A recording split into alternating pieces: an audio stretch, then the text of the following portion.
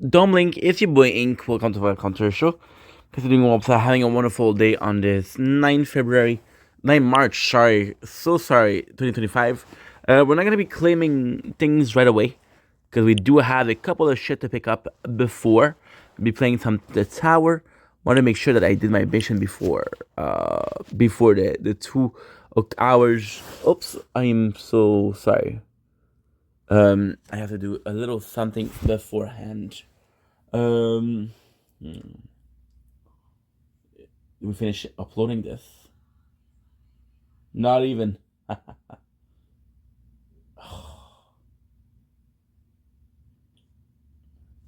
So what we're doing right now is oh, we're fucked. We're completely. Sorry about this, guys. We're back. We're completely fucked. I have 6.6 gig, which is not enough. So what I'm gonna do is I'm gonna play a little bit, then I'm gonna have to pause, and then I'm gonna have to bring it back. We're just making sure that we have all of the 6 dailies, even though we don't really need to do it anymore. I want to make sure that we still have them. So yeah, so that's pretty much it. I've been having problem with the storage the whole time. I might have found a way to really improve our quality of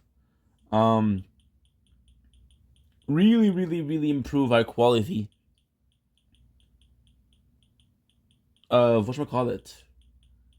I have to buy a lot of things to improve the quality of the storage, which is basically transferring to the computer. The computer is at 400, and we're not really using it. However, it's risky as okay. So, Sword does not work for some reason. Okay, it does work. So, am I not just pressing the button correctly? Yes. It's funny today. Today I was almost in a fucking shock because we changed the time today. We changed the time. Uh, so what I'll do is right now, I won't play a lot, right? But I'll be back in about 50 minutes or 30 minutes, depending on how much time it takes. We got the hourglass, which is coin earn, right? Which is great. 30. The new mission is kill 150 bosses. Right, 420. Okay, that's good. As of for you, young sire, it's a tough one, but it's fine. By the way, if you guys are wondering where the footage for the sword is, footage is still being filmed. I'm gonna be uploading everything on the 11th on Tuesday, because we're busy with uploading most of the time. But if the computer things work, I'm gonna be Gucci. I'm gonna be really in a good position. However, the problem with the computer thing is I've been trying to share a file for the last 30 minutes and it doesn't help out. So it's a possibility. It's not a proven possibility. It's hopeful more than anything else. So you can see here we're at 27 out of 50. We're almost dead with the shield, so it's okay. Oh, the crown. I'm so sorry. Okay, you're good. Every single playthrough is good.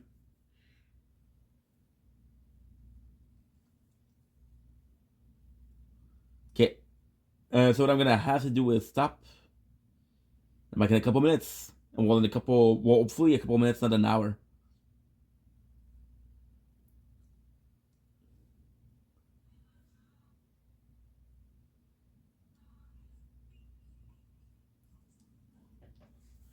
Good.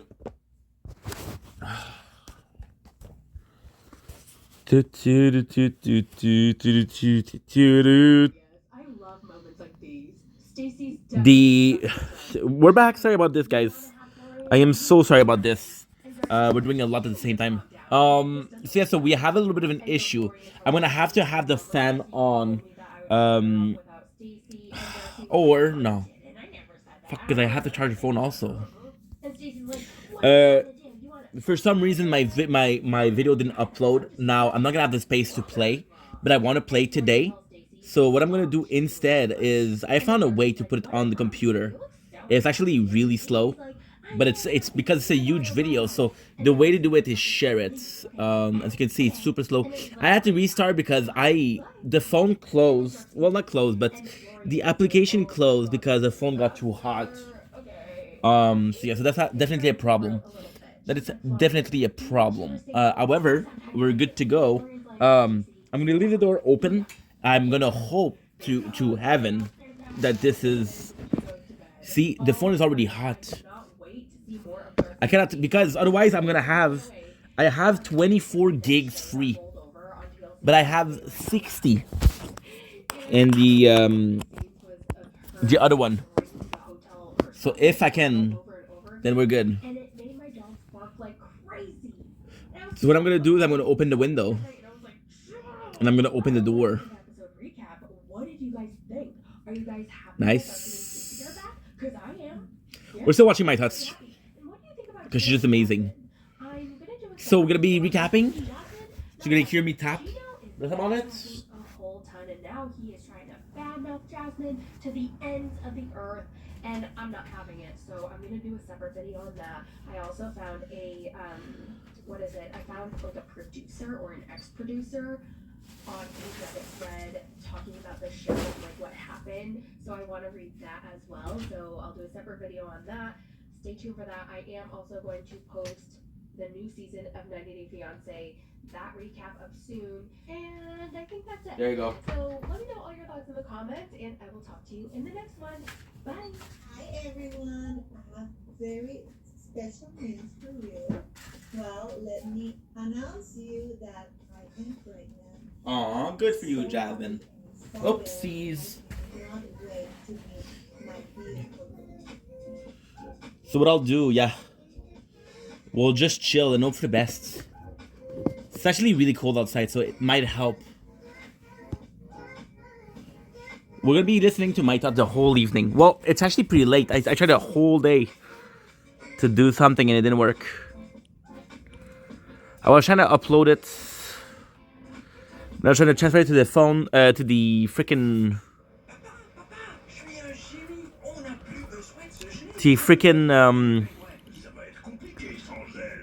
the computer, right? The funny thing is, today was a small night because it's the 9th of March. We went back to the normal time.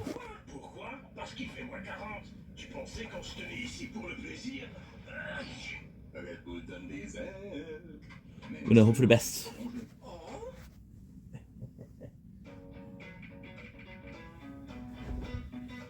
There's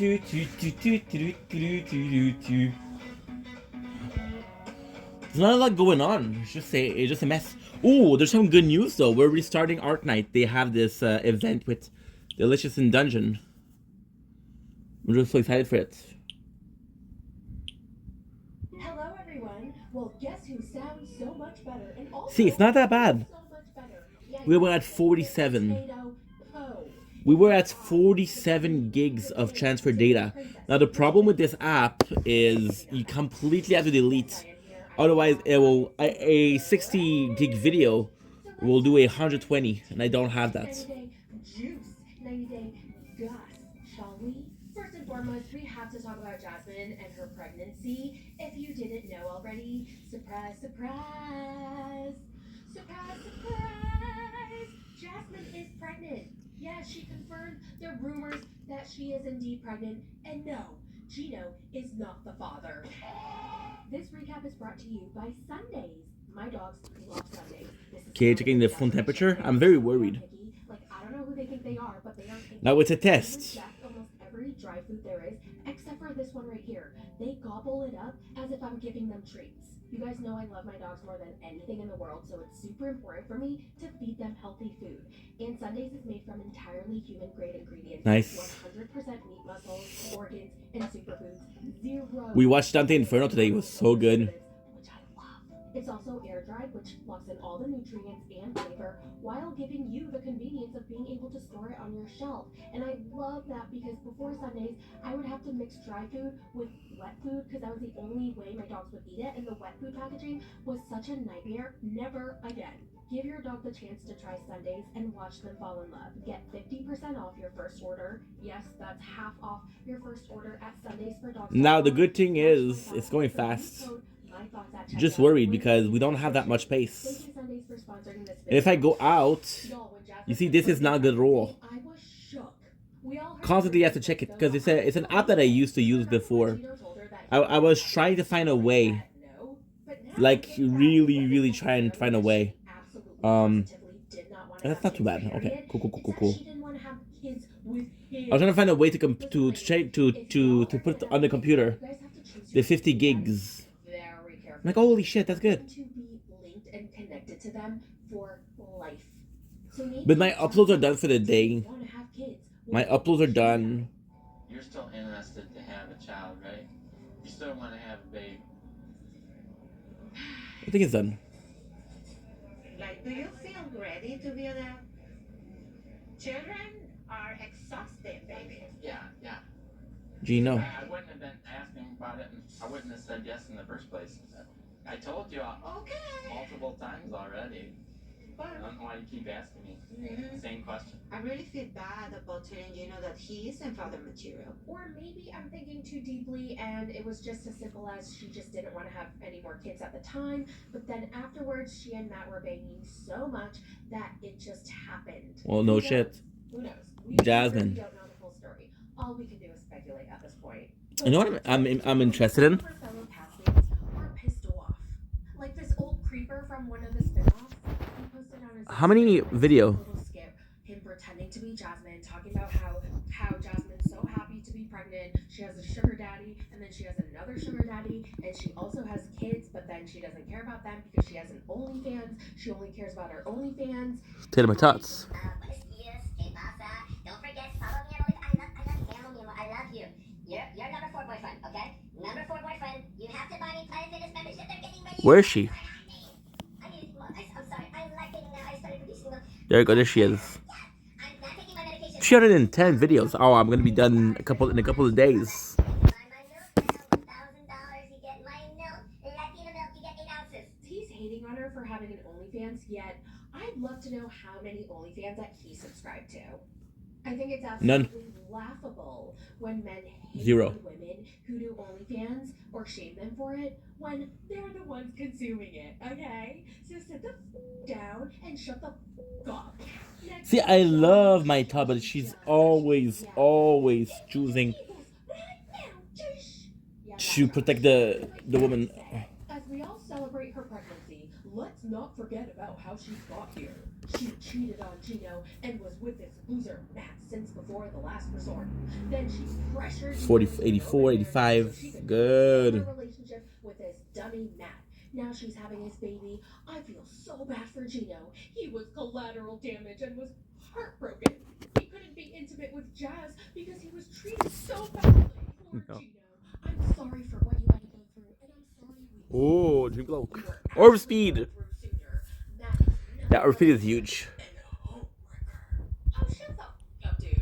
Nobody needs to feel bad for Gino, okay? He met a sugar baby, and he tried to turn the sugar baby into a housewife. He realized that he couldn't control her anymore, okay? Allah didn't drive her anywhere, didn't want her to get a driver's license. He just didn't want her to have the freedom to do whatever she wanted, wherever she wanted. He not only withheld schmecks for months and months and months, it was physical affection, emotional affection, all of that. He didn't do it as a way to control her. Now, here are some Reddit comments that I kind of agree with, so I'm going to read them to you.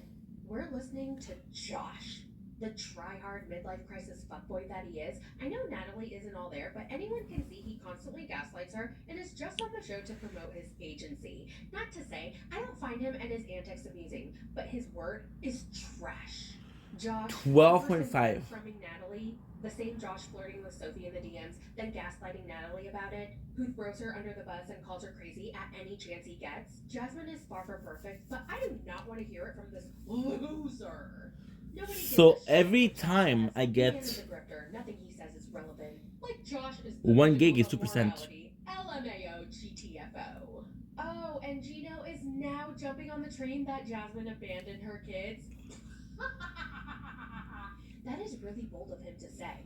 Okay, let me first read his post. Jasmine should be more worried about her children she abandoned in Panama, that she never took responsibility to take care of them, but instead gave them to families who were willing to take care of them. She should have never come to the USA without her children. She has had her green card for a year now and still hasn't visited them. I feel very sorry for her children and how they feel now. Oh, Gino, no. Did So you forget that you 4.5? did not give a single fuck about bringing her kids to America? No, don't. Since Gino didn't include my children's name on my K1 visa process, it might take 2 years to bring them to America, and I cannot even think about it. Like you meeting my kids' name. So the trick is, I'm gonna go do some grocery shopping. So this is good for you. Me crying over my kids because I'm not gonna see them in 2 years. I'm asking you for help. I'm begging And I'm you. telling you, I don't begging have. you. And I'm telling you, I don't have $5,000. I want my kids. I want to be with them. You're putting all of this on my shoulders and blaming me. I'm blaming You should have been myself. just as I involved know, to bring I'm your blaming kids to the United States. myself. Yes, I'm blaming myself. It's my fault. I should have never gone without them. 6:29. It's my fault. I know that. I know it is my fault. That's why. Damn it, no fucking sunrise. God damn. He was the one who didn't want them to come right away. He was the one who didn't include them in his initial application. When she was begging him, crying and sobbing. Gino, I need to bring my children. Gino, please bring my children. Gino, can we hire a lawyer and change the application? Bring my children. Add my children to the application. Please, Gino. You know, Jasmine, it's just gonna take a while, okay? The process is gonna take a while, and I don't have any money for a lawyer, okay, Jasmine? It's gonna take like 2 years. Are you to bring over her kids now? Can you imagine how she feels? I don't feel like she appreciates what I did to this point. But And I did got a you lot do? for her. I got her to this country. The attorney wants to charge me $5,000+ to do our adjustment of status to bring the kids. First of all, I don't have $5,000 to pay for a lawyer. Wait, you don't have that money. Yeah, I've already spent enough on the wedding itself. Whoa. She talked about how depressed she was without them, how she can't smile, how she can't enjoy life because her kids are not with her. Gino, please, I want to bring my kids over. I need to bring my kids over. And he was just like, No, stop. Not right now. What did I do? I do want my own kid, Jasmine. I think we should try to get pregnant, Jasmine. Let's work on. No, what did I do? remember that one time he went to her beauty pageant and he hid her passport? I still have That's 20% the left. exact reason why you What haven't don't you understand applied about for it. that? Give me my passport. Where you What all don't- my legal documents? If I gave you your passport, you'd lose it. Give me my passport. If you lose it, you get a new one. You can have your passport. And you know what? You can do any paperwork that has to be done, you're going to do it. I'm not going to do any more work on the paperwork until we are in a good relationship. So these are the conditions. I have to please you, and if not, you're not gonna work on the paperwork. Why are you saying do the paperwork? It's Because having the paperwork means that I can go back to see my children, idiots. Going back Oy, to oy, see oy. my You children. can go back and see your children now. Go back and see them. He's saying like, if you wanna go back to Panama, go back to Panama, knowing that I won't be able to return. Seriously, they can both suck. Let's not forget where Gino met Jasmine and that he failed as a sugar daddy. After all he promised her, she arrives to his moldy apartment with a literal shit in the toilet. She's crazy and she's manipulative, but he's disgusting and also manipulative. I don't think it really matters who is worse. It's like comparing a ghost pepper to a soggy french fry. So that pretty much sums up Jasmine's pregnancy drama. I don't know, what do you guys think? Let me know in the comments. Messy. Let's move on to Sophie and the new woman Amani, who's in the throuple on this current season of 90 Day Fiancé. Now, I recently found What? out that she was on another show on Netflix called How to Get Rich. It's a finance show hosted by Ramit Sethi. By the way, I freaking love him. It is my favorite financial podcast. He has a podcast I highly recommend that you guys follow. He focuses on couples, and it's so interesting to see how couples spend money and prioritize it, and how they pay off their debt or how they waste money. I mean, it's riveting, honestly. I freaking love it. I like that she used the word. She was on the season 1 of How to Get Rich, and they were actually the very first couple. They were on episode 1, and I remember watching that episode. Now, I didn't tie it together when they came on to 90 Day Fiancé, but I vaguely remember that episode and how she was the breadwinner and he was the housewife, and they were kind of That's not feuding. too bad. She didn't respect him because he was so soft-spoken and so passive, and it drove her crazy, and she didn't let him, like, have any liberty with the money, and she didn't trust him with the finances. I can't really remember. I didn't want to rewatch the episode, but basically it's there on Netflix if you want to watch it. The more money she's made, the less valuable I am. That's a very strong statement. That's how I feel, though. Now she is trying to stir up some. Now what I'm trying to do is Basically, Sophie posted an Instagram post promoting. 88. That's good. No, I've never used these things, so I don't really know what they do. Wow. But she posted this picture, as you can see. My waist trainer helped me snatch my waist, wearing it consistently alongside gym and healthy diet. I lost 684. People are 1.5 screaming, pounds. dude. And she links tap to shop. Now Amani What the fuck? responded to this publicly by saying, I swear I try to keep my mouth shut, but I can't. Why can't you be transparent to your followers that you got a BBL, which includes Lipo 360? During recovery, you're advised to wear a corset for best results. And yes, the gym and diet are to maintain results. No fucking corset on its own will give people her results. Just be honest. It may not make you the most money, but will create loyalty and respect in your fan base. Facts. Damn. Now here's the thing. I don't disagree with Amani, but how does Amani know that Sophie got a BBL?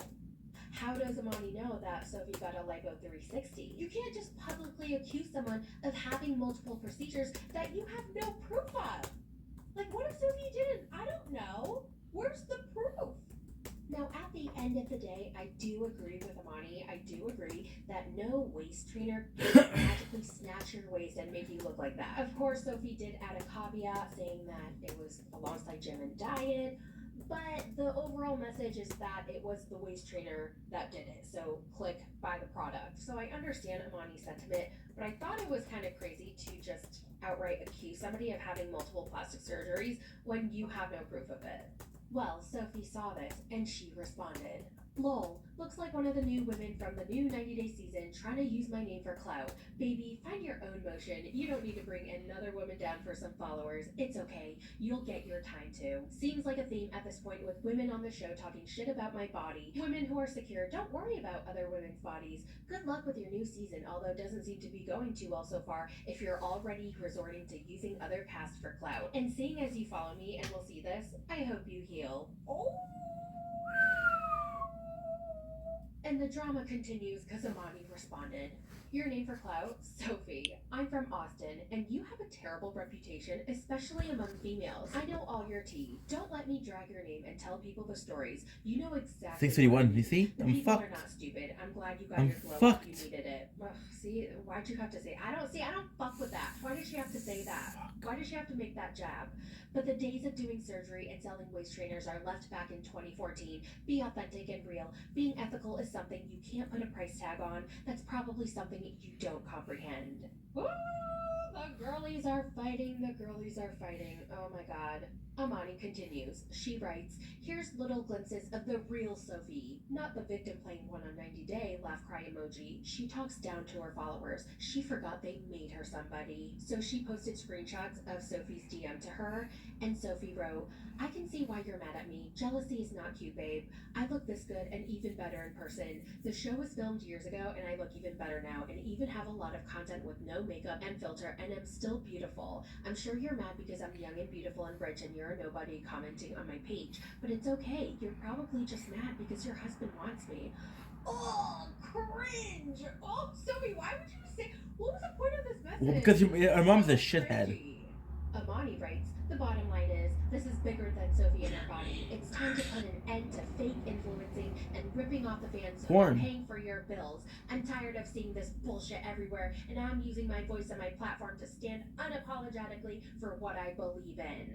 Again, I get Amani's sentiment, and I absolutely agree with her. I do, but I just don't think she's doing it with that intention. I think she's using that reason to bash Sophie and get clout and attention so that she can get on 90 Day Screen Rant and all the other 3, tabloids. But 4, I don't 5, think she's actually 6, doing it because 7. she cares about the integrity. Like, I think that's bullshit. I think she's just doing it for clout. And then Amani reposts a There's no picture way. of Sophie. It's a before and after, or like a Instagram versus reality of Sophie's ass from a 90 Day meme page. And in case some of you are just listening and not actually watching the video, it's a picture of Sophie's ass from the show versus a picture of Sophie's ass on her Instagram. And they look different, and the caption says someone is lying, laugh cry emoji, and then Amani reposted this and said, y'all are savage, laugh cry emoji. This is why I don't believe Amani when she's all on her high horse. I'm trying to use my voice and stand up unapologetically on my platform to protect people from these fake advertisements. I agree, people need to stop fake advertising, but bitch, you are not looking out for them, okay? You're just using that so that you can continue to bash Sophie. So then Amani says, you are literally the same as her. You know joke repeated age jokes 1,000 times that it's almost annoying that you exaggerate the age difference to a point that it's not cool anymore. I hate Natalie, but seeing you keep repeating yourself with the same joke about age made me hate you too. Not cool, you're not even that young or fresh. So you do that too? Oh my god, these people are so ridiculous. So Amani's like, yeah, it's not cool that you age shame. All you do is age shame. By the way, you're not even that young. You literally just did what you're criticizing Sophie and Natalie of doing. Oh my god, these people. Oh.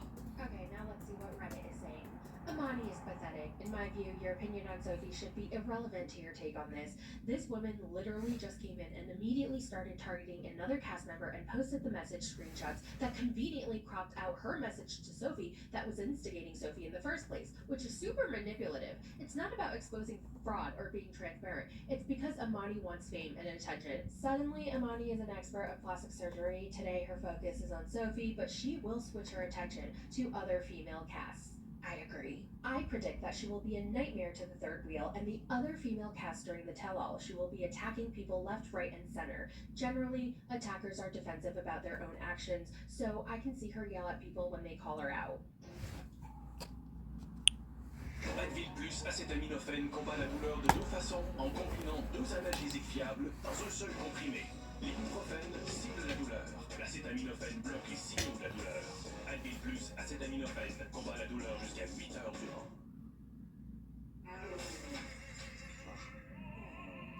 Okay.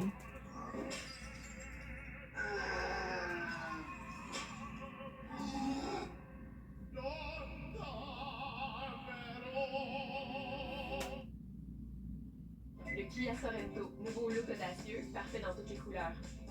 Le Sorento a toute la puissance qu'il faut quand il faut. Et beaucoup d'espace.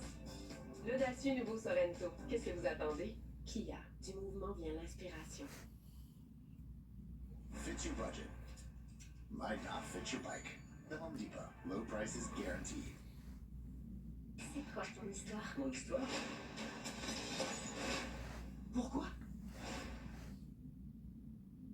Hey guys, so as you guys know, I lost weight since filming The Last Resort, almost about 25 pounds, and what's really helped me is wearing waist trainers. I've spent the past year or so trying different types of waist trainers and seeing what was best for me, and after a year in the process, I finally launched my own. This is my own waist trainer brand. It says Sierra down the side.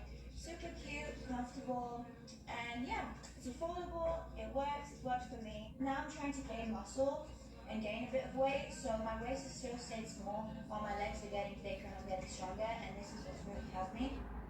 Yeah, this is icky. It's icky because she's heavily implying that the waist trainer made her snatched, which we all know that in my opinion, I don't think that's possible. God, they both suck. Everybody sucks. What do you guys think? Are you on Team Imani, or are you on Team Sophie, or are you on Team no one and everybody sucks? Now, last but not least, here's a little bit of the Last Resort tea. Allegedly, a producer who worked on season 2, the current season that we're watching, spilled some tea on Reddit, and I'm gonna read it because it's a juicy. Here's some bullet point tea from my time working on The Last Resort. Ari and Biddy had not spoken for 4 months before the filming of The Last Resort began. They were essentially over and were just trying to get through filming, but Biddy was so mean that Ari just gave up. He makes no effort to be in his kid's life. Ari did lock herself in the bathroom at the bar all night, and the producers were so over her. They hate her voice and that she won't create more drama. I mean, I feel like we all knew that Ari and Biddy were over. Like, it's so obvious by the way they interact with each other and the way they talk and the things that they talk about. Like, their marriage was well over months ago. Natalie is 100% the person you see on TV. Her eyes are terrifying. Josh and producers talk shit about her. Josh is clearly just playing along for TV. He isn't as rich as he says he is, and they have a toxic thing where she still hooks up with him. Jasmine has been dating that guy from the gym for a while. Gino has a sex addiction and is a real dud. Jasmine is actually hilarious IRL, and I was surprised. Producers love her because she is over the top with her acting. Her butt implants look worse in person. Oh, damn! Julia and Brandon are the one couple on the show that are actually together in love. I saw them cuddling and being a normal couple when no one was around. They're younger. They're pretty sweet. Also, both super nice, and Julia hugged all of the crew. Also, the entire cast was shocked at how buff Brandon is. LOL, he's a short dude, but like really fit. That's really funny. Stacey and Florian seem like roommates. She's super professional about the show, and he won't fake anything for TV. Florian smokes probably 3 packs a day and douses himself in a bottle of cologne. It's too much, but he loves interacting with crew. He can be really funny, but also a huge diva. Sophie is really quiet. Rob is the scum of the earth. He ran off so many times. One night in the desert, he ran off into an unlit street and tried to take off in the desert. Pitch black, everyone panicked and were so pissed off at him. He screamed the whole drive home about how Sophie was trying to make him look scary, but he's not actually an angry person, while screaming in her face at that, all the time yelling or giving her the silent treatment. Every couple except Benny and Ari were constantly pitching new seasons or spin-off show ideas to producers the whole shoe. Interesting. I mean, they are trying to get that money. They also acted like they were Hollywood stars. Cringe. Oh my god, also I feel like I've done that already. Refused to eat any food at the 5-star resort we were at. She made people pick up 2 Yeah, I feel like I did that already. every morning and rarely ate them. A cappuccino that had to be from Starbucks, a bag of gummy bears, and a poke bowl. She drank like 5 or 6 cappuccinos a day, and if Josh was drinking something else, she'd also need to have one of whatever he was drinking. There are scripts to an extent for the therapists, and their little side interviews are heavily influenced by the producers, matching up to what we're actually seeing on TV. Very interesting. Well, that's all I have for today. What did you guys think about all the drama, all the gossip, all the juice? Let me know your thoughts in the comments. And if you guys love your dogs, check out sundaysfordogs.com/mythoughts. Link below, and I'll talk to you guys in the next 90-day recap. Bye! Good. I'm gonna go to make some space. Don't fucking leave me. Thank you. Okay. I bought myself what? A couple minutes? Not even. I said I bought myself 20 minutes. That's good. Please, please, please, please, please, please, please. Imagine being a 15-year-old teenage girl and you develop your very first crush on this boy you follow on social media. But then you see your mom getting ready to go out on a date with him. Your crush. With your mom. Your mom with your crush. Like, what? Now, imagine your mom promising you that she's going to take you shopping, to spend some quality time with you, buy you some gifts, only to cancel so that she can hang out with her new boyfriend, aka your crush. Imagine waking up every morning and you're so hungry, but your mom doesn't want to cook for you because she's too busy live streaming on TikTok. So So then you're like, Mom, can you please make me breakfast because I'm so hungry, I'm starving, I barely ate dinner last night because you were too busy on TikTok then, and now you're still on TikTok. Can you cook me something? And your mom goes, so you look in the fridge, there's nothing. You look in the pantry, there's nothing. You look in the cabinets for any kind of food, but there's nothing except for bags and bags of hot Cheetos and packs of green dip. You want to know how it smells? Ask Santos. He knows smell well. By the way, everyone's calling her the Mucinex booger, but I have a problem with that because I look like the Mucinex booger. So if I look like the Mucinex burger and she looks like the Mucinex burger, You guys look how like... can we look alike? Yeah. In case you've somehow managed to avoid this train wreck, well, today's your lucky day because I'm going to tell you all about her. This is Ash Trevino, a TikToker who's infamous for cringe, chaos, and horrible I don't life know her. choices. And I'm glad that Ash myself's doing isn't something your else. Average pick-me clout chaser. Her life is kind of like a super cringy soap opera that meets true crime. Now, this is a part 1. There will be a part 2, and we could even do a part 3, a part 4, a part Please. 5, so on and so forth, because even though TikTok is going away, well, at least in America, it's going to be banned very soon, I don't think she is going to go away anytime soon from social media. So if you're new here, you might be wondering, who is Ash Trevino? This is 35-year-old Ash from Texas, a mother of 2 teenage daughters who claims to have dated at least 30 inmates. Yeah, you heard right, 30 inmates, and she wears it loud and proud, baby. And when she's not spending her time talking to these people who definitely aren't using her, she's live streaming her breakdowns, her fights, faking pregnancies, and defending convicted criminals, including a literal child murderer. Oh, and she loves to flirt with teenage boys. What? She also parents her kids in what can be best described as a hands-off approach. If this already sounds wild to you, well, buckle up, Buttercup, because this is only the beginning. We're gonna dive deep into the story of Ash Trevino, the inmate hopper. Now, this is part 1, so this is like the beginning, before Santos.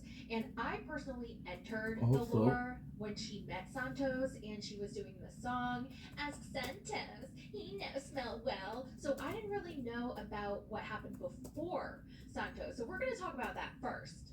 Dun, dun, dun, dun, dun, dun, dun. Before becoming TikTok's queen of chaos and cringe, Ash lived a seemingly ordinary life. She married her high school sweetheart, Israel. His nickname was Izzy, who she started dating when she was 12 years old. How old was The he? two got married when she was 19, and they had 2 daughters together, Haley and Eviana. Now, tragically, Izzy passed away in 2024 after battling leukemia. But by then, the couple had already divorced and Izzy had remarried. According to a post on Reddit, her ex-friend in real life said that before he got remarried, Ash didn't cope with the breakup well, so allegedly, she showed up to his apartment in her birthday suit. She was trying to seduce him to get him back. She wanted him to leave his new girlfriend. They also said that Ash taught her daughters to be hateful towards their stepmom and stepsisters in order to get back at him, and claimed that the reason their marriage ended was because Ash cheated on him, although this doesn't seem to have been proven. Her public reaction to Izzy's death was, well, let's say unconventional.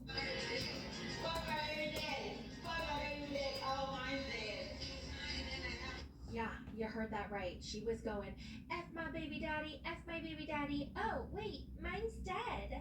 But this very brief moment of drunken messiness marked the beginning of her internet fame, or let's be real, it's more infamy. After she did that, people were intrigued. They were like, what the hell is wrong with her? So they dug into her past, and it turns out that her separation from Izzy led her to dive headfirst into the world of dating inmates.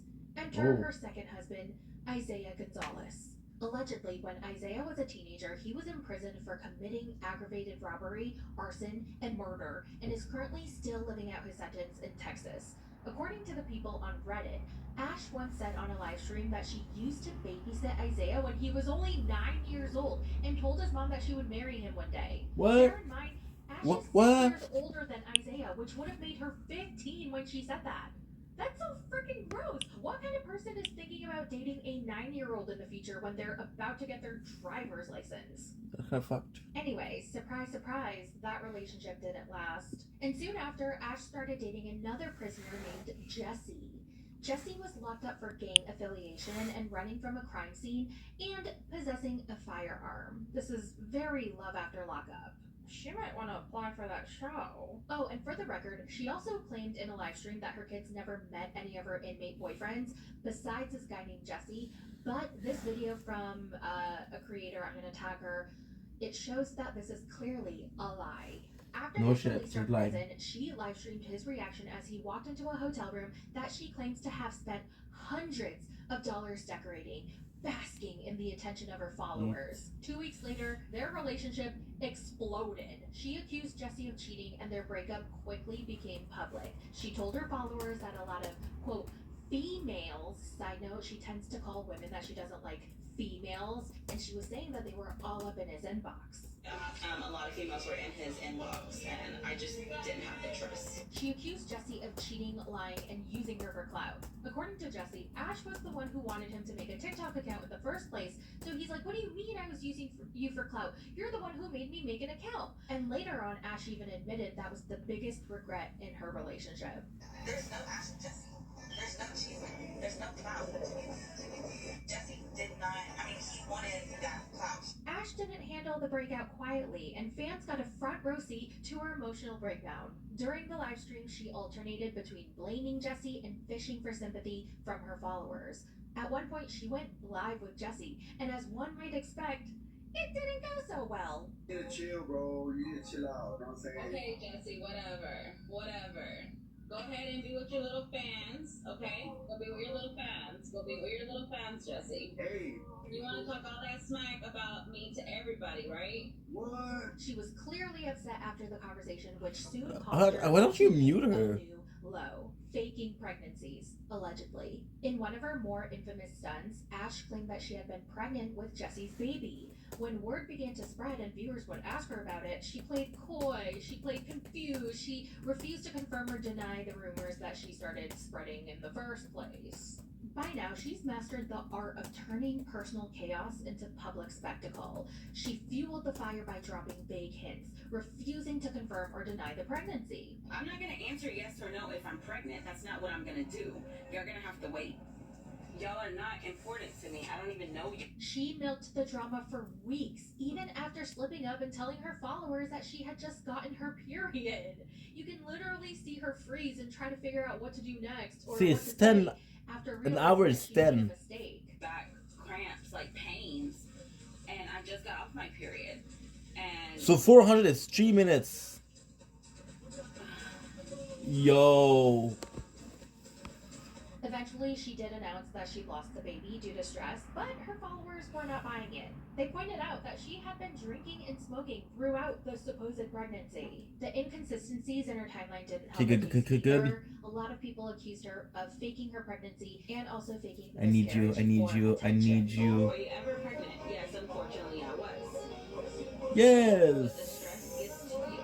Her love life hit a new low when she began dating Francisco Montero, a gang member charged with the murder of 2 teenage girls, one 13 and the other 19 in 2018. Despite overwhelming evidence against him, including DNA and fingerprints on shell casings near the scene, Ash insisted he was innocent.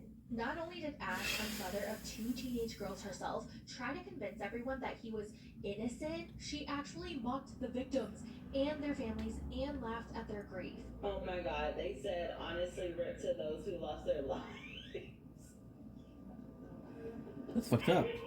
What's even crazier is that this wouldn't even be the only time she mocked murder victims. She actually had the nerve to defend Chris Watts.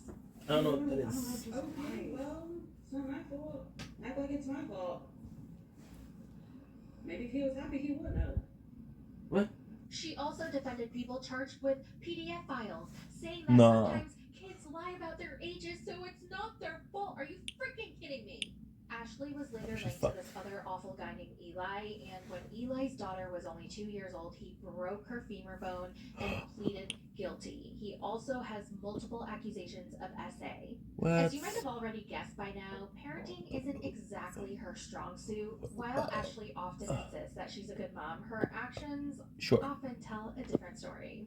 During one live stream, she revealed that her kids sleep on an air mattress in her apartment, while she spends her money on things like designer bags, sunglasses, a $200 suitcase, and lip fillers. She also took a trip to Disney without her kids. While she was there, she live streamed her entire experience. She was gushing about the fireworks. She was screaming, laughing, like she was so happy, wearing costumes. She was on rides. The shitty person is shitty mom. Surprise. Her daughters were at home watching this. And yeah, they do watch her live streams, unfortunately. We're gonna get more into that later. When viewers asked Ashley why the girls weren't invited, she claimed that it was because they don't really fly and they just started school. Now, something tells me that she's lying about them not flying, but also, like, wouldn't you wait until, I don't know, maybe they were on school break or something to go to Disney so that you can take your kids?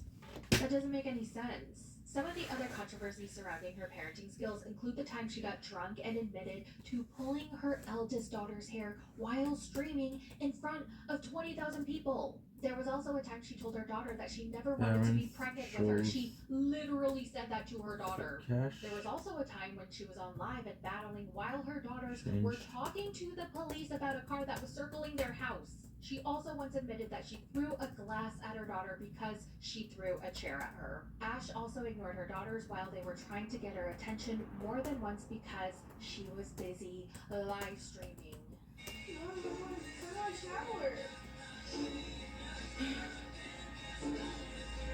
Thank you, Keaton. And that's why I'm not answering their calls right now because I don't need nobody judging me right now. So I'll talk to them whenever I'm not on live. Can you DoorDash those social please? How cold is it here? Let me see how cold it is. Thank you for the roses. It's 44 degrees, bro. During one particularly shocking incident, she was in the middle of a TikTok battle. By the way, if you don't know what a TikTok battle is, basically is when you get on live stream with another person and you beg the viewers for money. And I guess whoever wins the most money Not true. wins the battle, I think. So during one of these battles, Ashley casually threw out there that her daughter was having a panic attack and she couldn't breathe because of her asthma. Now, one might think that she would rush to her daughter to help her, right? She's having trouble breathing, but instead, she wanted to finish the TikTok live battle.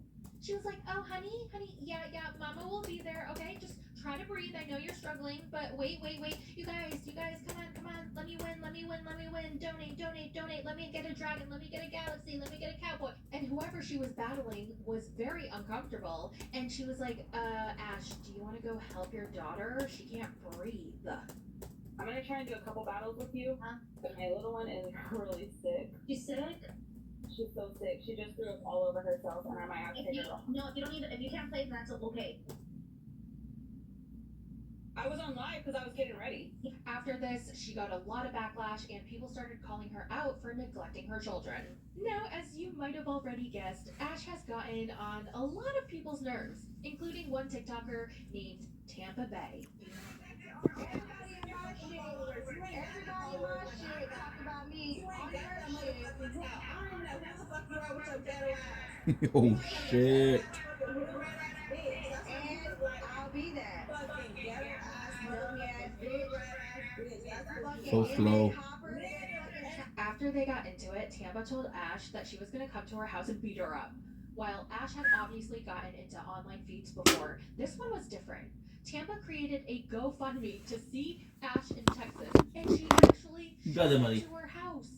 Ash wound up calling the cops, obviously, and what makes this story even crazier is that Tampa actually kept recording while she was in the cop car. This was all on live stream, you guys. So the Ash Trevino dumpster fire continues over Thanksgiving, and yes, I'm talking about like 2-3 months ago, this past Thanksgiving, when she visited her aunt. Now, I don't think it's her real aunt. She calls her aunt. She calls her Tia, which is Spanish for aunt. But some people on Reddit and online and on TikTok have said that this is just a woman that she met on TikTok and she just refers to her as her aunt. Regardless, she was there with her daughters. So it was Ash, her daughters, Tia, Tia's daughters, Tia's ex-husband Rob, and then Rob's new girlfriend, Steph. Now, while all the adults were drinking, Ash was, of course, live streaming when she leaked Tia's address. And guess what happened after the leak? Someone showed up to the house. No shit. Is that my Tia? No, it's not my Tia. Who's outside? That was the motion to outside, I think. Now, it was unclear whether it was a fan or if it was someone they knew in real life. Either way, Ash was super excited to meet them. While on live, Ash was talking a lot of crap about her rival TikToker named Mariposa, and Mariposa said that she was going to pull up. But Ash kept taunting her, saying that she was in a rich neighborhood and Mariposa was too, quote, ghetto. Mariposa. I wish you would try and pull up because, baby, the cops will get your ghetto ass real quick. We're in the rich neighborhood. Later, Yeah, Ash sure. was able to convince Yeah, all sure. of the adults to go out to a bar, leaving the kids home alone on Thanksgiving, including one of her daughters who was sick. Ash and the adults drove to a bar, drunk, allegedly, and of course, she live streamed everything, including licking an old guy's face for, I don't know why she did it. My bar. And I'm 6'3" and 230 pounds. Then the crew headed over to a second bar while What crew? again allegedly driving drunk. And when she arrived, she again leaked their location. And this is when all hell broke loose. After watching Ash talk shit about her, Mariposa showed up to the bar to confront her. Now remember, she's still live streaming because she live streams every second of her life. She looked visibly scared and she paused her live stream. What's up? You were talking about me? You told me to pull up? Right here? What's up? Hey, don't be touching me, Rob. Don't be touching me. You, Rob, not nasty. Don't even know that. You're not. But someone managed to record the confrontation. Ash Trevino. Oh shit. People are crazy, dude. And it's not because I'm a calm person, so when I see that, I'm like, ooh, baby. I'm glad I'm calm. Ash, true to form, hid in the True bathroom while to form. her friends were left to deal with the fallout. Apparently, during the fight, Mariposa also ripped out a piece of Ash's hair. It's a trophy, bro. After the fiasco, Ash and Tia drove drunk, allegedly, to Whataburger and continued to talk crap about Mariposa as if she wasn't just hiding from this woman in a bathroom moments earlier. Ultimately, Ash is all bark and no bite. But no, that bitch was just bad as fuck, bro. Dude, I don't know what the and I don't even know what the her name was. That bitch was bad as fuck. When they got back to the house, she was still live streaming, of course. She went to the room where her daughter was staying and she noticed that her daughter was still sick. Gee, surprise, surprise. She was sick earlier and she's still sick. So then she pretended to play the concerned mom. Oh my God, you're cold. You're hot. I know. It's too cold for me. Okay, you wanna go take a shower? There's no do anything. It'll make you feel better. You wanna go take your shower? Later, something happened with Tia's ex-husband Rob, allegedly abusing her in front of everyone in the house. Tia then called the cops, giving them her address and the phone number, causing her phone to start blowing up with calls because, again, she was live streaming and so everybody heard the address and the phone number. Come on. Oh my God, my Tia's yelling. Come on. Hurry up. Oh my God. Yeah, and then you go back. And what? Whoa, whoa, whoa. What? I don't know.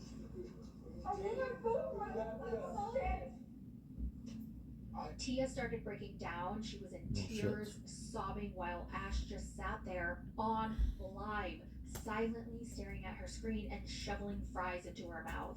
Now we're gonna get into Santos. Like I said before, this is when I entered the lore and learned about Ash Trevino. I didn't know anything prior, and my lovely researcher put everything together. So now let's get into Santos. The most recent drama has come in the form of a 19-year-old TikToker called Santos. And yes, he's a teenager, and yes, this is the same guy that her daughter had a crush on. Now, in case you forgot, Ash is 35 years old. He's closer in age to her daughters than her. Now, Santos is known on TikTok for pretending to date women for clout.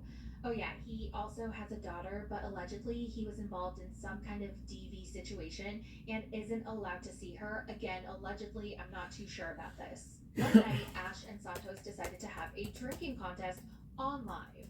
Ash was completely hammered, shamelessly flirting with this 19-year-old. It was so cringy. You're gonna get another one later. And then when? When you see me in person? I'm gonna see you Friday. So what are you gonna do? What am I gonna do? I'm gonna make all your dreams come true.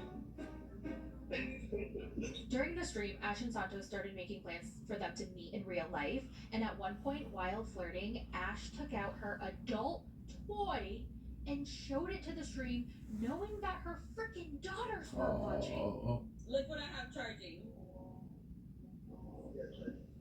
Oh, you don't need that when you have me. I need it for tonight though. Believe it or not, this is only the beginning. Later, while Santos showered, he apparently showed her his thing, and Ash went off screen where you could actually hear her using her rose.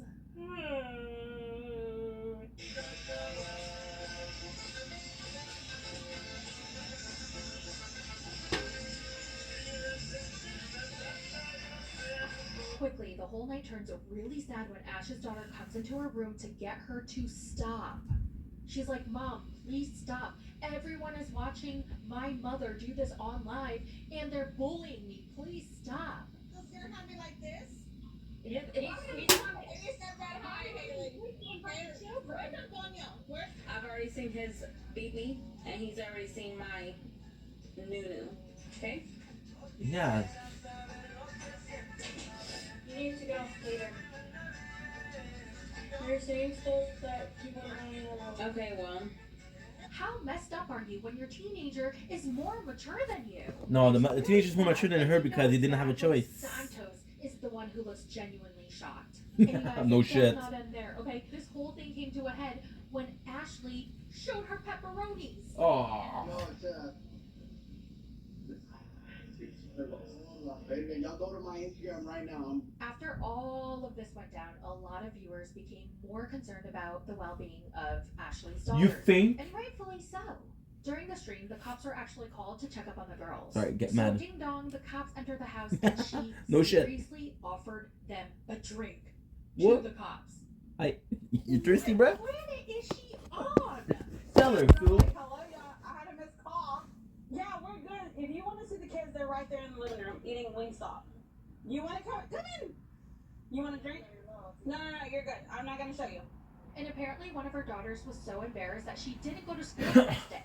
Imagine how humiliating it must be for those kids to watch their mom doing this type of stuff online. Especially considering the fact that their dad passed away earlier that year, you really have to wonder how badly this is affecting their mental health. Many concerned people have called and emailed the local police, but the investigation, or lack thereof, seems to have hit a dead end. During one of her live streams, Ash actually said that there were over 20 CPS cases against her, but nothing ever happened. A lot of y'all spread rumors and say that CPS took my kids from me. Baby, CPS has never taken my kids. Yes, I've had like 20 CPS cases. Now, this is where part 1 is going to end, but this is not the end, y'all. Oh my god, there is so much more. So much more has happened.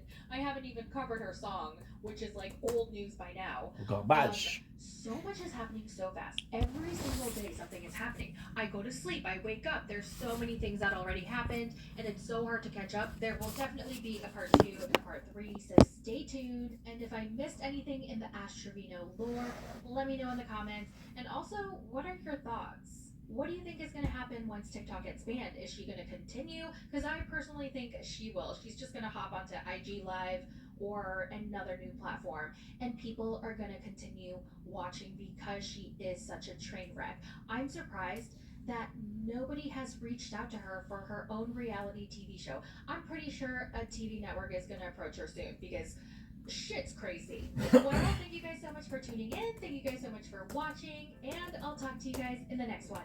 Bye.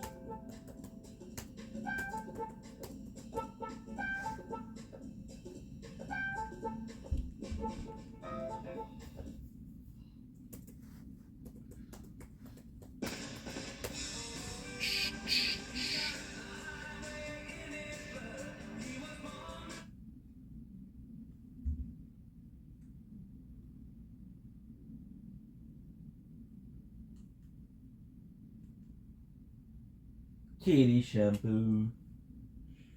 They don't do much of anything, but every kitty that I ever met like to fuck with string. Kitties are so nice. Kitties are so nice. Get them down. Tuesday, Wednesday, Thursday. Spin them around. But I hope you're having a good day. Let's talk about 90 Day Fiancé Season 10, Episode 16. Who should we start with? Let's start with Gino and Jasmine.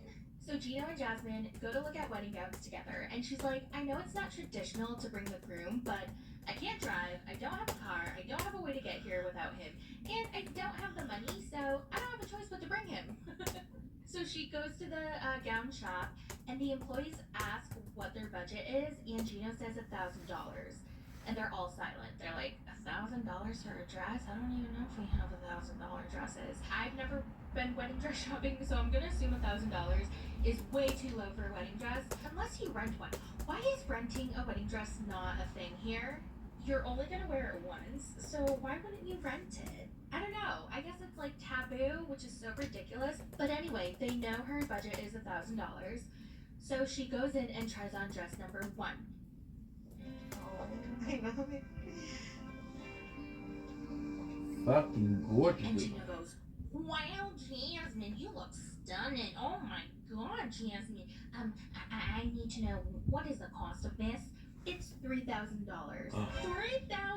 Oh my, that's so expensive. Jasmine's like, oh, come on, Gino.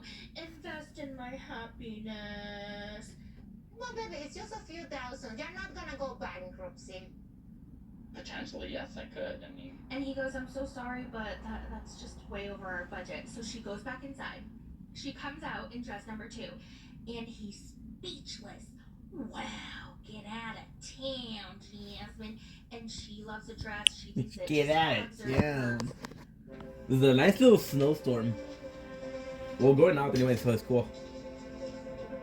But there's a little problem. It's $5,000. And he goes, oh, Jasmine, I'm sorry, I can't. You know, it's just, I'm broke, I'm poor. And she goes, please, baby, please, please, please, please, baby, I'll give you 5,000 golden showers. Yeah.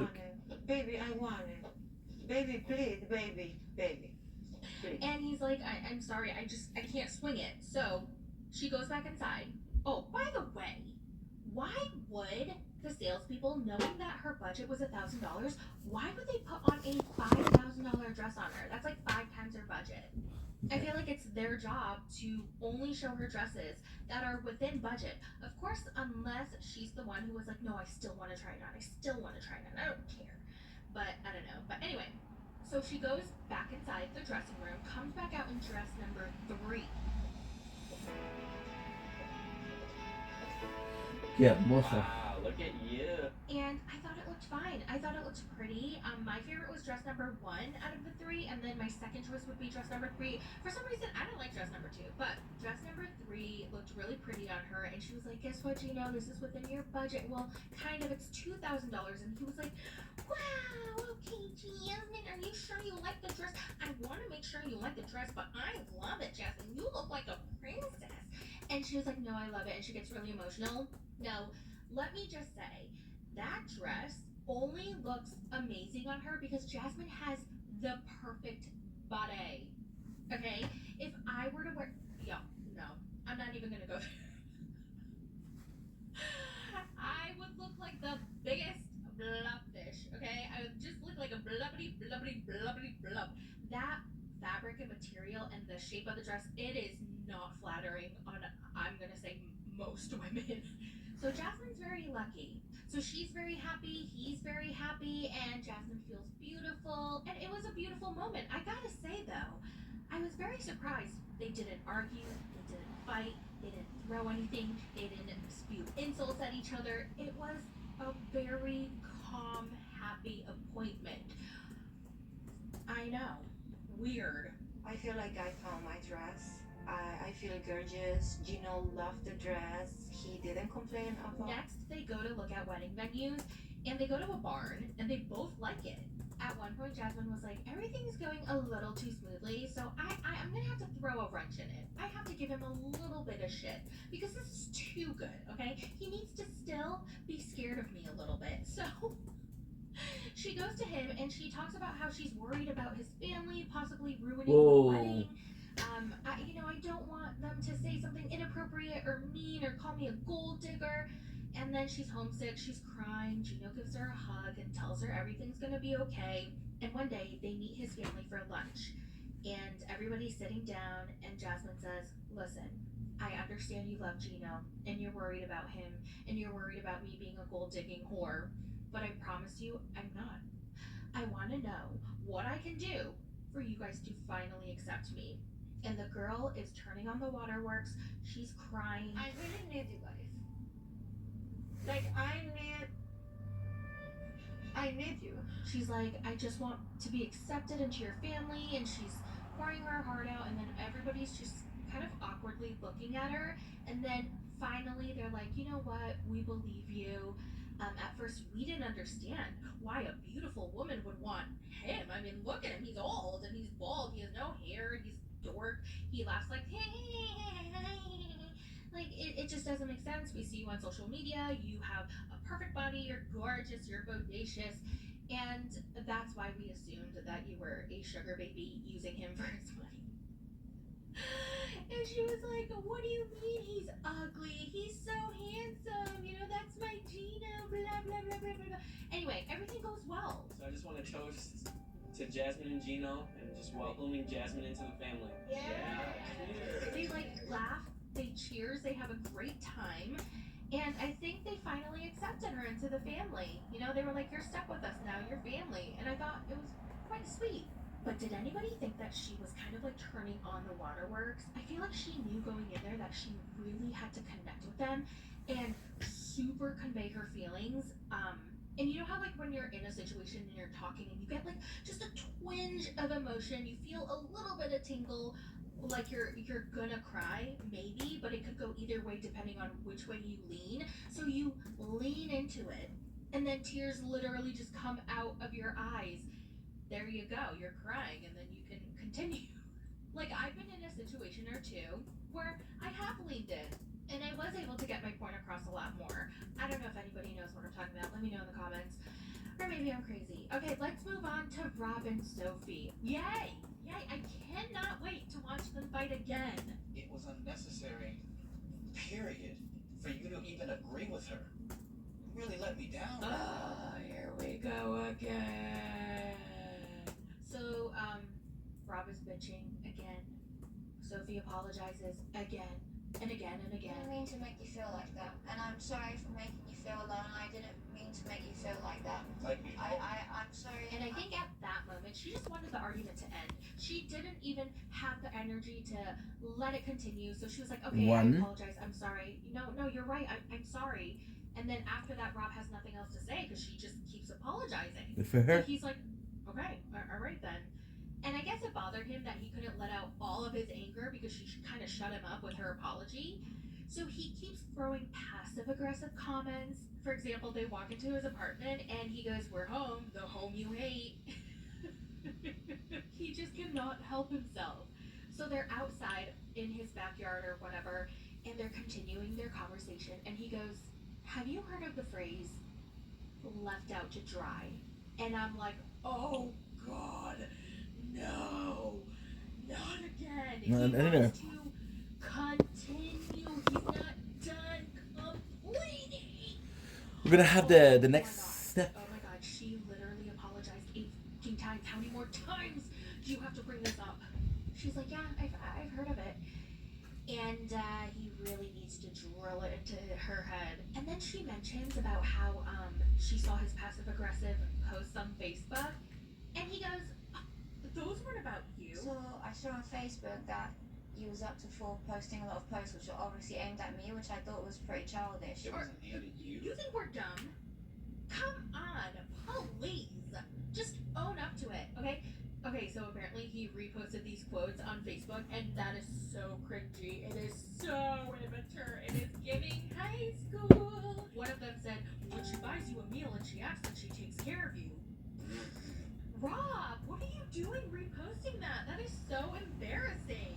And then another one said something along the lines of, well, I've always been alone, so I'll be fine without you. Rob, I'm so embarrassed for you. Oh my god, delete your whole entire Facebook post history. That is embarrassing. And then he has to turn it around on her, and he goes, well, nobody told you to look at my social media. You what? Oh my god, are you freaking kidding me? And she goes, Rob, you know I look at your social media. Like, oh, that's so stupid. What do you mean don't look at my social media? All of it is obviously about me. So you want to hurt my feelings? I don't want to hurt your feelings. You don't have to look at my. You don't have to look at my Facebook. Sophie looks at him and says, can you please just say you're sorry? I just want an apology. Like, you hurt my feelings. I'm telling you, you hurt my feelings. Can you just say you're sorry so that we can move on? And he refuses to apologize. He's like, I have a right to my feelings. Sophie basically begs him. She's like, please, Rob, please, can you just acknowledge my feelings and please apologize and I'll get over it. I just want an apology. And she, oh my god, when I felt bad for her because she was speaking normally and then she broke down mid-sentence and she couldn't help but to cry, and then she was sobbing, asking for a simple apology, and this dingleberry won't do it. He just won't. My feelings will hurt. My feelings will hurt. Why don't you just say sorry? The mercy. He won't. Like, he just cannot get those words out of his mouth. I'm sorry. He can't do it. He's starting to realize, oh, she's really upset. Like, she's not gonna stop crying. And then he goes, oh, okay, I'm sorry for some social media posts. Bitch, what? Can you? How does this man not know how to apologize? Oh my god. Just say, I'm sorry for hurting your feelings. That came off passive aggressive to me, but that was enough for her because she stopped crying. And then he's like, I'm trying to be better. I really am. If I didn't love you, I wouldn't be trying. No, you're not. What? How are you trying? Dude, oh my god. And Sophie, you know, when I look at Sophie, I just see someone so immature and naive because she is happy with this. She accepts this apology. Okay, I forgive you. I forgive you also. No, Sophie, no. Yes, Sophie, yes. They're happy. What the fuck is wrong with that? Her mother is going to be pissed. She's going to be so mad. So She what? is going to be screaming. That's the mom, dude. Okay, next I'm going to talk about Citra and Sam and Ashley and Manuel, and then we'll end with Clayton and Anna. Clayton gave, okay. Citra's nervous about her wedding, while Sam's really excited because afterwards they can finally bang. Yay! So they do the Muslim ceremony first, and what kind of annoyed me was it didn't seem like Sam really did any research or learned anything ahead of time, because Citra's dad had to constantly correct him and tell him what to do. Yeah. Next is a conversion, and I gotta say, it was really nice to see Sam's dad. You know, he might believe in aliens, but he's a nice dude. He was there to support his son, and it would have been nice to see Mom there, but I didn't expect her to show up, so. Ashley and Manuel get on a video call with his mom because she really wanted to include his mom as much as possible since she couldn't physically be there. Now, I don't know why she couldn't physically be there. Did they say? Because I didn't catch it. It was super emotional. It was very endearing. His mom and Ashley did cry, and it was overall a great conversation. Then she gets a call from her wedding planner, and he tells her they're going to have a tropical storm on the day of her wedding. And since their wedding is on the beach, it's not going to be safe for anyone. And so Ashley starts freaking out. She didn't realize that Florida had a hurricane season, and honestly, I can relate. I didn't know that was a thing either. One year I went to Mexico during hurricane season, and I splurged on a beachfront bungalow in Tulum, vacation.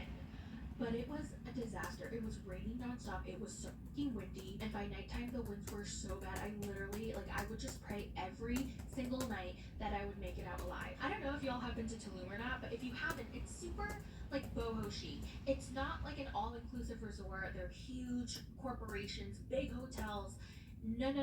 These are tiny boutique hotels. They're like little huts, little bungalows. And let me tell you, it was mother effing scary. I literally thought I was going to drown in my sleep. I'm gonna actually insert pictures of what the room looked like where we stayed. So we stayed at Azula Tulum. I've been there twice. The first time was incredible because it was perfect weather in May, and then the second time I went in July and it was horrible and scary as fork.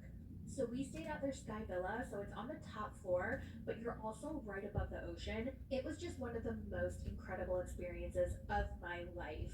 But when the weather is bad, it is absolutely terrifying. Anyway, back to the recap. All right, let's end this recap with Clayton and Annalie. Yeah! Clayton is hanging out with the neighborhood squirrels. He's talking to them in their language while working out. He wants to squeeze in one last workout to really solidify his 8-pack.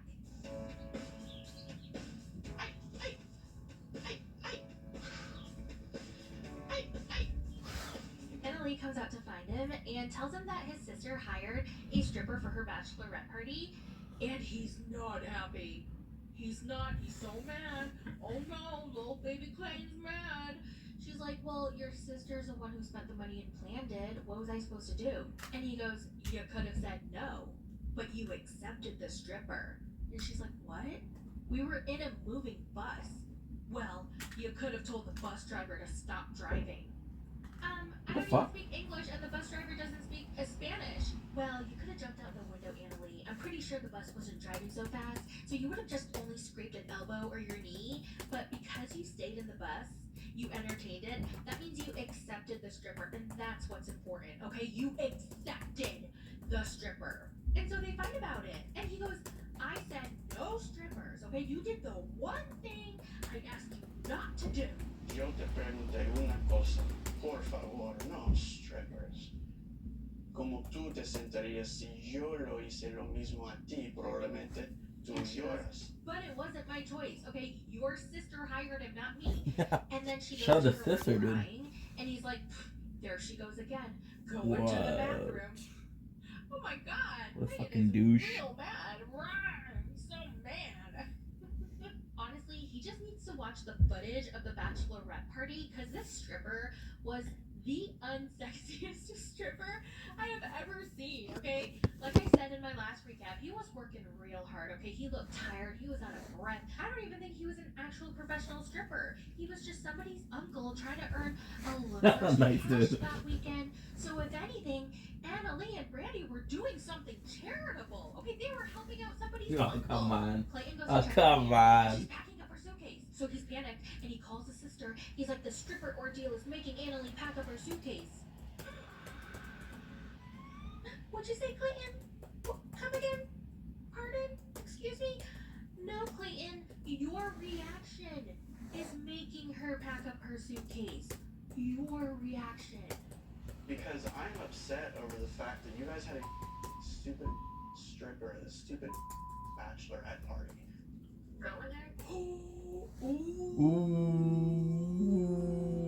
Clayton said the F word. Did you guys hear? Clayton said the F word. Somebody go tell Closet Mom so that she can put him in timeout. He must be I want to hear again.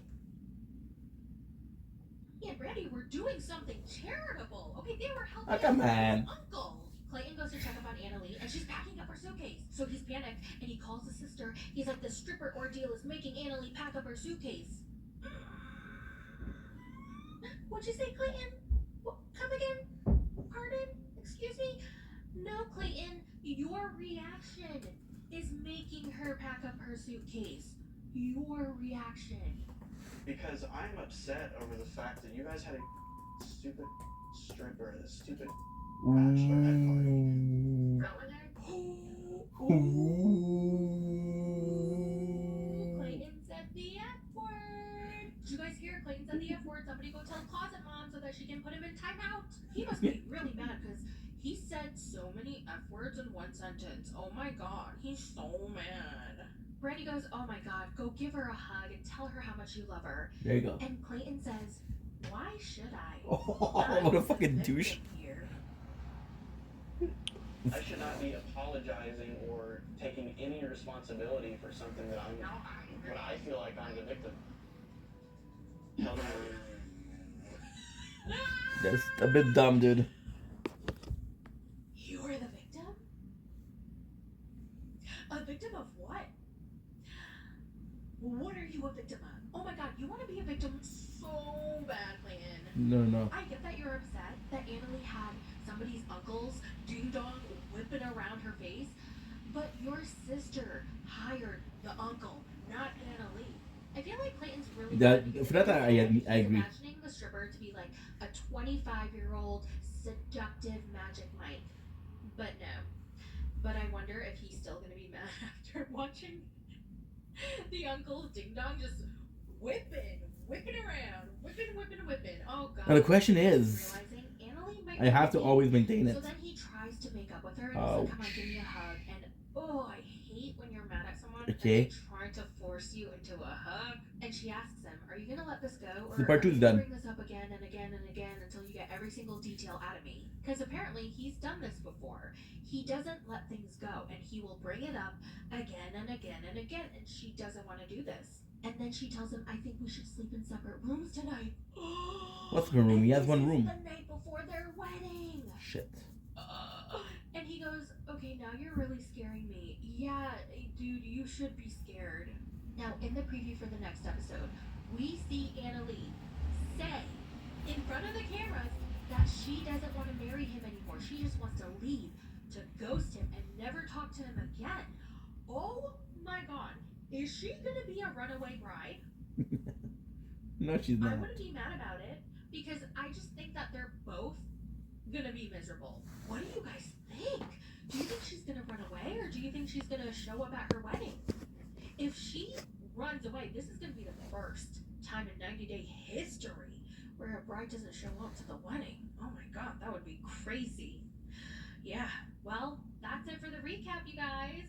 The season is almost over. Hang in there. I cannot wait for the tell-all. It usually gets pretty boring by this time because everybody's just getting married and they're On the wedding nightclub. blah, blah, blah, blah, blah. But we're almost at the end.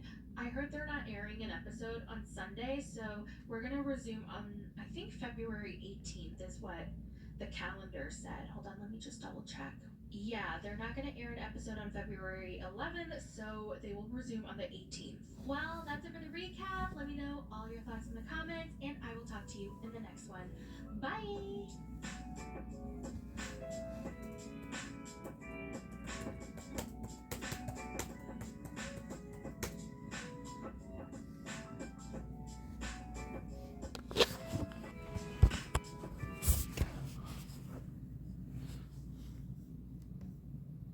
Avec la nouvelle version XRT de Hyundai, vous pouvez faire ça. Peut-être ça. Something, brother. Confiance avec les VUS Hyundai, dont 94% sont toujours sur la prédiction. Don't blink. Here's your blink. Welcome to the radio show. In case you're doing well, so having a wonderful day on this 9th March 2025. They were doing super well. A lot better. I'm feeling a lot better. But what I think is going to nail the coffin is, as you can see outside, it's actually crazy snow. Right now what we're doing is we're watching My Thoughts, great channel. We're taking notes for Shameless. We're playing 2 times the tower. What I really think is going to help me is I'm going to go out. I'm going to go for a walk. We received some Amazon package. I'm going to pick them up. Right? And that's pretty much it. So that's really going to help. Doing a lot better. Today's Sunday. So the plan is possibly try to film today. I'm trying to film. But I don't know if I'm going to be okay. Because, again, I don't want to always go back to the cycle, you know?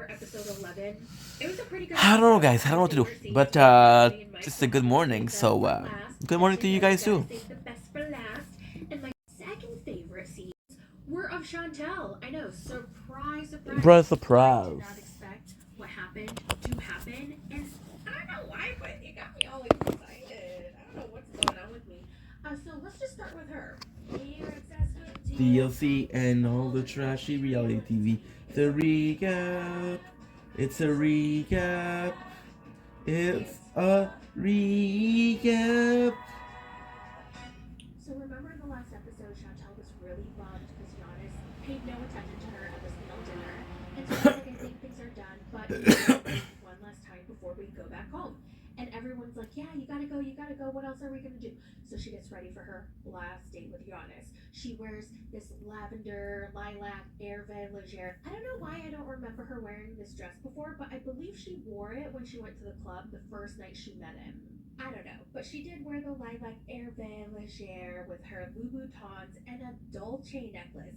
Head to toe designer. I was like, damn girl, you got money. Also, that dress looked insane on her. Like, I could only dream. Oh my god, if I wore it, I would look like a beluga whale. She gets in the car, and she has no idea where the date is. She gets dropped off at a soccer field. And there's Abercrombie Soccer Boy in his soccer uniform with his soccer ball. She gets out of the car, and she's happy to see him. Her.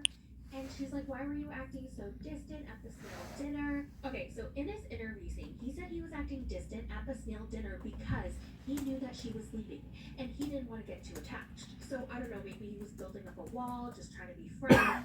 And now he realizes, okay, he has one more chance and he really doesn't want to let her go without telling her how he really feels. So I'm like, okay, I don't know where this is going. This is not what I expected, but let's see what happens. First of all, I just have to point out that I was so distracted by her makeup. Who matches the color of their eyeshadow to the color of their dress?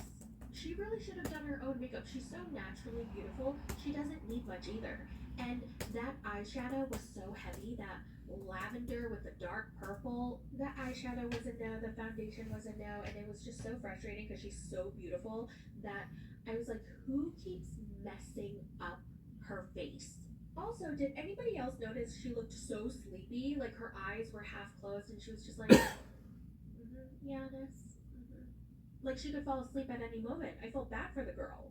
Okay, then Giannis tells her that he has feelings for her. And she's like, okay, I'm confused. I've been making all the moves and advances and like you haven't even tried to touch me or like hug me, kiss me. Like at the snail dinner you were so distant. And he goes, oh my god, of course I like you. If I didn't, I'd be crazy. And he leans in to kiss her. Y'all, I was like, wow! I got the butterflies for her. And I just know the girl was loving every second of it. And then he teaches her how to play soccer, and he looked so hot in that soccer uniform with his muscles and kicking that ball and wow.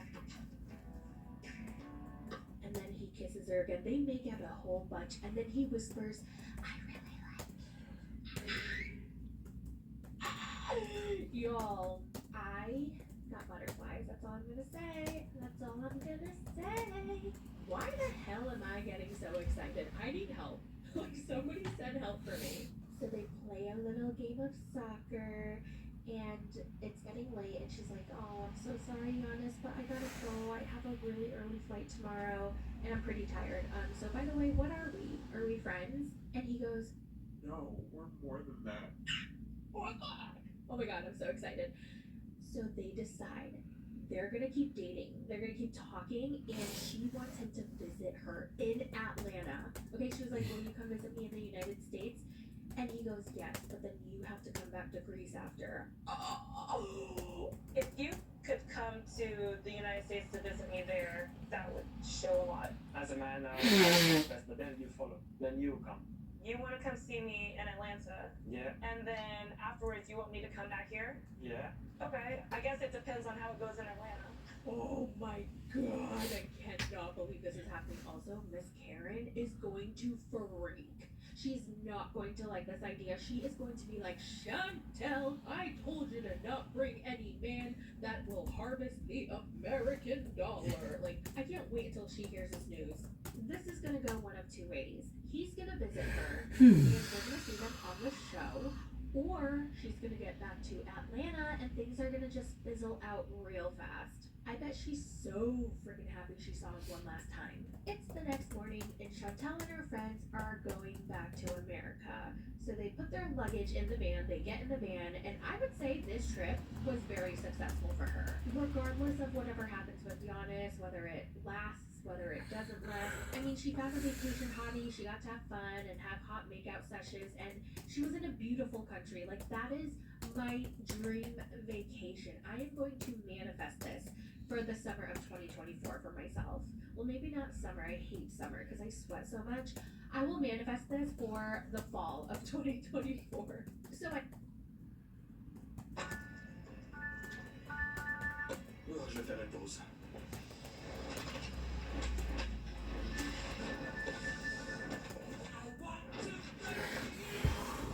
Oh, hey!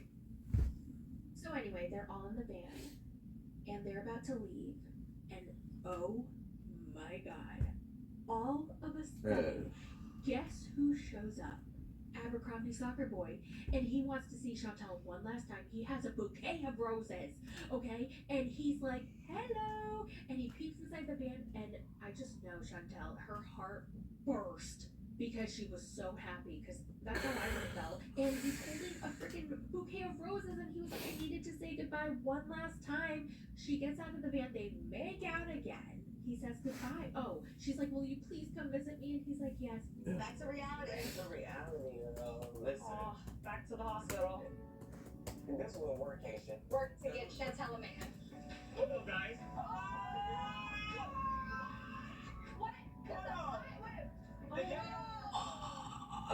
I would have melted if I were her. I would have melted. She's on hot the though. spot. That gesture alone of him showing up right before she leaves, 10 out of 10. I've been in that situation where I feel so happy but so sad because I'm leaving whoever I'm seeing at the time, and he just shows up one last time. That is like the best feeling.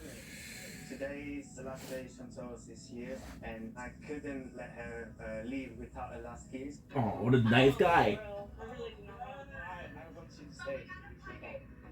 I will miss Chantal because it was an amazing time.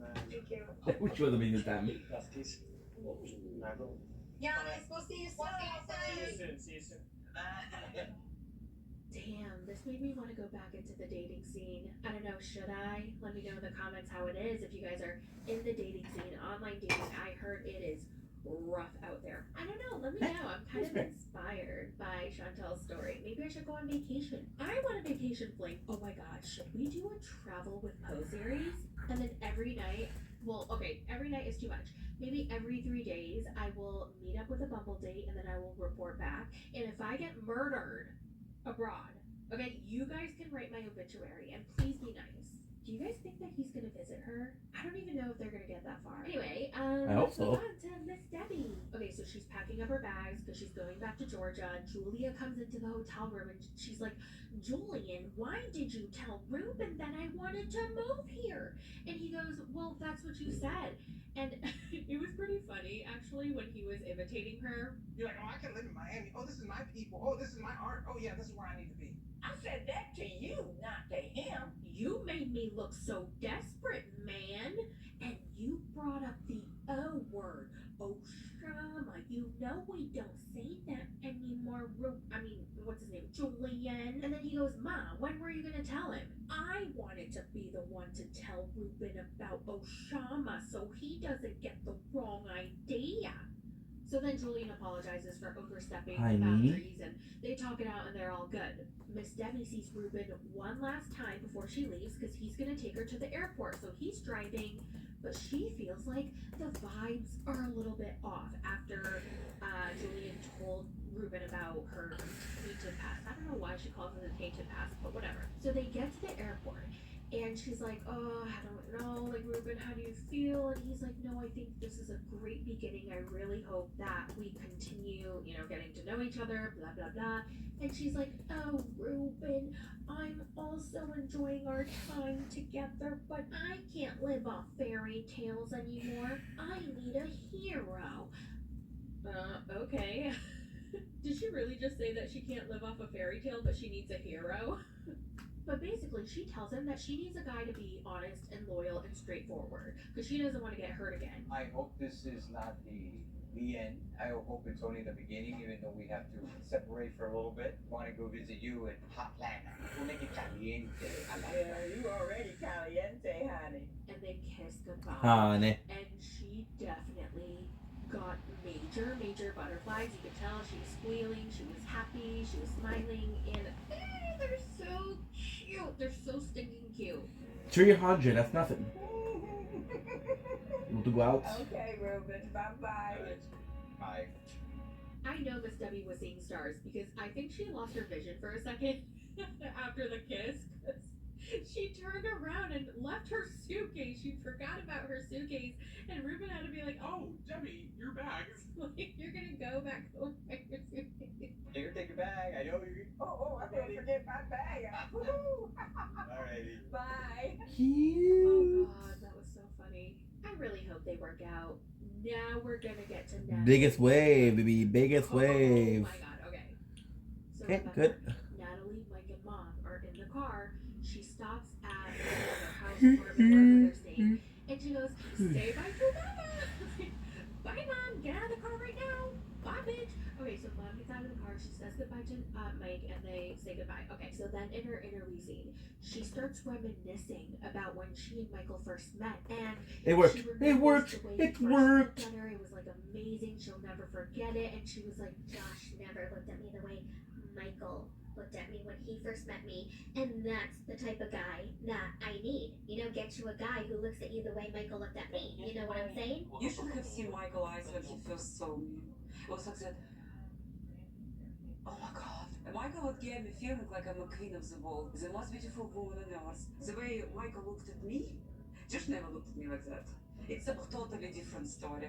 so Mike and Natalie, they walk around this nice area. Natalie's holding his arm. They sit down and she's like, I realized I was too caught up in trying to make my career happen, Mike. I came to LA and I lost my family. And he's like, and they're just staring at each other. 50. And she finally says, Would you ever think about getting back together and having a child with me? Hell no. Would you consider ever coming back and have a child together? he's looking into her crazy blue eyes and he says, no. Of course not. Why? Because you're crazy. Because I'm ready to move on, Natalie. And Eh. she's like, what do you mean move on? We're still It's life. married. Have you met someone? And he's like, no, but I want to. And she's like, but I still love you, Michael. I care about you. And Michael goes, you've had relationships with other people. And she goes, who, Josh? I barely call that a relationship. That is definitely not what she was saying like 2 weeks ago. Mike goes, so what am I, your backup plan? And she goes, but you're my husband. I care about us. And he says, there is no us, Natalie, and you made that happen. I was like, holy shit. You're my There is no me and you. You made that choice, Natalie. We're friends. Oh, and he's not done. He says, Natalie, you traded our family, you and me, the family we were supposed to be, for what you wanted for your life, your dreams and your So now I have hopes to make and sure your it's there. acting career and all that. And Because I she swear to goes, God, if it's "I'm not there, regretting I'm gonna it go. now." And he goes, well, you made your choice. I'm gonna go For years, I fought for you crazy. to come here to be with me. I cared for you. I loved you. I So you have to go supported you, here. and you left. I don't know, Natalie. This is what you wanted and you got it. The grass is not Hey, always guys. greener on the other side and you can't backtrack towards me. I'm not your backup plan. Damn, that was crazy. Because in his interview scene, He says, I wanted kids, and I still want kids, but this is what she chose. This is what she wanted. LA, look at this. The land of dreams. And Found. she's still not happy. Natalie doesn't know what she wants at the end of the day. She just wants to hit the finish line with everything. This is where she wanted to be. There she is. This is her dream. Dreams don't always turn out the way they want. Moving on, guys. I I'm know so he sorry. was just thinking, I told you so. Do you guys think Mike was upset? Because his face was so red while he was talking to her about how she left him. Of course he was And he just upset. got more and more agitated when she kept trying to tell him to give her one more dance. And he's like, No. you made your bed. the editing definitely got a little weird and was out of order towards the end of their conversation because the sky was all different colors. That was a dead giveaway. And also, I noticed that they put a sound bite of him saying, "I'm taking steps to make the divorce final." But I'm not sure when he actually said that. I just don't think he said it during that scene. Natalie's having a very hard time with Mike not taking her back. I guess she just somehow thought he would. 18, okay. And she takes a step away because she's like, I just So what we'll need do space. is we'll make sure that She it's sits on the working. grass and cries. Now, Mike's probably cursing at the producers for talking him into coming to LA. He's like, this is not what I was supposed to Took me an be hour. with. She then says to the camera, I'm not letting him divorce me. Families for life. He cannot forgive me.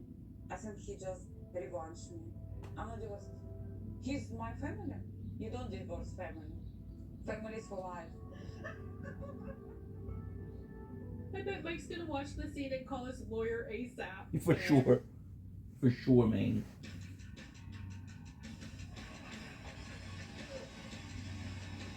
The problem I'm having right now is I don't know if it's uploading. If it is, I can officially delete it from the phone.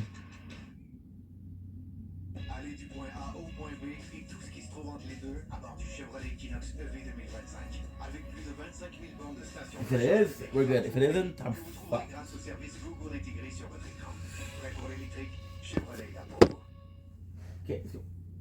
Really good moments It's doing this that season, but nothing. overall it was definitely underwhelming. We didn't even get much of I keep calling her Vanessa, Veronica and Tim. Like, we barely got them, and when we did, there was no point. Tyree was kind of cringy and interesting. Natalie gave it her all. I mean, I'm telling you, this is why she keeps coming back. She's the only one putting her life on the line for this show. And then who else was on? See, I can't even remember. Miss Debbie was entertaining. Chantel was fun, but got really boring. John and Megan, you know?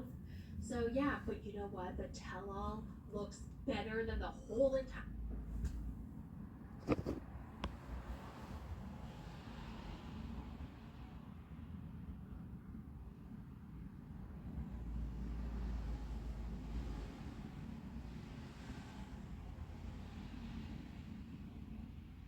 The réveil.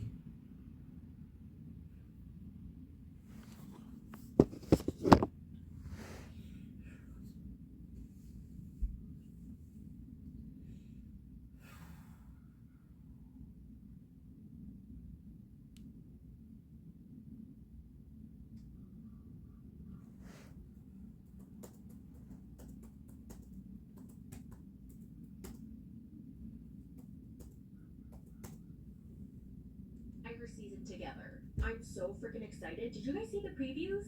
We got two senior Debbies going head to head, and then Tim with his makeover, I don't know what the hell happened. He looks beefier and his hair got darker. He grew a beard, and I feel like it looks a lot better. Like, it really looks great on him. Natalie confronts Josh. Giannis joins on video call. Miss Karen also joins the stage wearing her blinged out Elvis jumpsuit. Oh my god. I saw a little bit of Miss Debbie slut-shaming Chantel, and I was not here for it. That's something I just cannot fucking stand, really, because she told everybody that she wasn't wearing undies. Who the freak cares, Miss Debbie? You're the one who went after a guy who was 40 years younger than you, and you moved across the world to go live with him. So please, please, take a seat. Oh, and then we see Louisa, who exposes Veronica. Okay, she was like, I had drinks with Veronica once, and she told me that Jamal is trash, and he doesn't even have a job, and she doesn't understand why she's dating him. And I was like, oh. And judging by Veronica's reaction, I think she said it. I think she's damn guilty. Yeah. I cannot wait. I think the tell-all is going to be dumpster fire trash, and I am here for it. I have to go now. I have to drop my dog off at doggy daycare. This is my third alarm that I've Pending. ignored. But I gotta go, so I will talk to you guys in the next one. Have a wonderful day. Bye. It's a recap.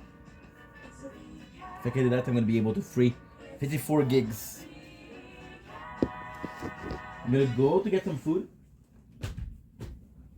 and I'll be right back.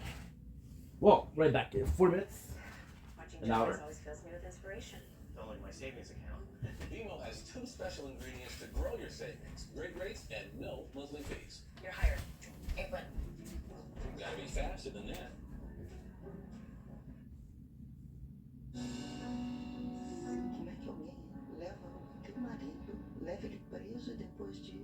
No precisa sorrir. Por que não? Sorriam. I'm still here.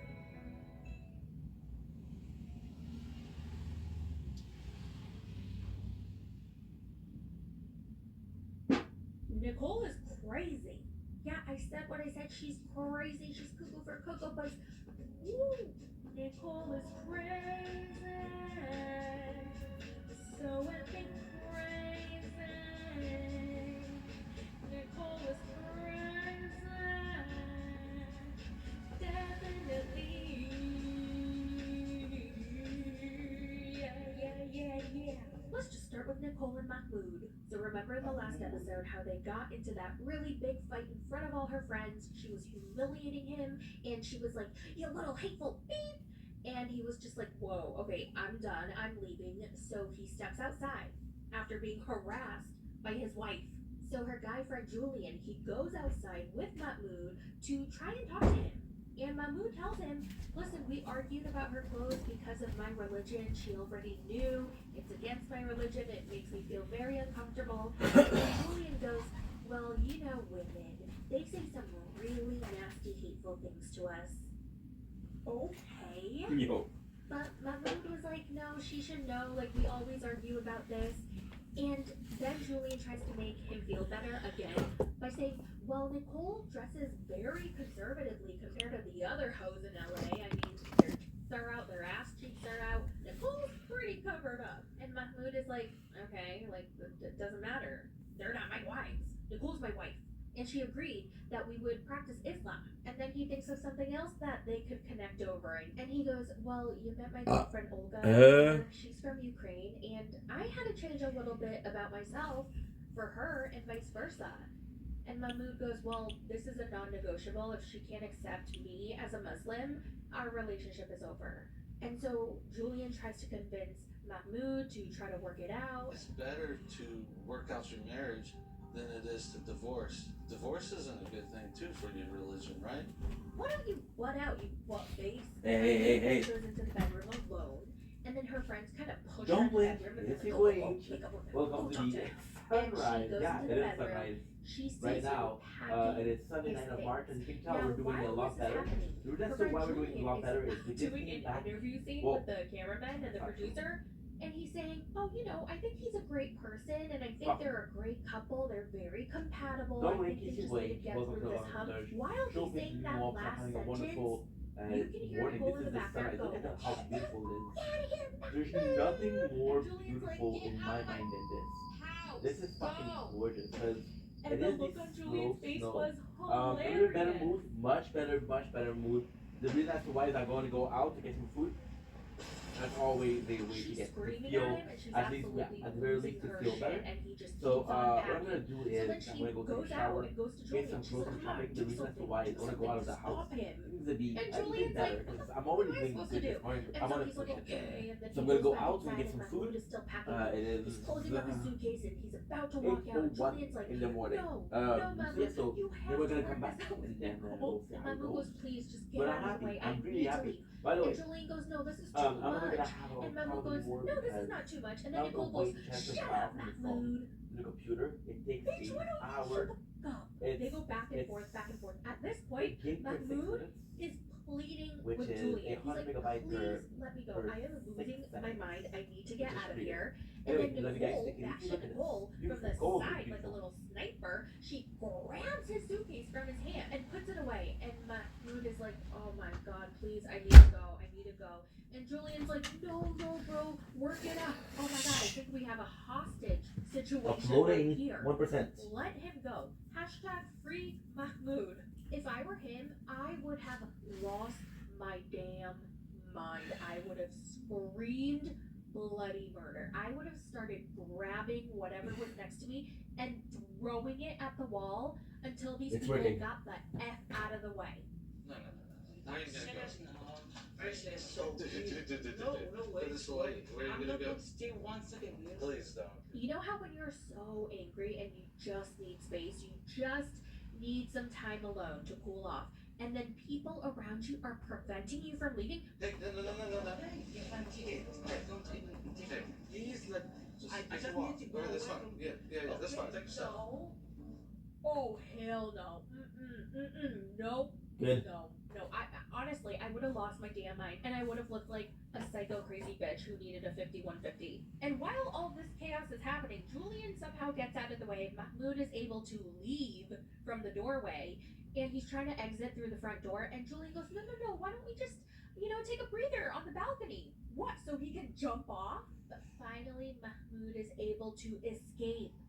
And Julian runs after him. I don't know why he feels like it's his responsibility to get him. Are you He's this the little only- bitch? Are you her handler? Like, why is No, he because taking he's the the only dude in the responsibility place. to grab Mahmoud and bring him back to her? But anyway, Mahmoud is finally out of the apartment building. And he walks away, and Julian is walking after him, and he just walks faster and faster, and then he's like running away from the cameramen, from Julian, from the producers, and yet again, here we have another person running away from these 90-day lunatics. Let's move on to Emily and Kobe. So the two of them chat about the ball game and how she talked to his friends and how his friends told her that they don't really like her. If your friends don't support our marriage, then I don't want them to come to our wedding. And he's like, no way. I need to have my best friends at my wedding. Like, we're in Cameroon, in my country where I grew up with my friends and my family. I want them at our wedding. Okay, well, if they want to come to our wedding, then they have to approve of our relationship. Okay, come on. Are you gonna invite the ex-girlfriend too? Is she coming to the wedding?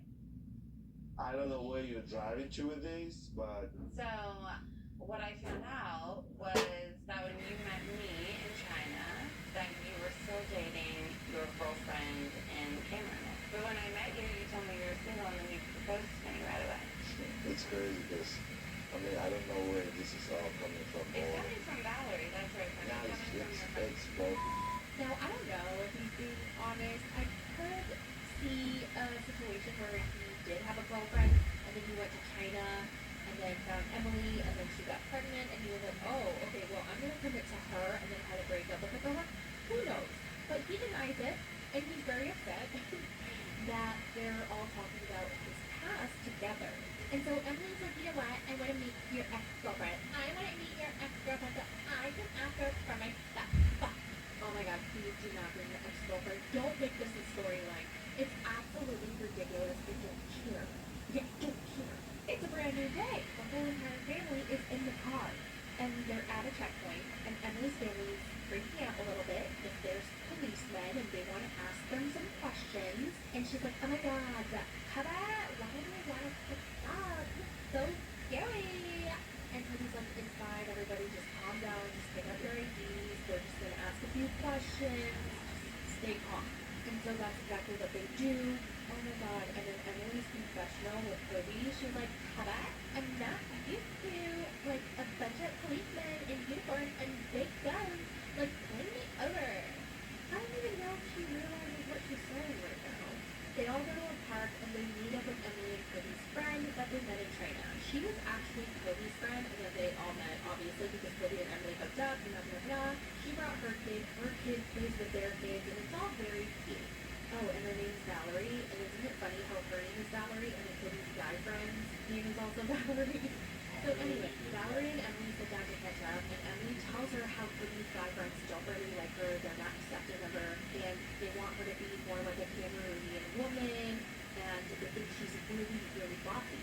And she's like, I'm not bossy, I just like to get things done. And her friend goes, you are bossy. Emily, we used to call you Bossy Emily. You are so bossy. Valerie advises Emily to try and get along with the guy friend. You know, that's gonna go a very long way. So she's like, okay, fine, I'll give them a way to, like, win their hearts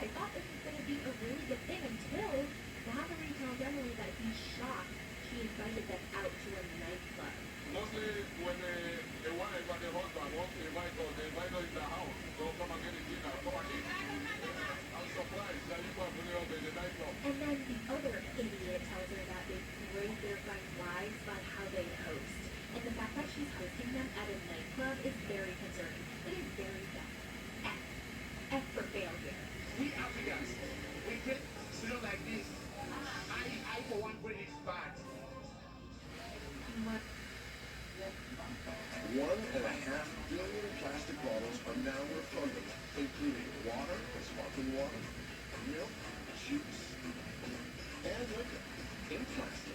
Return yours today.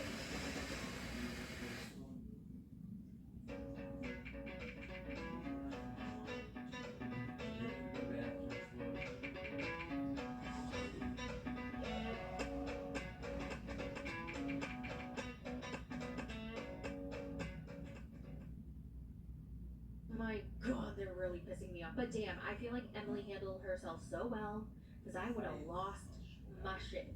Oh, I just can't stand his friends. They really piss me off. So Emily and Valerie get into kind of an argument, and Emily walks out, and I can't blame her. It was so frustrating. He kept talking over her, interrupting her, wouldn't let her speak. You are my This is your bossy. This is your bossy. Your bossy.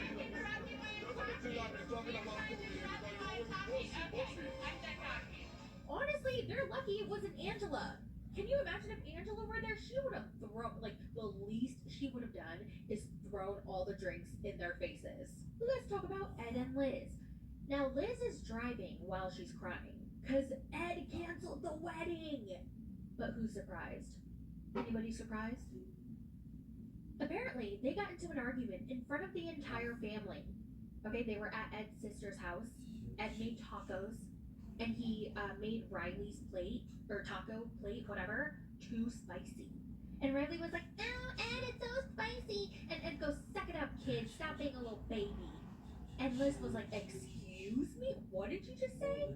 And then they got into a fight, and it just escalated, and she started screaming, throwing things, and he was just, doing what Ed does, gaslighting her, being so condescending, and such a little asshole, I can only imagine.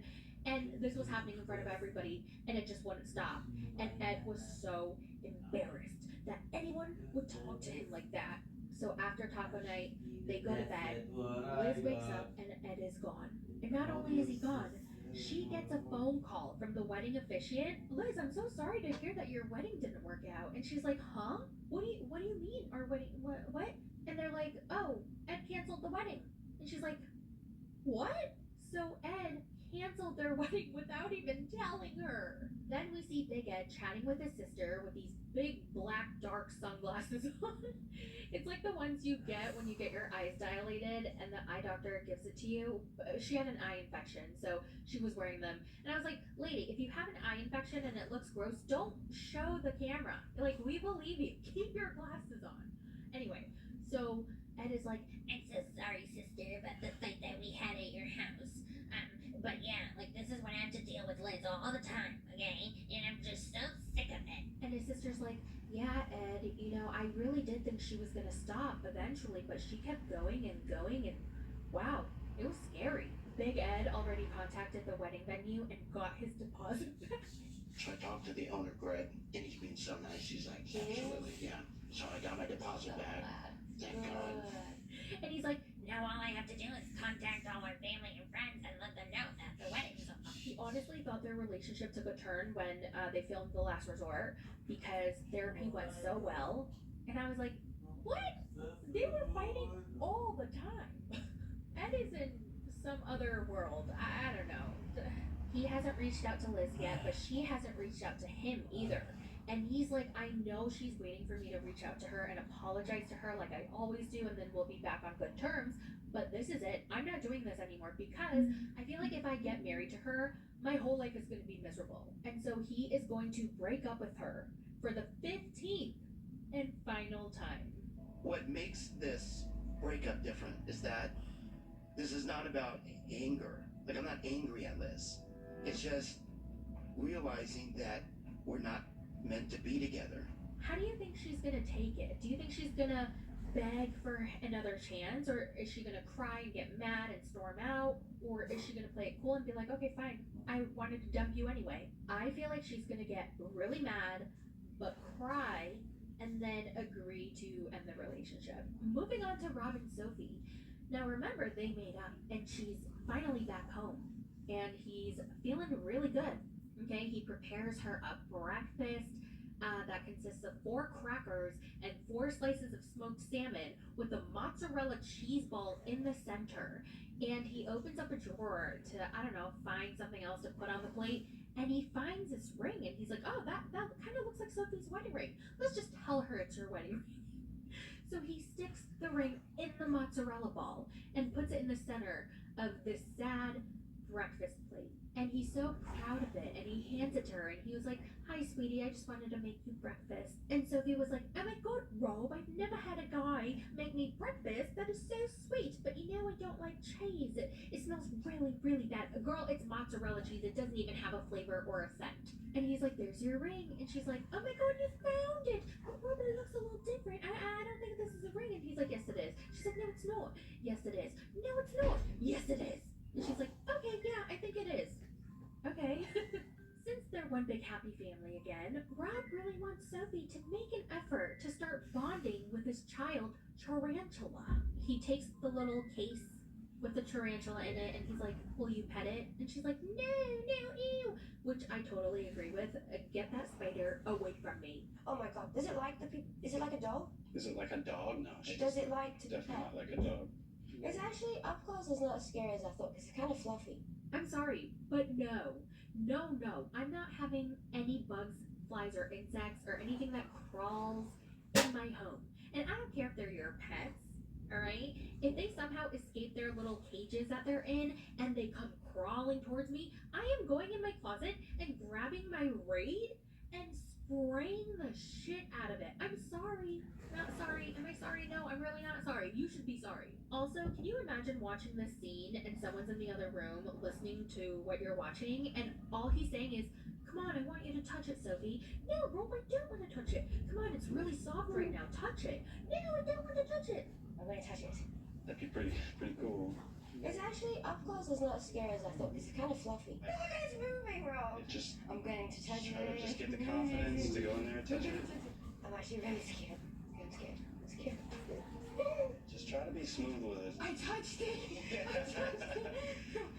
Oh my god. It was soft. It's very soft, right? Did you expect me to touch it? Nope. Never. Are you impressed with me? Yeah, very. Later that night, she meets up with her friend Kay. And this is where we learn Sophie and Rob have not had Schmecks in 6 months. They're newlyweds. And even before that, their Schmecks life was pretty mid. They didn't do it often, and he required her to dress up and roleplay in order for him to get turned on. And she's just not really into that. And I just felt like this was another case of a guy watching way too much porn who needed like certain things to get turned. I don't know. Kay's like, oh, there's something wrong with him down there, which I thought was a little too much. Like, don't talk about his stuff like that. Sophie admits that she has been intimate with women, but she hasn't told Rob. And remember in the last season when she told Rob that she was bi and he had asked her a bunch of follow-up questions, I remember thinking Sophie's answers to his questions are so strange. Because he would be like, have you ever hooked up with a girl? And she was like, Rob, no, I've never dated a girl. And I'm like, what? And this is exactly why she purposely answered his questions like that, because she didn't want to lie, but she also didn't want to tell him at the time because he was just so pissed off all the time, and she just didn't want to get into another fight, which I totally understand. But Rob and I have really been in a great place, and we haven't been this good in a very long time, and I don't want us to just be okay. I want us both to actually be truly happy. And I think in order for that to happen, we need to start actually improving our sex life. So yeah, anyway, that's it. I skipped over Patrick and Thais and Lauren and Alexi. Basically, if you want to know what happened, Patrick and Thais get to Brazil. They meet the dad. He's not happy, I think. I don't know. I just fast forwarded. And Lauren wants a mommy makeover. Her friends and her mom's like, no, you don't need it. But like, honestly, Lauren, you do you. If she wants the mommy makeover, let her get the mommy makeover.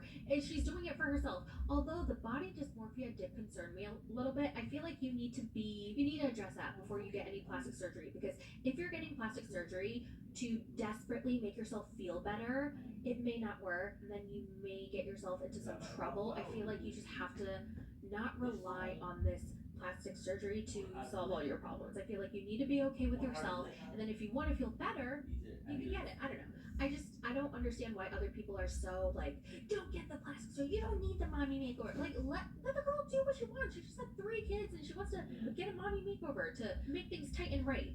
Well, that's it for the recap of Happily Ever After Season 8, Episode 6. And before I go, I have a quick announcement about about my Patreon. Now, I thought long and hard about this, and I decided to add another tier. Okay, it's an $8 a month tier.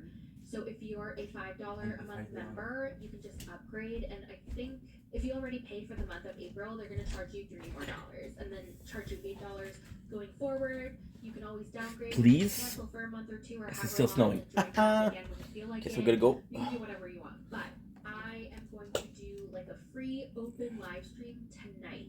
I know this is very impromptu, last minute decision. I am going to live stream the season 4 premiere of Love in Paradise. Okay, it's season 4, episode 1, 8 o'clock p.m. tonight Eastern, 7 Central, 5 o'clock Pacific time. I will be in my potato form and I will stream the episode live. Okay, and we can all watch it together and chat on our keyboards. I think that's all I have to say. Alright, you guys, thank you so much for watching this video. Give this video a thumbs up because I'm a thirsty bitch. And I will talk to you in the next one. And hopefully I'll see you tonight. Bye! Oui, pas que je suis la douche, ça va? Oui, toi? Ça va bien. Écoute, j'ai des bonnes nouvelles. J'ai monté 4. Ah, ok, parfait. C'est quand est-ce que... Je sais que j'ai des paquets Amazon chez toi, mais je sais que John va passer bientôt. Ah non, John, il faut pas passer juste ça non plus. Pour vrai? Mais je l'ai, regarde, je l'ai là. Mais là, par contre, ça te prend... ça, c'est ton T4 du chômage. J'ai les deux. Ton chômage et ton ouvrage? Hein? Ah, c'est bon. C'est arrivé la même journée en plus. Wow. Je te dis. Fais attention, faut pas y perdre parce que ton... Mais non. Fait que toi, le relevé 31, tu l'as eu? Ouais. Fait que tu vas le chômage... Mais le relevé 31, ça fait un bout quand même là. Oui, ça fait un bout. 3 semaines. Wow, environ. Fait que, ben, au moins ça c'est bon, ça c'est fait. Puis garde... mais j'ai reçu, parce que j'ai reçu en masse des lettres du gouvernement. Là, je dis, comment ça j'en ai autant? Puis là, je dis, ah ben, c'est sûrement monté 4. Puis là, je vais avoir le matin, je pars pour l'ouvrage. Le soir même, j'arrive, j'ai un net de PCT. Puis qu'est-ce qui est bizarre, c'est que c'est pas une lettre de Métra, c'est une lettre de PCT. Enfin, mais pourtant, c'est supposé devenir de... Ah, je comprends. Moi non plus, je comprends fuck all, là, mais bon. C'est ça, le principal. Ouais, c'est ça. Fait que regarde, on se verra bientôt. Pour les boîtes Amazon, comme je t'ai dit, c'est du Crystal Light, ça presse pas. C'est sûr que ça prend de la place, mais bon. T'as reçu un autre colis aussi, celui que je t'avais dit, non? Oui, lui je sais aussi c'est quoi, c'est un porte-livre. Non, mais je le sais, mais je pensais que c'était à moi que j'attendais quelque chose, puis c'est pas... J'avais pas regardé, puis ça fait... C'est quoi ce qui est dans la portion, là? Non, mais c'est ça, non. Non, mais je pensais que c'était à moi. Non, je l'ai ouvert. C'est ça, shit. J'ai jamais commandé ça. J'en garde sur l'enveloppe. C'est marqué mon nom, mais c'est marqué le tien aussi. Ok, fait que tu vas... Essaye de le remettre comme il faut, ok? Ok. Parce que... L'enveloppe elle est toujours... C'est pas trop déchiré? Non. Okay, fait, juste parce que c'est quelque chose que le monde aime ça voir. Mais ouais, fait que, parce que là, regarde, comme je t'ai dit, avec la job, j'ai peut-être une job d'enligner. Il n'y a rien de précis encore. C'est rien, parce que regarde, c'est l'agence. Là, ça fait 3-4 fois. Il y a 3-4 places que j'ai faites en 2 semaines, là. Ça recommence à vraiment pogner. Fait que là, j'ai acheté le Crystal Light, comme je t'ai dit, puis j'ai acheté un port-livre. Ah, ça par contre, je l'ai pas eu. Ok, qu'est-ce que c'est dans l'enveloppe? Je pense que c'était un jeu. Un jeu de cartes.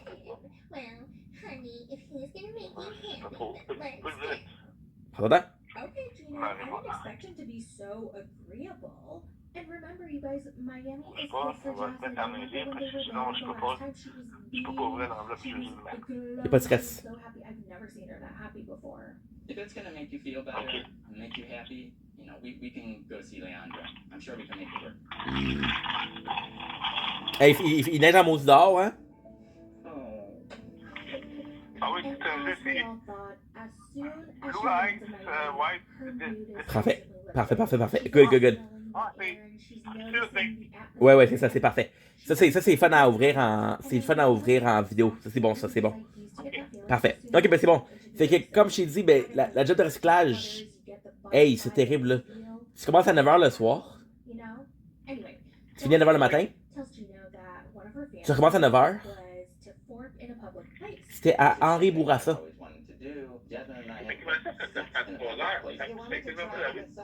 Henri Bourassa, pas c'est quoi? C'est le. C'est complètement le. Il faut que je prenne deux autobus, il faut que je prenne le métro.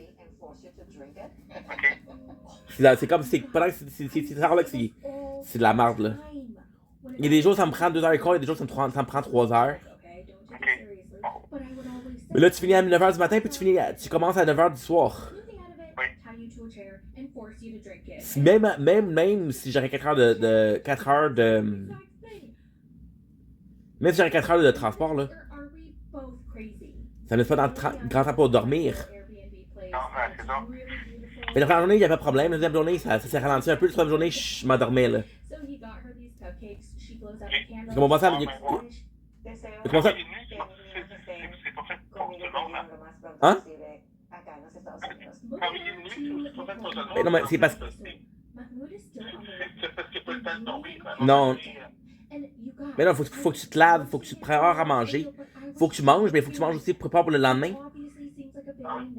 Des ramen, c'est bon, mais un moment donné.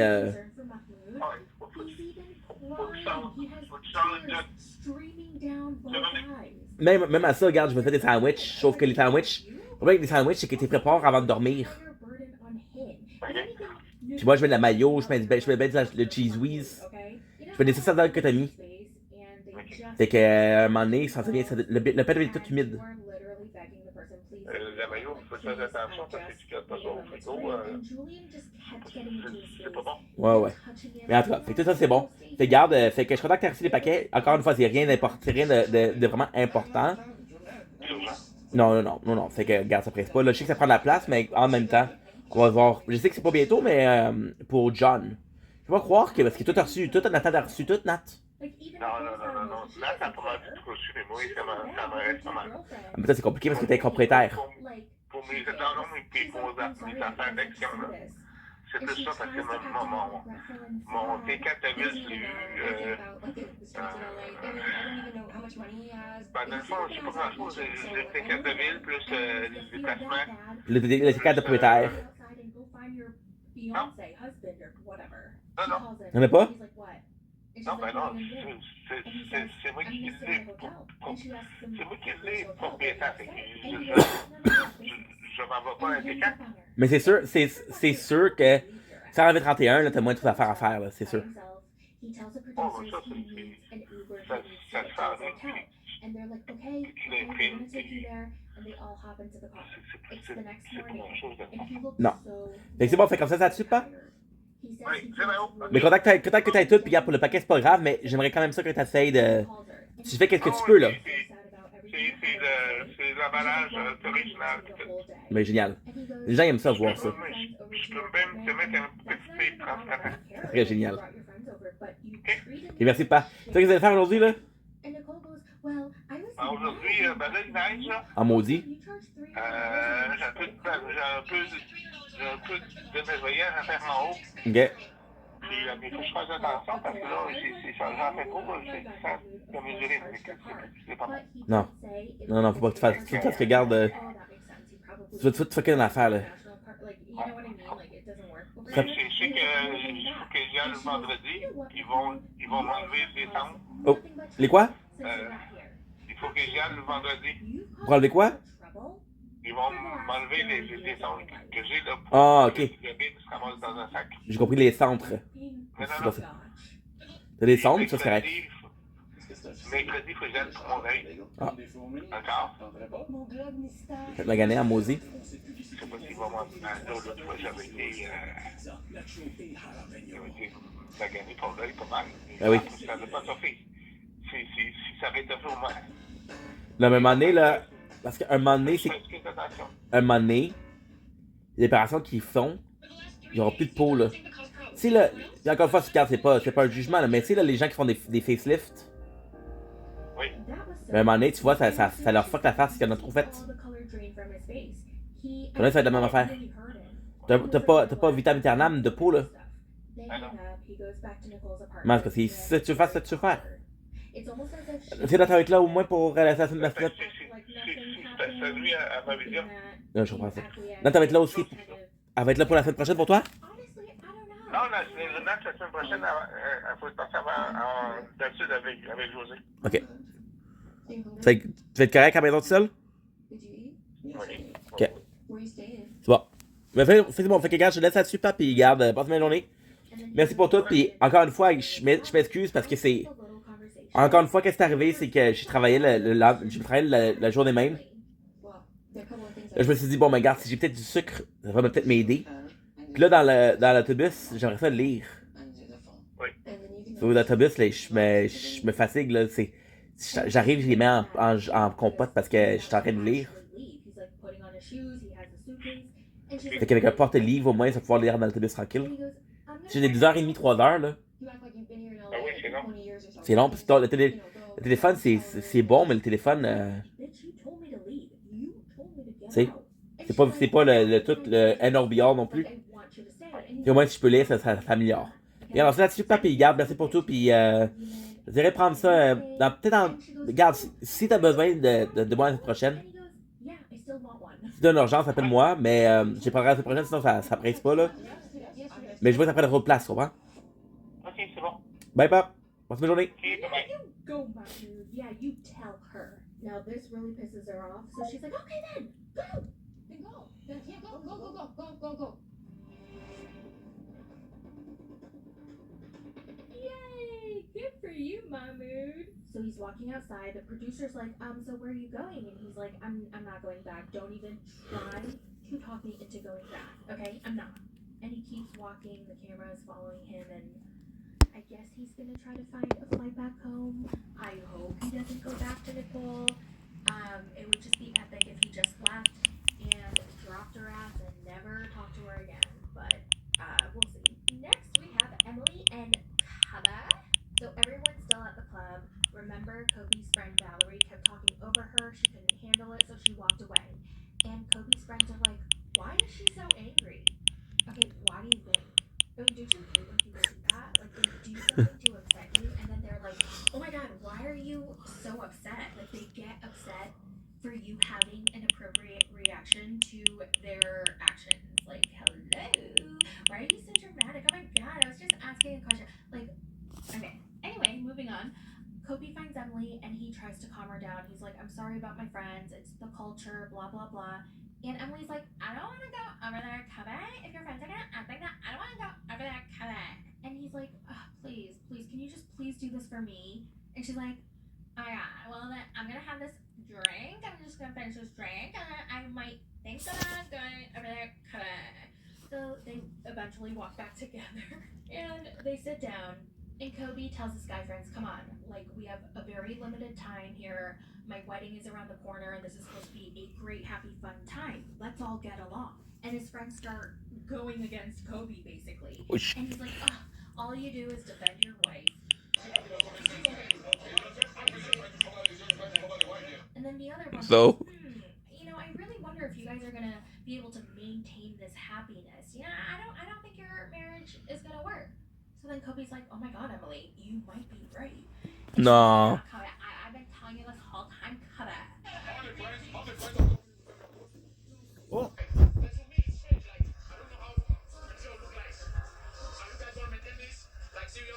Oh. Support our relationship, then you really shouldn't come to our wedding. But ultimately, it's up to you. And then he gets up to walk away, and then all of a sudden, his friends are like, no, Kobe, sit down, Kobe. And Emily gets up, and she walks away, and they're all trying to stop Kobe. They're like, don't be mad. Kobe, sit down. And Kobe turns around, and he walks out of the club with his wife, Emily. And his friends are all like, did we take it too far? Producers? Did we take it too far?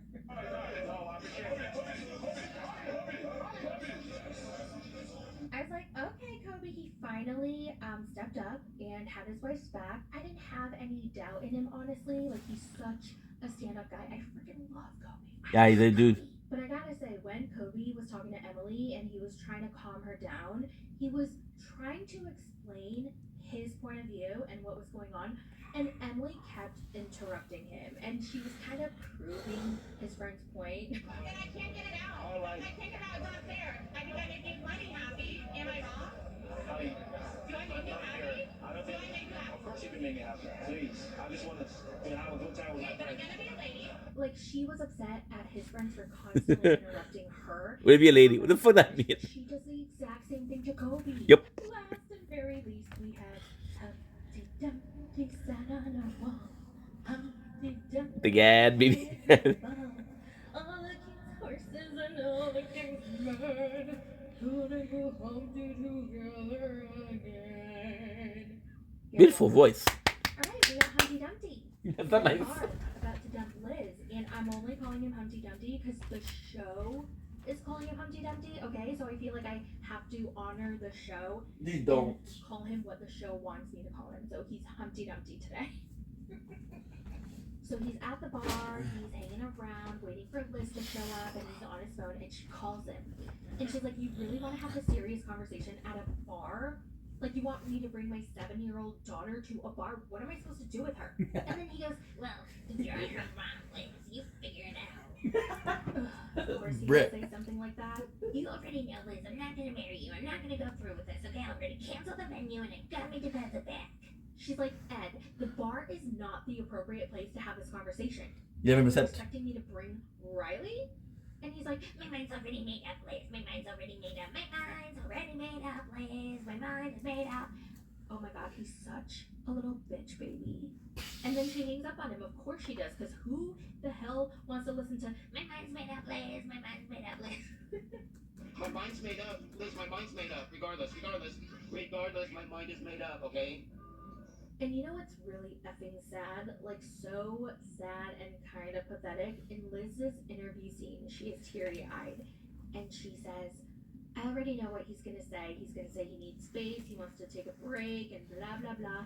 But I don't want our relationship to be over. I put all my eggs in his basket. I put all my eggs in one basket moving out here, and it is terrifying to lose someone that I fought so hard to be with. Girl. La lotion hydratante quotidienne Aveeno prévient la peau sèche et la protège pendant 24 heures. That's crazy. Aveeno. Now we have more space than ever. We're Gucci.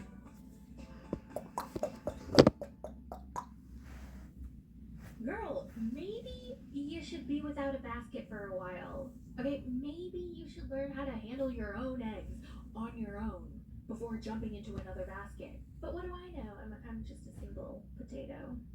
In the preview for the next episode, Jasmine and Gino go see Gators, and she's so excited, she's so happy. She's like, Fuck Gators. This is the best birthday that I've ever had. But Yeah, I have right. bad news for you. And I'm like, oh my god, she's gonna tell him that she doesn't want kids right now. I wonder how he's gonna react. By the way, I don't watch Patrick and Thais the segments, but damn, in the preview I saw a little snippet of her dad, and he's kind of cute. I forgot. I was like, oh, Oh, he's cute. Is he cute, or am I just crazy? In a weird way, he kind of does remind me of Pedro, which then gives me the ick. But before he reminded me of Pedro, I was like, oh, he's kind of cute. Yeah. Anyway, we see Rob and Sophie back, and apparently Rob has a secret phone that he might be hiding from Sophie, because they were in the room talking, and all of a sudden something was vibrating. And it wasn't his phone, it wasn't her phone. So I guess she's gonna go snooping around his apartment to look for the thing that vibrated. And I don't know if she really wants to snoop around, because what if she finds something like she didn't want to find? Something vibrating, it could be anything. It doesn't have to be a phone, you know? But I guess she's gonna snoop around and find out.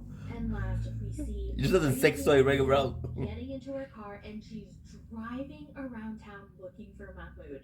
And girl, just let him go. Oh my god. Hashtag free Mahmoud. Hashtag free Mahmoud. Mahmoud. Everyone say it with me. Free Mahmoud. Damn, feeling bad for Mahmoud was not on my bingo card for this season. It really wasn't. But how the tables have turned. Well, that's it for the recap. I skipped Lauren and Alexi, Patrick and Thais, and Ashley and Manuel.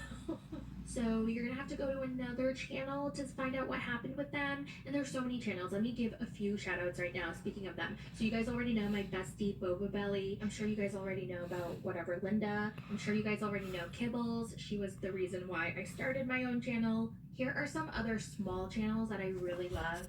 Karen's Corner. Love her.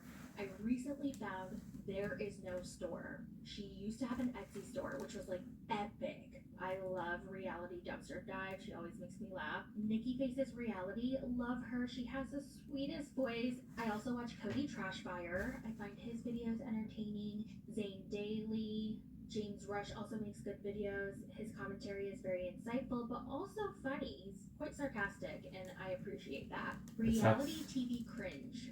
If you guys think I'm funny, they're 100 times funnier, and they say a lot of things that I'm too scared to say on YouTube. Anyway, I'm gonna go because I have to do the MILF Manor recap right now for Patreon. Let me know all your thoughts in the comments, and I will talk to you guys in the next one. Bye! Bye! It's a recap. It's a recap. It's a recap.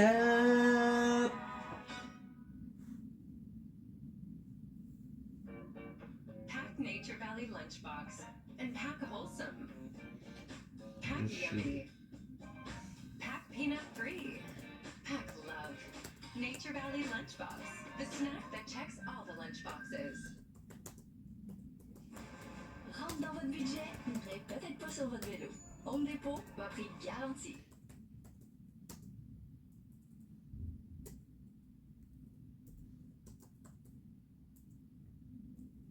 We're obsessed with TLC and all the trashy reality TV. It's a recap. It's a recap. It's a recap. Hi, welcome back to another 90 Day Fiancé recap. We're going to talk Happily Ever After Season 8, Episode 8. And let's start with Nicole and Mahmoud. So in this episode, she starts looking for him out in the streets. She gets in her car and she's like, where's Mahmoud? I need to look for him. He's going to be in danger. And if the roles were reversed, I know he would come looking for me. And I'm like, dude, he doesn't want to go back to you. Like, just leave him alone. But no, she has to search for him. And she's driving around and finally spots him crossing the street with a suitcase.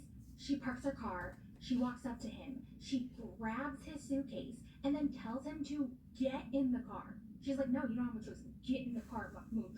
Get in the car.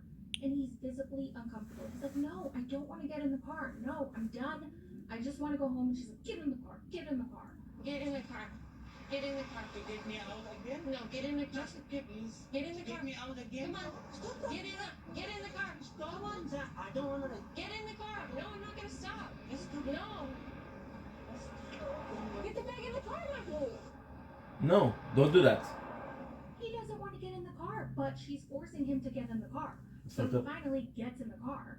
And she tells him, don't do that again, Mahmoud. I know this is hard for you.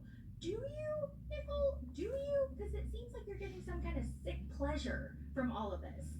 I just don't know why he was gonna run away. I need to know exactly what you want. Talk to me. You asked me to go. Mahmoud, you wanted to go. You started heading out the door. You told me you want a divorce, Mahmoud. What am I supposed to do? You won't meet my friends. You won't do anything. And he's like, I just need some space. Like, please give me some space. And she's like, talk to me, talk to me. She won't give him any space. But then she sees him breaking down, like literally sobbing. And he never cries. He usually hides his vulnerability. And she sees him sobbing, crying his eyes out. And she's like, oh, whoa, okay. Now I can give him some space because now I know he really cares because he's breaking down. You asked me 100 times to get out of your house.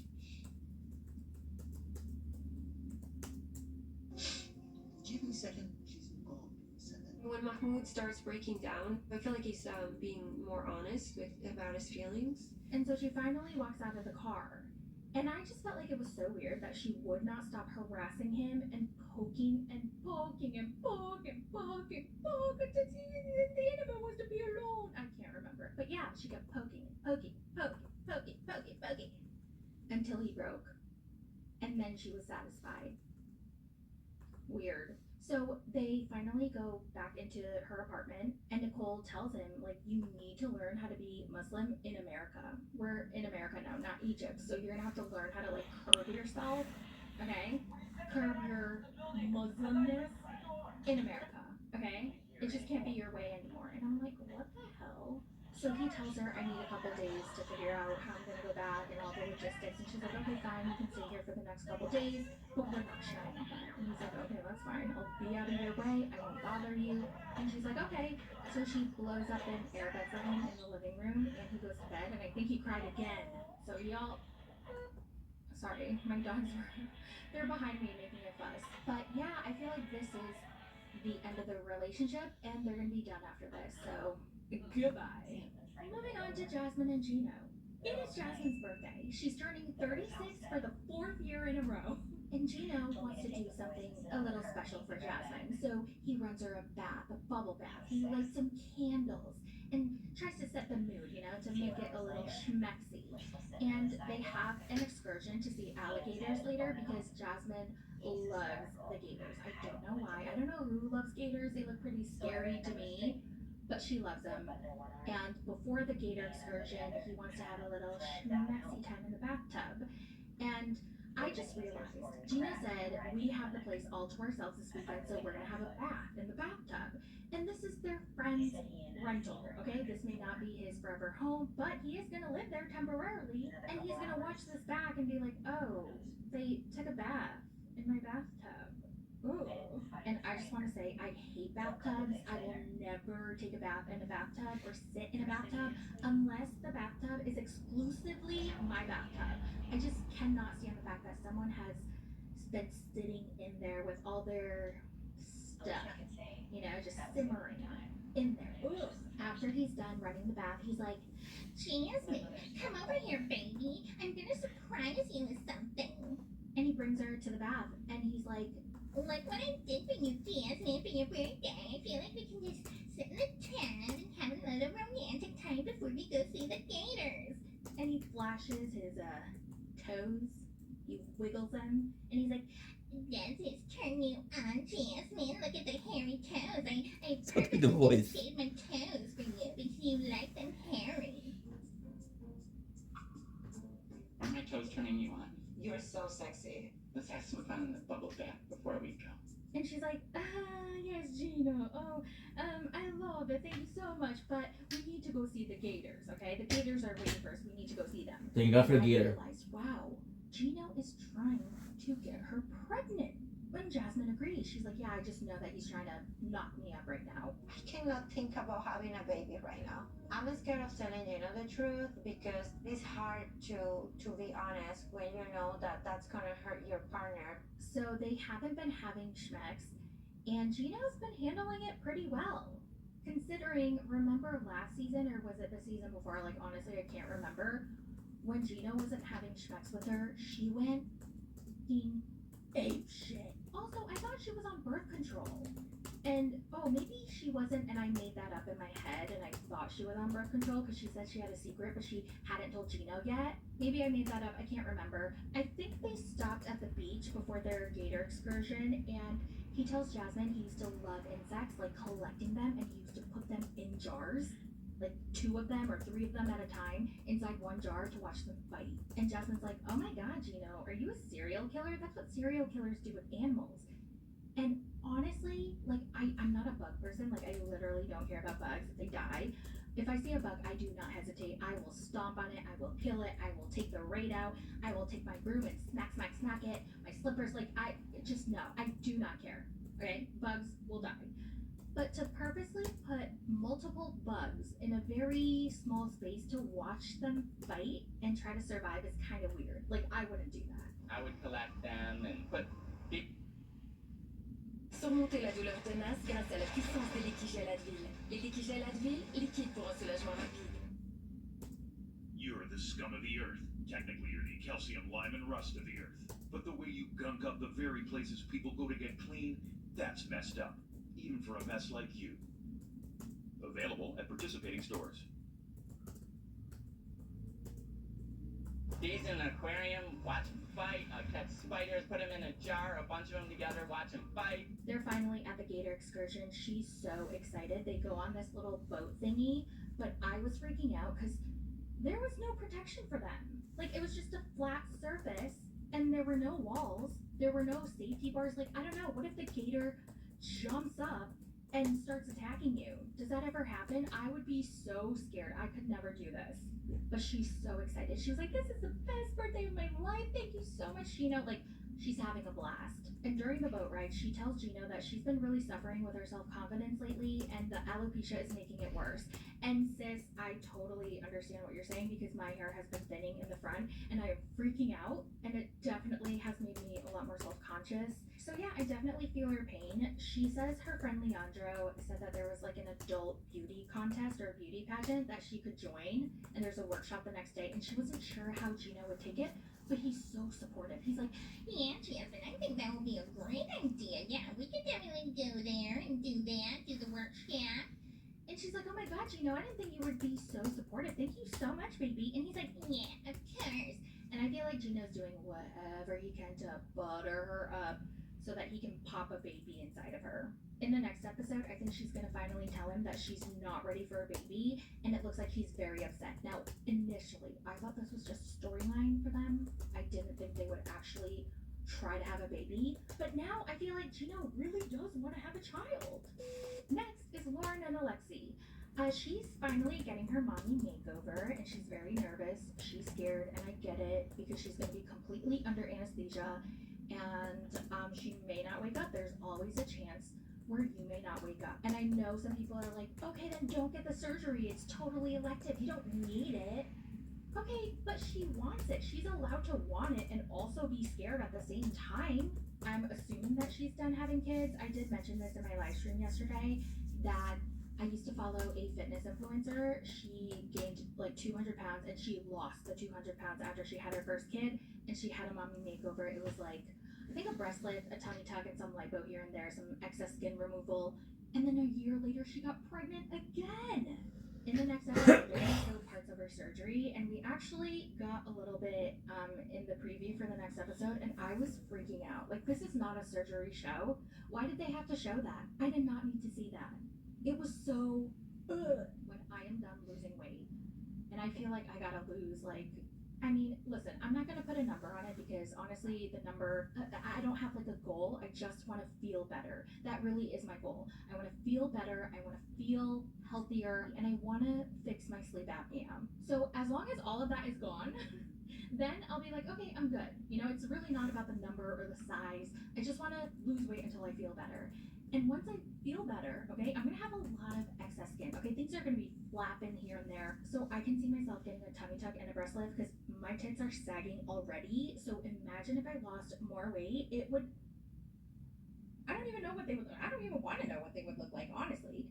Moving on to Rob and Sophie. They are at a flea market. Rob is in his element. He loves the flea market. He doesn't like malls. He loves flea markets. And listen, I admit I love a good flea market, okay? But it does tend to be repetitive.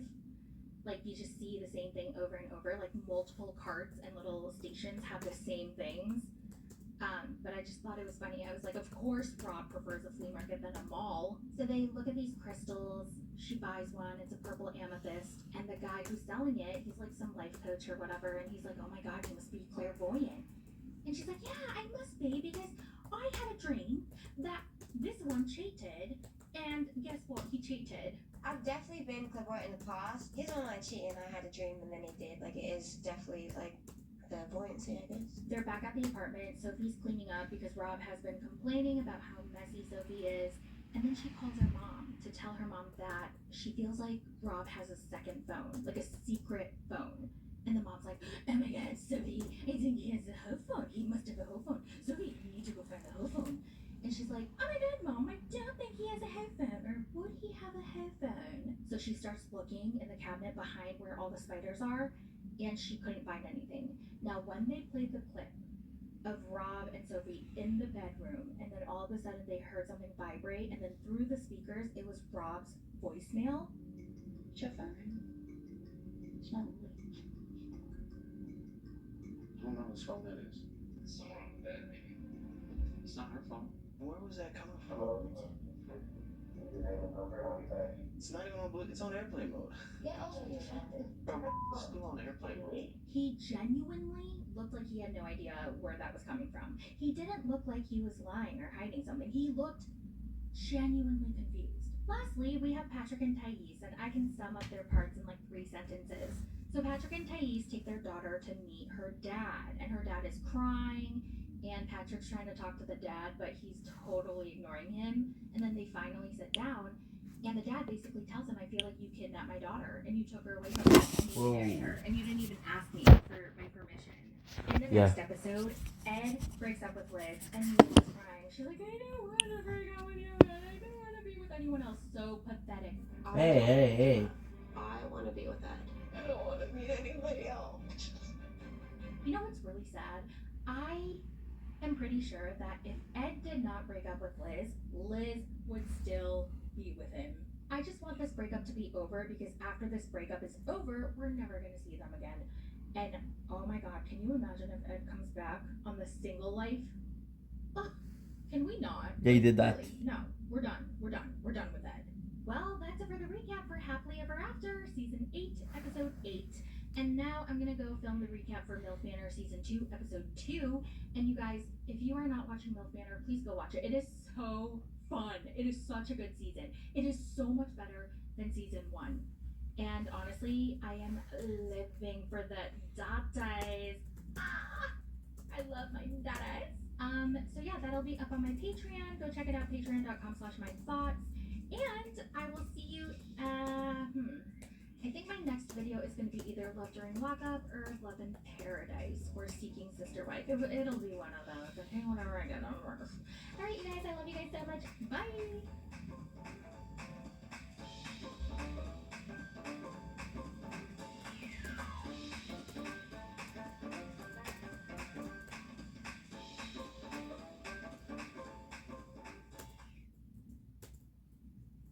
Drive sait qu'arrêter de fumer, c'est dur. On reçoit des conseils comme « T'as juste à arrêter, va courir, fais un 10 km, cours un marathon ». Allez-y plutôt petit à petit avec Drive, ça peut donner d'énormes résultats. Commencez à arrêter avec Drive. Avec la nouvelle version XRT de Hyundai, vous pouvez faire ça. That's incredible. Ou peut-être ça. Affrontez l'hiver en toute confiance avec les VUS Hyundai, dont 94% sont toujours sur la route après 10 ans.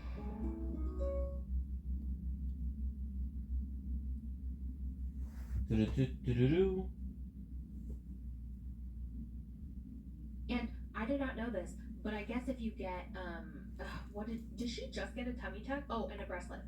So when you get those things done, you cannot wipe your own ass. So Lexi said, I'm gonna have to wipe her own ass during her healing period. So if I get those 2 things done, I need to find someone to wipe my ass.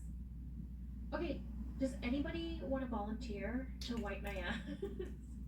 Alright, let me know in the comments. In the preview for the next episode, we see Rob and Sophie going shopping for some spicy outfits. Ashley finds out that Manuel's been sending money to his baby mama. Ed and Liz fight again as she's packing her things, and her mom is there to defend her, and she's like, well, maybe you should have been a man. And Humpty Dumpty says, well, maybe you should have raised your daughter better. Sorry, I just can't with that. He's so immature. Nicole and Mahmoud are going to be back in the next episode, and apparently she came back drunkety drunk at 2 o'clock in the morning. Mahmoud is like, okay, that's it. I'm done. I want a divorce. And then we see Jasmine accusing Gino of not submitting her paperwork. Oh my god, that would be crazy if he didn't. And then, shockingly, we get a snippet of I'm an American, the land of the free. Angela and Michael. A Nigerian scammer by American women. All this time. Get that phone! This is my phone. No, it's not! Yo. And I'm almost positive that this is going to be the last we'll ever see of Angela and Michael. Angela removed no way. from her Instagram bio, and she's had that on her profile forever. And she's also been talking a lot of crap about TLC, so that's a good sign for us. Yay! Love that. Okay, now I want to talk about Sophie's mom, Claire. Some of you may have heard that she was arrested for allegedly threatening to unalive Sophie. So Sophie called the police because she felt like her life was in danger, and Claire was arrested. Now here's a screenshot of Claire texting Sophie, and it is very, very nasty. It is horrible. I can't believe that a mother would say these things to her child. It's insane. And I think it was before this, I'm not really sure of the timeline, but her mom also posted a video of Rob yelling at Sophie in the car, and Sophie was secretly recording him, and I'm assuming she secretly recorded him because she needed evidence or something like that. I can take it. Trying to break it. Keep playing with me. Keep playing with me. It's not yours, Sophie. You didn't pay a dime towards that phone. How is it yours? I can pay for it. I need it because I was going to save for you. I don't feel safe with you either. Okay, why did you even ask me to come get me then? You said you were coming home. I mean, eventually I would think if you act like you can about this relationship, you come home. But the more you go about our relationship, the worse it's gonna be when you finally come home. You're gonna have to eat some shit.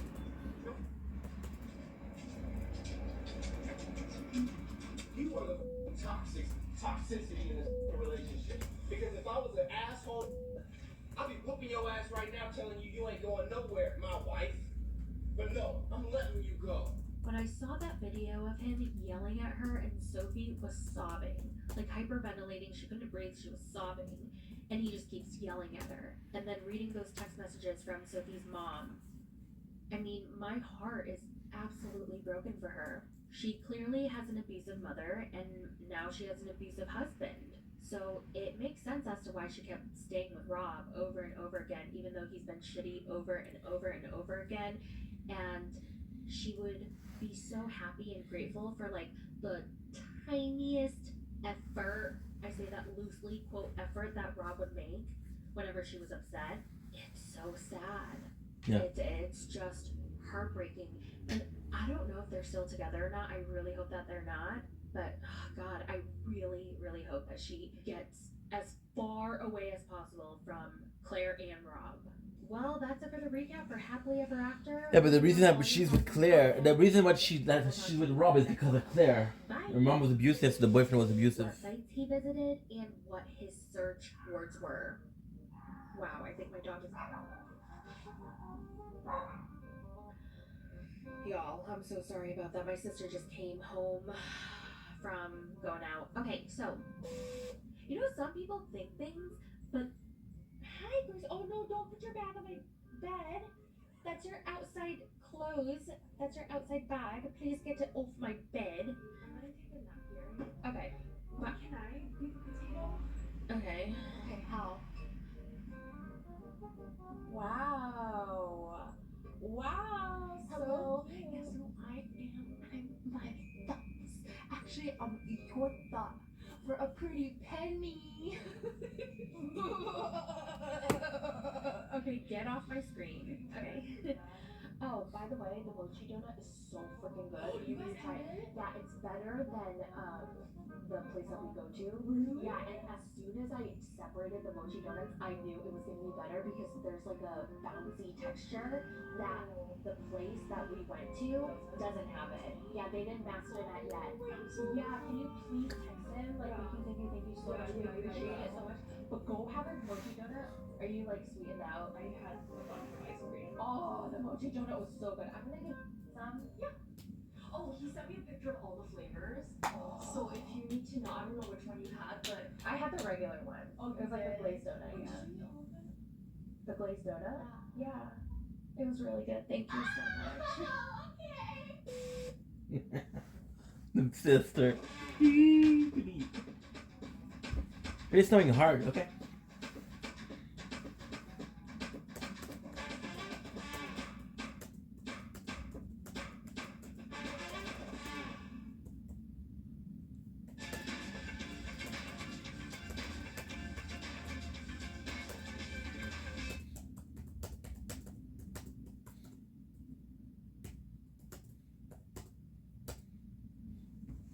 We're obsessed with TLC and all the trashy reality TV. It's a recap. It's a recap. It's a recap.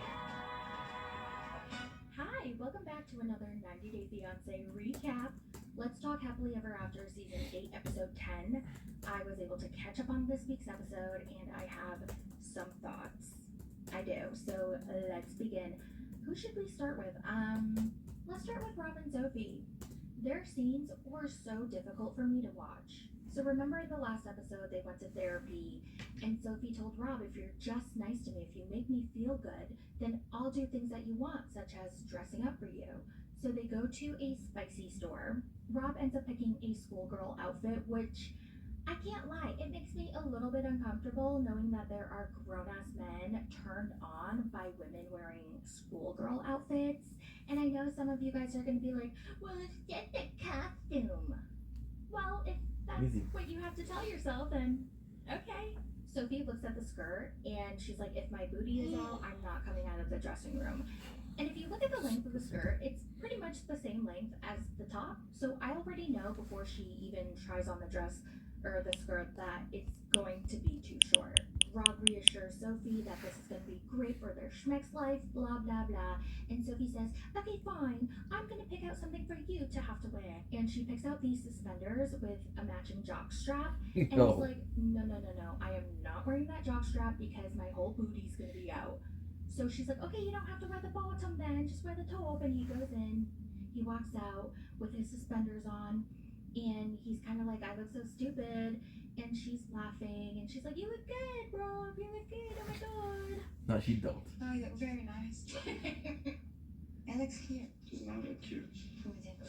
Now it's Sophie's turn. And she comes out only in the schoolgirl top because the matching skirt is way too short. So she walks out.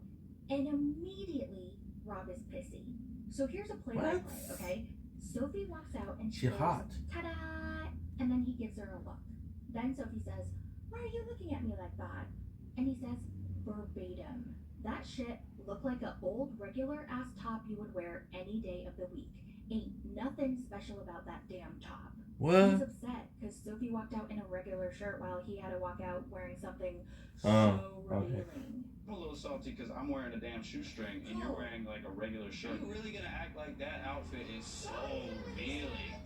And she's upset because when he walked out, she gave him a positive reaction, whereas when she walked out, he gave her a negative reaction. And so they're arguing, but they're kind of having two different arguments. Rob's like, stop being so sensitive. Love that. Don't you love when you tell someone why you're upset and they tell you, stop being so sensitive? But it's not fair that I get to come out looking goofy and she gets to come out looking hot like she usually does in a shirt that she probably already has. Fucking tell her, bro. It's about him again. Everything is about him. He is the victim in every single situation. It is exhausting. He must be so tired from the 1,000,000-pound chip he carries on his shoulder. Okay? He has this dark, perpetual cloud hanging over his head everywhere he goes. He must be exhausted because we are exhausted watching it. And watching Sophie is exhausting too. Instead of leaving his dusty ass, she stays with him and continues to complain and be upset over how he acts. Girl, this is him. He's showing you, no, he's been showing you who he is. And you keep staying. Get out. He's not gonna change. So freaking leave. Please. Like, I literally cannot watch this anymore. They leave the store, they get into the car, they argue some more. Rob does his usual, I don't understand why you're reacting the way you are because I did absolutely nothing wrong. And when she tells him why she's upset, he finds a way to blame her and make it her problem. Except this time he actually apologized. He was like, I'm sorry, but this isn't good enough for Sophie. Why? Because she's probably tired. She's not upset over this one incident. She's probably upset over the last 100 incidents. Then he accuses her of cheating, and I feel like he did that because it's an excellent way to deflect and take the heat off of him. She's like, Rob, all I want is for you to be nice to me. Just be nice. Just be nice. This is so hard to be nice. And he goes, Sophie, you are not getting it. And she's like, oh my God, I'm done. I'm not listening anymore. Blah, blah, blah, blah. Let's go, perfect. And I think she just completely shut down. Y'all, Sophie is tired. Look at her. You can tell that she had been crying, okay? She looks like she's been bawling her eyes out for hours. Her eyes are all red and swollen. You can clearly see the mascara that she wiped off. She was clearly sweating, all right? Sweating a lot, probably from all the gaslighting that Rob did. It's so frustrating to watch her stay and then cry and cry and cry. Like, girl, please, for your own sanity, please leave his ass. Okay, be Sophie's so nice. much happier. You're gonna be glowing. You're gonna be thriving. Get some therapy. Stay single and work on some self-love. That would be my honest advice to her. Rob, you are a lost cause. There is no helping you, okay? And you will never, ever be in a happy relationship. Next is Lauren and Alexi. So they go to her follow-up appointment. Everything looks good. Lauren's still in a lot of pain, but Alexi's on top of her aftercare. He's been so good about that. But you know what he's not good at? Watching the kids by himself. For some reason, he thinks he can't be home with his 3 kids. He's like, how am I supposed to take care of 3 rambunctious kids while I have to work and do the dishes and cook and do laundry? I don't know. Your wife did it every single day, so figure it out. They have to take on all the responsibilities with the household. Laundries, dishes are piling up a little bit. Plus, taking care of all 3 kids like this is a lot. He's trying to do the laundry, but he can't figure out which button to press. Oh no, so what does he do? He calls Lauren. She's like, did you put the detergent in? And he's like, oh no. Well, Premier protein caramel shake, my ride or die. 30 grams of protein and 1 gram of sugar. Let's go. I mix with coffee and boom, I have the energy to happiness all day long. No.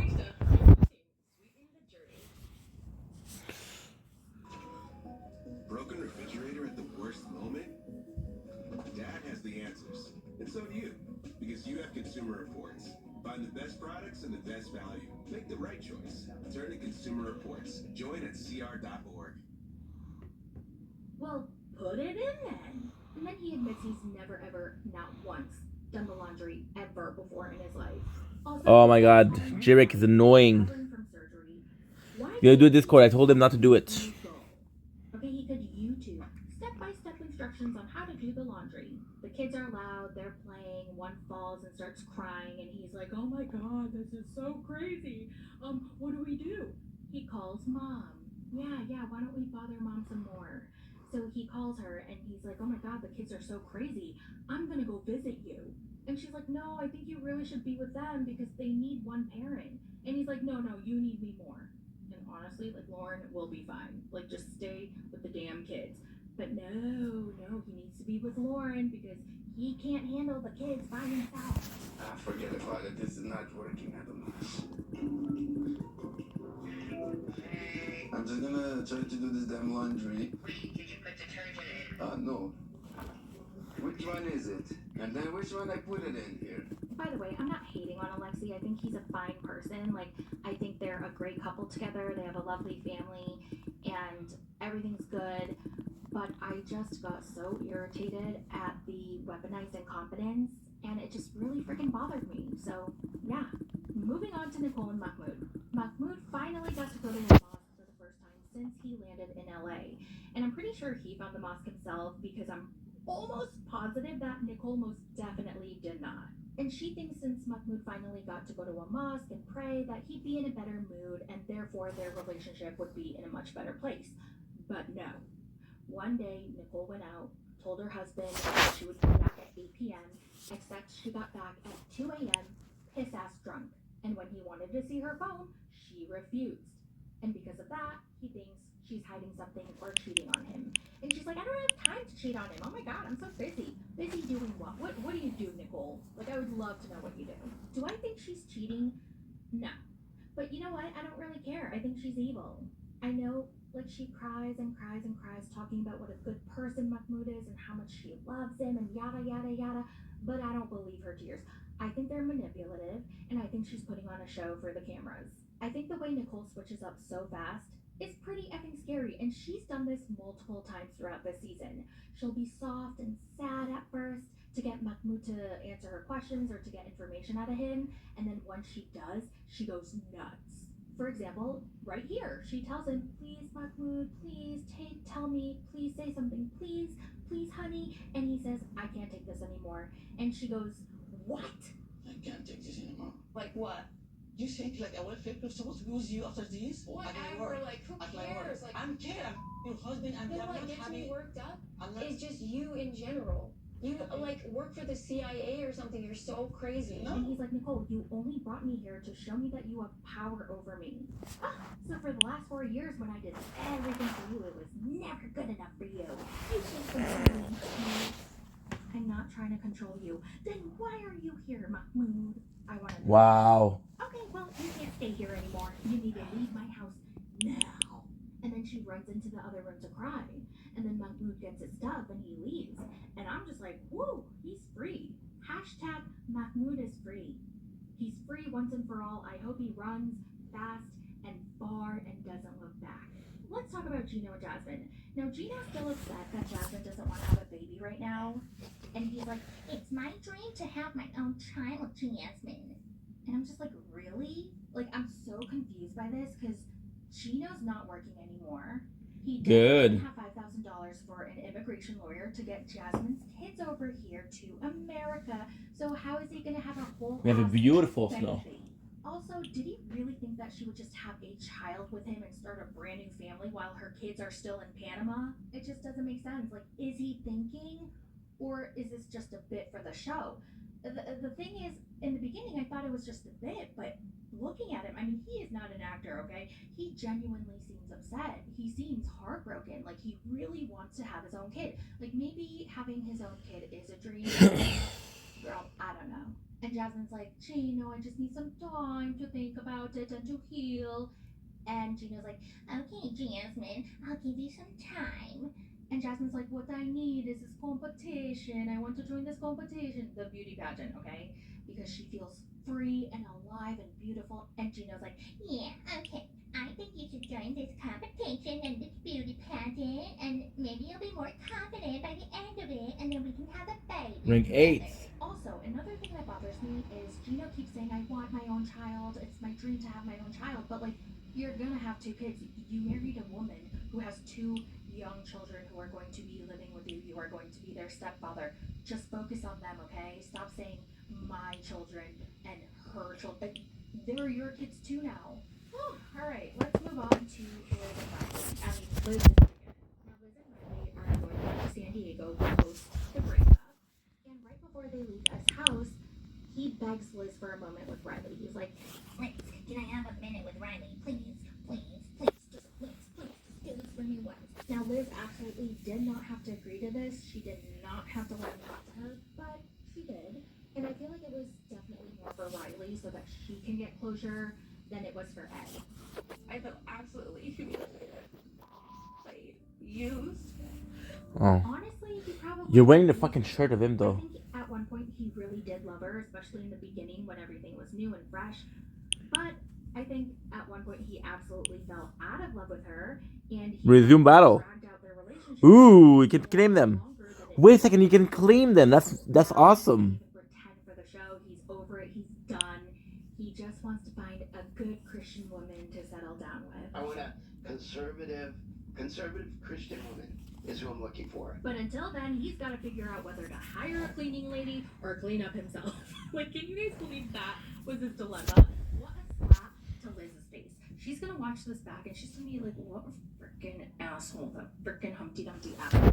Moving on to Angela and Michael, and okay, I'm just gonna make it real quick because every time Ariana from Wish, Trump's sister from another Mister, every time she is on screen, I literally want to. So trailer trash Ariana from Wish and her victim Michael. Okay, they're doing a practice interview because Angela's worried that he's gonna fail and that they're gonna be long distance again.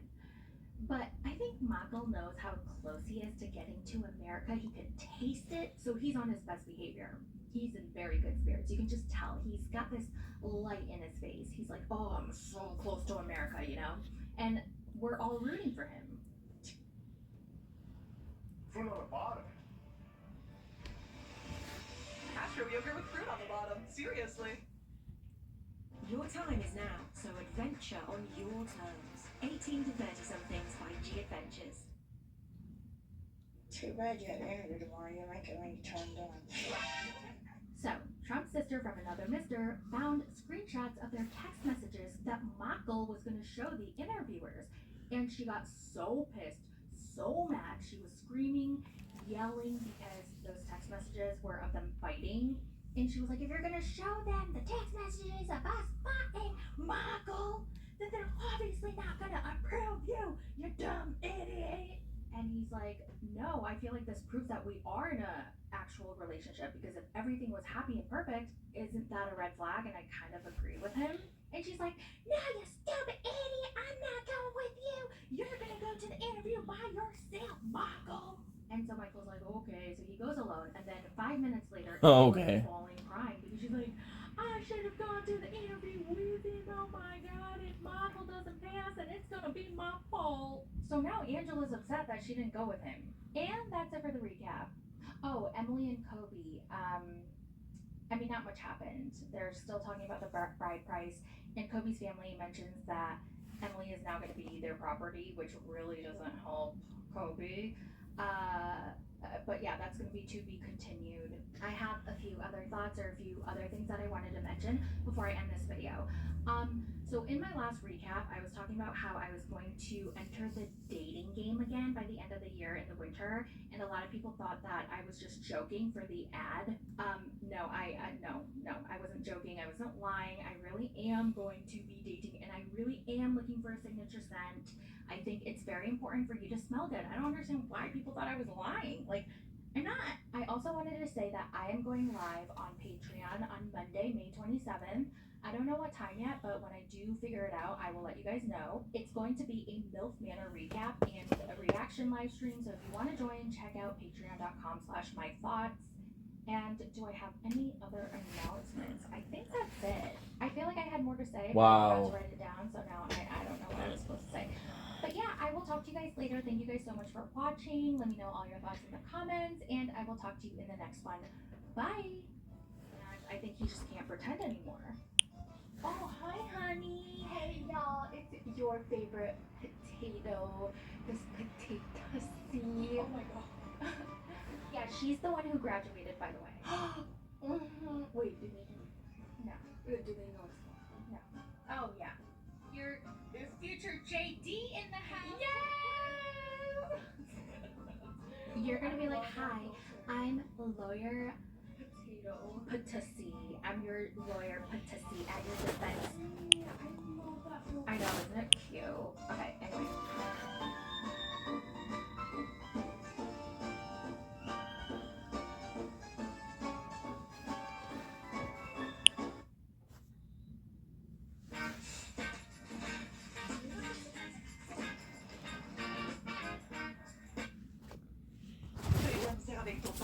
Just sucks because J-Rake asked me, oh, this was the Discord. I told him no, but then he's insisting.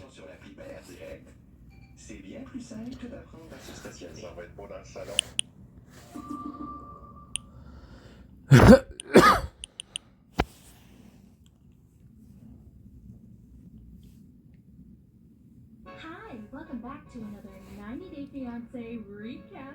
Let's talk happily ever after season 8, episode 11. Starting with Gino and Jasmine. So Gino and Jasmine are at the gym, and Jasmine is trying to get in shape for the beauty pageant. I don't understand why she feels the need to get in shape when she's already in tip-top fantastic shape. I mean, do you see her abs? Do you see her arms? I could only dream of having a body like that. Like, I just have rolls upon rolls upon rolls upon rolls. She looks at Gino and she's like, Gino, you could lose about 15 pounds because, I see that you're 3 months pregnant. And he's like, well, Jasmine, I do have abs. You guys can't see them. She goes to the ropes and she teaches them how to do it. And she's like, what is that called when you're doing that, when you're shaking the ropes? And she's doing it and she does it like a boss. So you're gonna do like this? Oh gosh. Well, the thing is, she made it look super easy. And then Gino goes to the ropes. And y'all, the way he did the rope, I mean, his arms were flailing all over the place. He looked like that inflatable man, just going woo with his arms that you see in car dealerships. It was so hilarious. He's like, okay, Jasmine, I did my best, and I'm done. Yeah, good job, Gino. By the way, the beauty pageant people told me that you didn't pay the participation fee, and in order for me to join, you need to pay the fee, and the deadline is soon. Well, Jasmine, when we were in Miami, I didn't expect the immigration thing to cost so much, and now this beauty pageant thing, I just don't have the money. Well, go back to work then, Gino. Go back to work.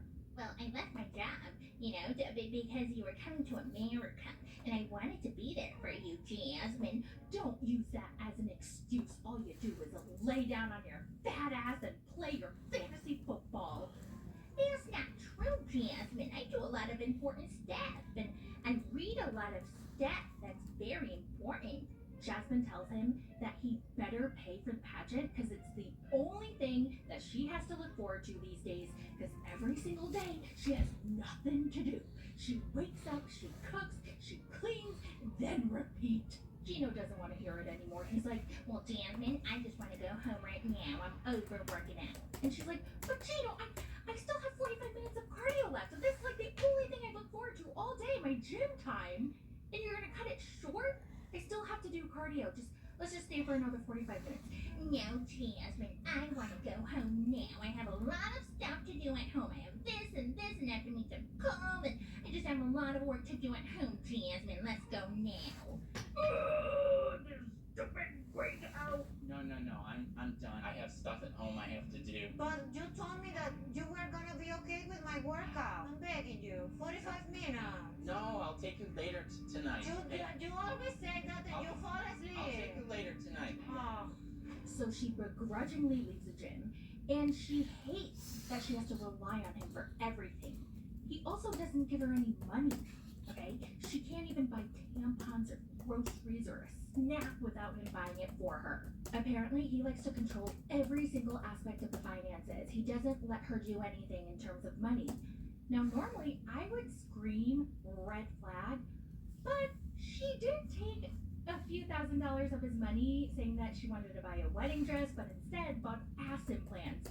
So I kind of get the distrust in that sense, but it is still a red flag. Like, you can't give her $20 a week so she can just buy whatever she wants for $20, but $100, like something. Anything is better than nothing. So they're in the car and they're on their way home, but Gino's hungry, so he makes a quick stop to the smoothie shop and wants to get a Strawberry banana smoothie.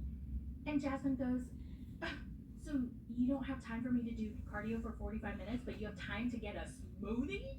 Jeez, Jasmine, why are you such a bitch today? Are you on your period? You freaking idiot! Why would you say that, Gino? No. Okay, I'm not on my period, and I wish you get your period through your ass so you know what it feels like. Oh my god, when Jasmine said that, I laughed my ass off because there were so many times I felt that way about certain people. Like, I wished so hard they would just bleed out of their asses and get spiky cramps in their butthole and feel what it feels like. You know what I mean? So they go to the smoothie shop, they get their smoothies, he gets a Strawberry banana smoothie. and Jasmine gets an avocado smoothie because she's a healthy girly. And then they leave the smoothie shop, and Jasmine thinks they're gonna go home, but Gino takes a seat. And Jasmine's like, what are you doing, honey? Let's go. You wanted to go home because you have so much work to do. And he's like, but Jasmine, I just want to sit down and relax and enjoy my banana strawberry smoothie. And she goes, you had all this time. Why couldn't I finish my cardio? But Jasmine, without the cardio, you still did a full workout. It's not about the cardio, you stupid idiot. I'm sorry, but I know Jasmine may be acting like an insane person, but I am totally on her side. I would be so freaking aggravated. Like, you're not gonna do the thing that I wanna do, okay? This is the only thing I wanna do all day. You can't wait for me. And then you suddenly have the time to do the thing that you wanna do? No. So of course she's pissed. I'm totally on her side. And so she says, Gino, you better pay for the beauty pageant because that is the one thing I want to do. That is the one thing that makes me happy right now. And he's like, oh my god, you're so crazy, Jasmine. You're loca. You're so crazy. And then Jasmine goes, you're enjoying this, aren't you? You love the fact that I have to 100% rely on you. And I can't do anything without you. And he goes, after everything I did for you, you don't appreciate anything. You never appreciate anything. You need to appreciate thinking I need to be down on my knees and begging you and what is it? What did she say? Bowing to you. Oh, thank you, Gina. Oh, thank you for saving me from Panama. Oh my god, Jasmine, you're crazy, Jasmine. You can't control me, Gino. No one, well, except for Nico Coco, can control me or tell me what to do. And you know what this loser says to her? He says, Do you want your smoothie, Jasmine? Aux prises avec de la toux et des symptômes du rhume, Buckley sait que vous feriez tout pour être soulagé. C'est pas qu'on ne croit pas au pouvoir légendaire de la soupe poulet et nouilles, mais on croit plus en Buckley. Buckley, ça coûte mauvais et ça marche.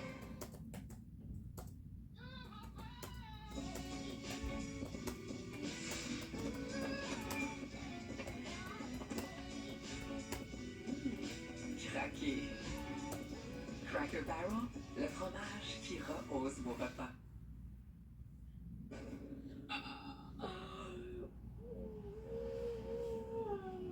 she's like, fuck you and your smoothie. Oh, I scared my dog. And she throws her sneakers and throws her smoothie to the floor or the ground or the parking lot, and she walks away. So the preview for the next episode, we see Jasmine and Gino spend time with Gino's family, and they argue in front of them about their schmeck's life. And she says in her interview that she wants to say what Gino's issue is, but she can't because it would be humiliating for him. Gino has a lot of deep sexual issues, but I would humiliate and hurt him deeply if I tell them the truth. What do you think it is? Like, we already know he likes golden showers. We already know he likes his toes sucked. We already know, what else do we know? I mean, those two things are bad enough. I mean, not to kink shame, but it's just things that I don't really like, okay? So if you like them, that's good for you, but I just don't like them. So I don't know what else could be so bad that it would be humiliating for him. We already know he can't get an erection. He depends on those blue pills. Does he like to be shat on? Does he like to eat shat? Yeah. Did you hear me? Yeah, I don't know what can be so humiliating. I don't think she's gonna tell us. How much worse could it be, honestly? Alright, well, that's it for the recap. Let me know all your thoughts in the comments, and I will talk to you in the next one. Bye!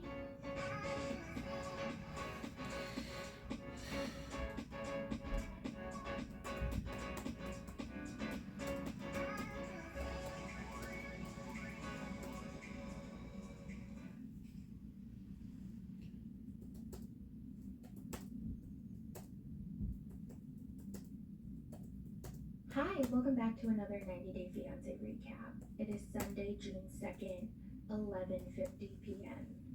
My parents are sleeping right next door. I have to keep the volume low, which is why I'm basically whispering. But I wanted to talk about this episode because Gino and Jasmine, like, I shouldn't be that surprised by their whatever happened, but I am. But I'm not, but I am.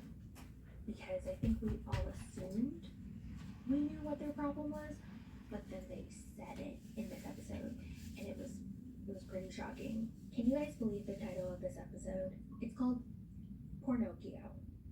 Pornocchio. Oh my goodness. I was like, oh, they went there. Anyway, that was wild. So let me start with Jasmine and Gino. So they're both in the car, and Jasmine looks pretty upset. Like, she looks really sad. It doesn't look like an act. And I'm trying to remember what the smoothie. Yeah, she threw the smoothie out. Okay, so in this episode, Gino can see Jasmine is very clearly upset. So he tells her, Jasmine, can you please not act like this around my family? and Shit. Jasmine goes, okay, so are you ready to apologize? For what? For calling me crazy and insane. Okay, I wish I could yell, but I can't. And then he's like, I think you should be be apologizing to me, Jasmine.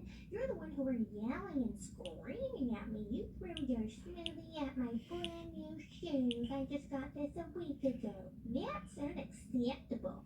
I threw the smoothie on the floor and your shoe just happened to be there. See, this is what I'm talking about. You get so angry. You need to control that anger. I don't want to be angry. You think I want to be angry? You make me angry, Gino. And then she tries to explain why she's frustrated and why she's angry. But Gino keeps talking over her, and he's not listening. He's not letting her talk.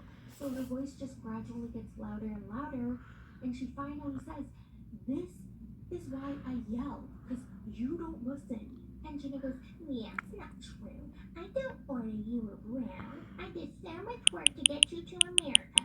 You need to be more appreciative." And Jasmine goes, "Oh my God, if I hear that word appreciate one more freaking time, Gina, I'm gonna rip you a new one." Sense of entitlement. He's like he's the American hero that traveled to a third world country and saved me from my misery. Gina, you're not. I actually agree with her. He really is kind of acting like that. Saying my apologies. she needs to appreciate him, she needs to appreciate him. But what about him? Does he appreciate what she does for him? Like, she cooks for him every day. She cleans his dirty house every day. And does he thank her? Is he appreciative? No, because like Jasmine said, he just expects that. So Gino's like, "Well, just try to be happy. I don't want my family seeing us like this." And she's like, "Fork you, Gino. I'm not gonna act happy if I'm not happy." Oh, wow. You guys rock it. You carry up that. I'm not carrying. I need you to help me. Can you help me? No. Wow, that's pretty sad. You guys, when I first heard the rumors that they broke up, I didn't believe it for a second because I thought they were ride or die. And you know, they kind of like know how to play into the show. They know how to act in front of the cameras and just like throw a little drama here and there to get the storyline going. They're just kind of like pros at this point, so it's really hard to believe what's true and what's for the cameras. But after this episode, I was like, oh my God, I could totally see them breaking up. Like, I know they always have issues, but for some reason, when they have those crazy loud outbursts, like psychotic fights, I just didn't take it so seriously. I don't know why. I just felt like, oh, that's Jasmine being Jasmine. But this time, she's like so much more calm, and she seems way more rational. And I can tell she's really fed up. She's like really upset. So now I feel like, holy shit, she's serious. Anyway, they get to the park where Gino's whole entire family is, and there's a very awful band playing some music, singing a song. I guess it's their family tradition to have live music at their reunion, so whatever. And Jasmine meets the extended family that she doesn't see often, so she's like, oh my God, I don't remember everybody's name. And then Uncle Marco goes, well, this is Tony, and that's Tony, and that's Tony, and that's Antonio, but he goes by Tony. Tony, Anthony, Tony. How many Tonys in this family? a lot. They all sit down to eat, and there are giant meatballs on everybody's plate, except for Jasmine. She's vegan, and Dana forgot to bring her vegan meatballs. She has one job, and he forgot to bring the vegan meatballs, so now she has nothing to eat. So everybody's talking, and someone asks Jasmine, how was your birthday? And she goes, oh my God, we went to Miami and love Miami, and I decided to enter a beauty pageant, but I can't anymore because Gino won't pay the beauty pageant fees. Well, that's not true, Jasmine. We just have a lot of expenses and financial things going on right now. And Aunt Sandy goes, how much are the fees? And he goes, $1,200. And Michelle goes, oh, that's not that bad, Gino. And he's like, well, I disagree. And then Jasmine says, oh, everything went to shit after Miami. Jasmine, I told you to act happy. Don't bring this up at our family reunion. Oh my God, Gino, I'm not going to act happy if I'm not happy. We need to be honest with your family so we can get honest feedback about our issues. And True. like, oh God, here we go again. So Gino tells them that Jasmine feels like he's controlling her, but he's totally not. And she goes, well, I feel like he's acting like my dad because I have to ask him for everything. I'm so dependent on him and he doesn't want to give me any freedom. And if I want to like buy something or I need some money, I have to ask him for like an allowance and he won't give it to me sometimes. And I have to beg and plead, blah, blah, blah. She hasn't really been doing anything here. She hasn't been going out. I just took her to the movies. They're just stunned. They're like, that's the big thing that you did for her? Like, you want a freaking cookie? And then he adds, I take her to the gym every day. That's a lot. I take her to the gym every day. That's a lot. It's not It's a lot. It is a lot to take someone, drive someone back and forth. What is he complaining about? Driving her to the gym every morning? That's all she does. Like, literally, the one thing she wants to do is go to the gym every morning. And on top of that, he doesn't work. He doesn't work. And that's exactly what Michelle says afterwards. She's like, and you don't work, Gino. That's like the whole freaking point of why you quit. It's a lot of work, okay? It is. You knew that she went and worked out every day. Taking her to the gym is not that big of a deal. It's a big deal for me because it's a lot of driving. But you're not working. You know, he wanted to stay home from work, but really, Gino wants to do fantasy football and do what Gino wants to do. And he's like, Who's that? He literally had nothing to say because Michelle was right. Jasmine goes, he completely changed after Miami. And Gina goes, that's not true. I'm tired of you saying that hurtful and meanful things to me and it makes my ding-dong go down. It doesn't work because you're so mean to me. And that's why I can't get intimate with you. And you guys remember, his entire family is there. And he just brought up their Schmeck's life. And the look on their faces, they're like, God. I have a hard time being intimate with you because all the hurtful things you say to me. I don't want to be affectionate with someone like that.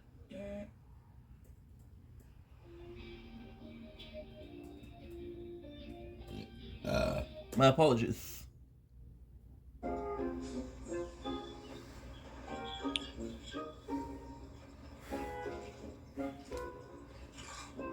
Chez Snyder's of Hanover, on n'arrête jamais de repousser les limites de la saveur pour vos délicieuses bouchées de bretzel. They are not holding back. Later that night, they're at home and they start talking about their Schmeck's problems. And Jasmine says Gino doesn't want to have Schmeck's with her. Schmeck's with her does not satisfy him. Something else does. And I'm like, are we gonna know what it is? Like, is she gonna tell us? And she finally says it. And y'all were right. You guys called it because I was confused in the way beginning when Jasmine would say things like, remember how she was talking about blue pills, and at one point, oh God, I don't know what season, but she definitely mentioned that he cannot finish and he would have to go to the bathroom and finish himself.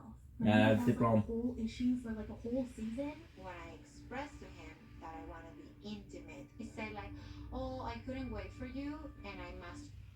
It is so hard for me to understand that you're in a long-distance relationship. You finally have this person face to face and you prefer master and watching. You have a problem. And in my recap, I was like, why? Like, what could possibly be the problem? And so many of you guys said because he must be addicted to porn. And that's exactly what Jasmine says.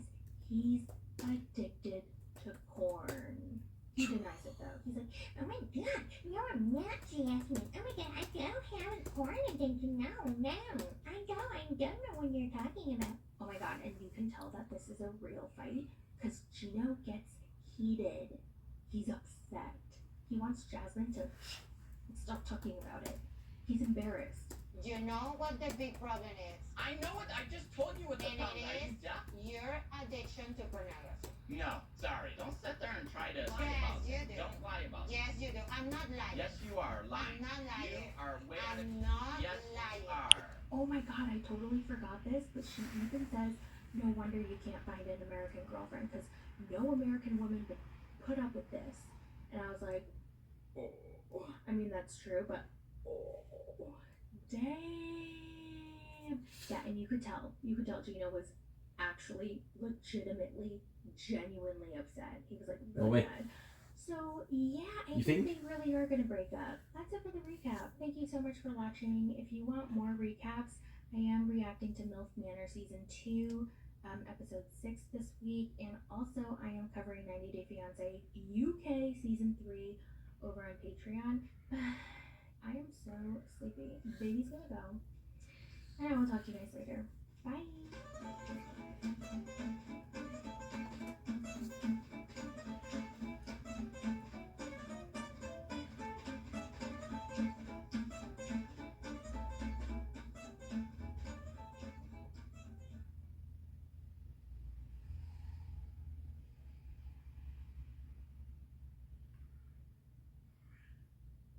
Gino smell like wet dogs all the time. Well, you came to the right place. Why don't you take a look and I'll be up front with you. Why am I not surprised Gino smells musty? Of course he does. And that doesn't mean he's dirty or he doesn't shower or anything like that. It simply means he either, 1, has to clean his washing machine or dryer, or 2, he leaves his clothes in there for way too long. Has anyone had a friend or a coworker who had that musty smell and you didn't know how to tell them? Because I have. All the time. Like, I've had a coworker who was so nice. I get along with her, but I constantly smelled her musty laundry, and she's so sweet. I did not want to embarrass her. I did not want to hurt her feelings, and I didn't know how to tell her. And it would drive me crazy because my olfactory system is so sensitive that I would get a headache real quick, and it would just bother me so much. So I would end up holding my breath or breathing through my mouth the whole time. And I know if I were in their shoes, I would want to know, but that's just not the same case with everyone. So if anyone has any tips or advice on how to tell someone in a very nice way or a non-offensive way that their clothes smell, let me know. Well, Jasmine and Gino are shopping Do the same thing to them. washing machine. They'll realize it stinks and they say, holy 23 shit. years of use, I do it too. finally broke. And I'm pretty sure Jasmine's real happy that she no longer has to smell Gino's stinky stink clothes. He's looking around to see where the cheapest washing machine is, and he tells a sales associate, I had my washer and dryer for 23 years and it was really good to me. and Jasmine goes, not really, because all your clothes smell like wet dogs. He pretends he didn't hear that, so he's looking at the machines and he finds one under $500 that he's ready to buy. This is only $500. And Jasmine's annoyed. She doesn't think it's fair that he's willing to so easily dish out money for the things that he feels is a priority, but when it comes to her and her priorities, like the beauty pageant, he all of a sudden doesn't have money. It's not fair that we have the money to buy these things, but when I need something that I prioritize, we don't have money for those things. Well, Jasmine, a washing machine is very important and it needs an agitator. This one doesn't have an agitator. Do you know what an agitator is, Jasmine? This is pretty nice, but it's missing an agitator. The what? This is an agitator. And it helps, take the clothes and throw it around and clean them and mix them. He doesn't need one with an agitator. Newer models don't even have those anymore. What he really needs is those laundry detergent sheets. Have you guys seen those? The ones that look like a dryer sheet, but it's actually super concentrated with laundry detergent. They're called Earthbreeze Eco Sheets, and it gets all the stains and bad smells out. And let's be real, Gino definitely needs that. We smell like wet dogs all the time. And does he even recycle? Like, I believe that Jasmine does, but I don't know about Gino. And even though laundry detergent plastic jugs are recyclable, did you know that 90% of single-use plastic ends up in landfills and oceans every single year? We need to do something about that, like switching to Earthbreeze Eco Sheets. My favorite thing about them is that it's better for the planet. Earthbreeze comes in earth-friendly cardboard packaging. Side note, cardboard is much more sustainable and eco-friendly than single-use plastic, which can take hundreds of years to decompose. According to scientists, our oceans will have more plastic in it than fish by the year 2050. Also, can we talk about how compact and convenient these are? I've always hated how much space those gigantic plastic jugs took up. But Earthbreeze is so compact that it can literally fit anywhere. And I love the convenience of just plopping in a sheet into your load of laundry and being done with it. There's no sticky liquid or goop you gotta clean up. And even when I used to use the pods, I'd always have a greasy mess left on my fingers. And honestly, honestly, not having to deal with any of that makes doing my laundry more enjoyable. I think you guys should give it a try. It's not only convenient, but you're making a positive impact in the world. And if you try Earthbreeze and you don't like it for any reason, you'll receive a full refund, no questions asked. So go to earthbreeze.com/mythoughts to get started for 40% off. Again, earthbreeze.com/mythoughts to get 40% off your subscription. You can pause and cancel at any time. Thank you so much, Earthbreeze, for sponsoring this video. And Gino, if you're watching this, use my link and get some. We find out that he met with Uncle Marco because he really needed advice, and the uncle told him just to pay for the pageant, let Jasmine do what she wants. So he's excited to tell her. He's like, Jasmine, guess what? I actually paid for the pageant. I mean, I didn't have the money, but I paid it with my credit card. But it's all set, and you can go do the pageant now. And Jasmine looks shocked. She was like, really? I booked the pageant and I paid the $1,200 fee for the pageant. You didn't. But since I did that for you, I want you to do some things for me. And she's like, okay, what? But you know, I also have some expectations too for you.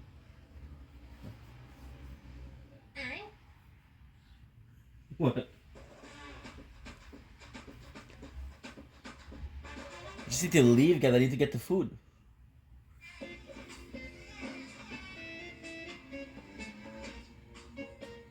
I need Shill to die.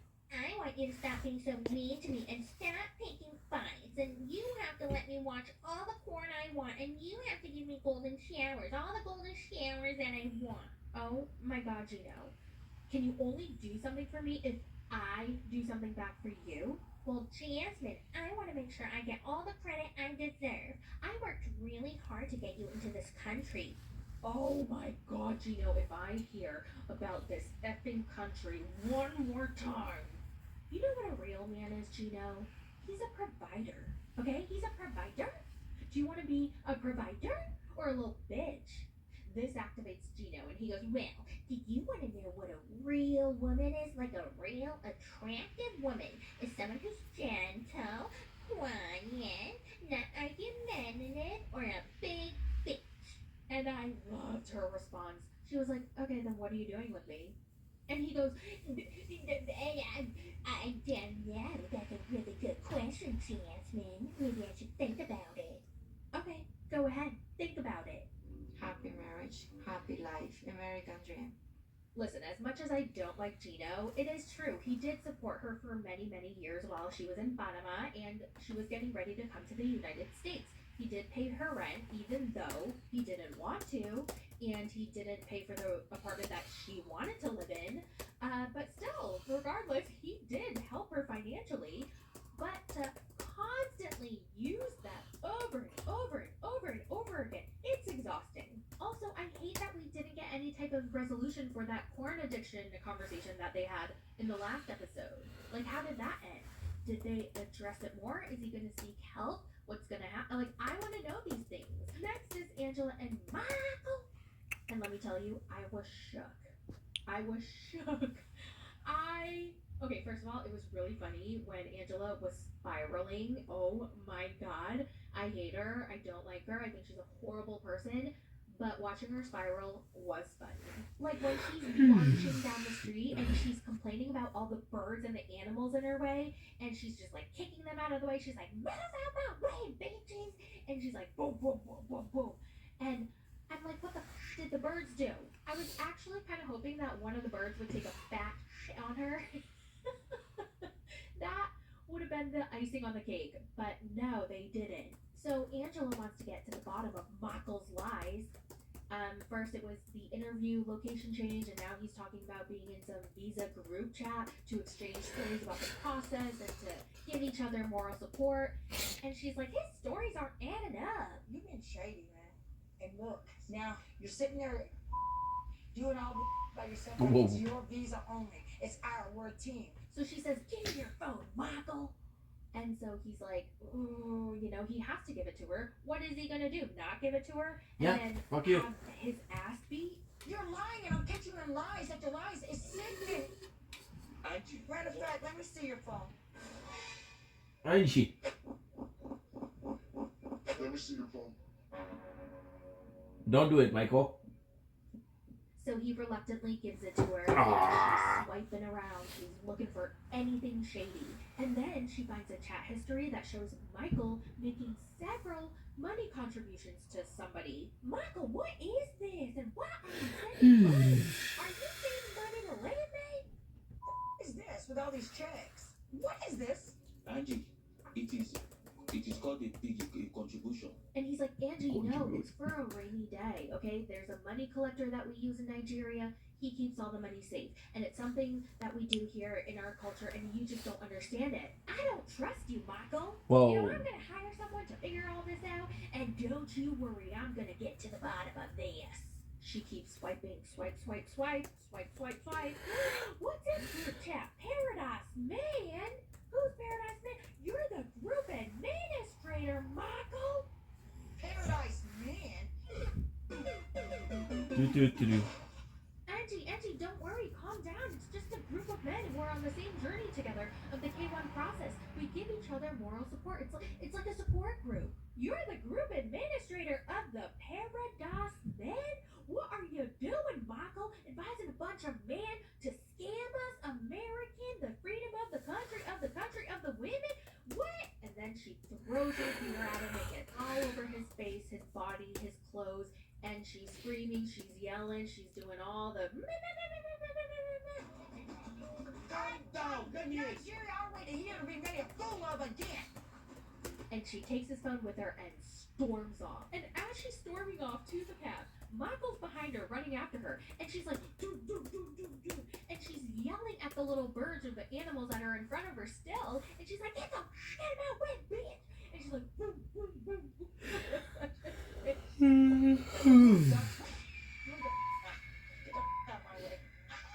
What the hell did those birds do to you? Aren't they your family members?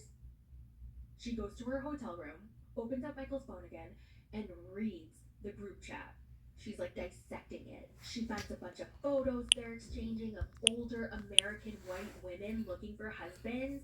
And Angela's like, oh, he's helping these men look for American wives so they can come to America. Oh my God, he's frauded. He's the ringleader. She's reading. Oh my God, I think he's charging these men for his services. That's why he's a administrator. Oh my God. She keeps scrolling, and then she comes across a screenshot of a Google search that says, what is life insurance and how to use it? What is the life insurance and how do you use it? Life insurance? Oh my God, is this bitch planning on killing me? She was so serious. She was so dead ass. It was so funny. I did not expect things to go this way, and it actually looks really bad. I'm not gonna lie. It looks really bad on Michael, but honestly, does anybody care at this point? Like, everybody's rooting for Michael. Oh, and she also found a voice note where Michael is saying that he uploaded Angela's 2022 tax returns, and she's like, oh my God, these people got my information! Oh my God, I'm in danger! Oh my God! I also uploaded your tax return 2022 Angela. That is my personal business! Now for the rest of the couple, nothing really happened. I can sum it up in 1 to 2 sentences. So Kobe and Emily, nothing. Okay, the two women in the previews, they didn't even know who they were. It was just two random women walking down the street, and they used that freaking clip to tease us for like 6 weeks. And the ex ended up never showing up, and I am convinced that he didn't even text her. Manuel is still in shock about Ashley's student debt, and he's like, how can you keep spending money that way? And she goes, oh my God, you just don't know how student loans work. This is normal in America, which is absolutely true. And it's asinine, and it's stupid. And then he tells her his family needs more money. And she's like, why? I just sent them $1,000. Why do they need more money? And he's like, none of your business. Oh. Sophie and her mom met up with Rob, and Rob actually came cool, calm, and collected, and he stayed cool, calm, and collected. But you know who didn't? Sophie's mom, Claire. She was Fuck her. Claire, you just have to break up with him. Oh my God, why are you still with him? Oh my God, he's such a terrible person. He's such a terrible boyfriend. And it is true, he is terrible, but so is she. At the end of the day, it's not your decision. So you're gonna have to sit back and just see what happens. You are gonna have to sit back because you cannot. You are the most biggest gaslight twat I've ever met in my life. No, I hate him. I hate him. Oh, disgrace. Ed bought a boat, apparently. as a post-breakup gift to himself. He's in his party on a boat era. Liz drives over to Ed's house with her mother, and she really doesn't want to see him, but she's contractually obligated to film the scene, so she must. They get in there, and I don't know why, but they start cleaning the kitchen, and of course, Ed and the mother get into a fight. She's like, well, Ed, maybe you should have been a man. And then he goes, well, maybe you should have made your daughter man. I just want her stuff out, and for her to move on, for me to move on. Were you able to get a storage unit, or? It's none of your business. Liz, actually it is. No, it's not. I'm on this lease till December. Just You stop. don't pay rent. I do pay rent. You have not paid Because me. you told me You haven't get told my me. stuff out or You pay haven't- the rent. you I haven't told you told my me. I have the Just tell me. screenshots. I have the screenshots. Don't test me. You want to be mean to me, I'm going to throw back. Get out, Ed. She Hey, is. this is why he's just gonna sit there. This is why and she's the way she he's is. just gonna keep doing it. Oh. Oh.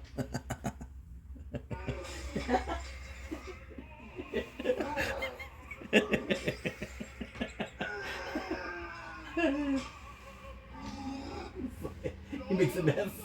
He's like, you don't need to clean the house when he makes a mess.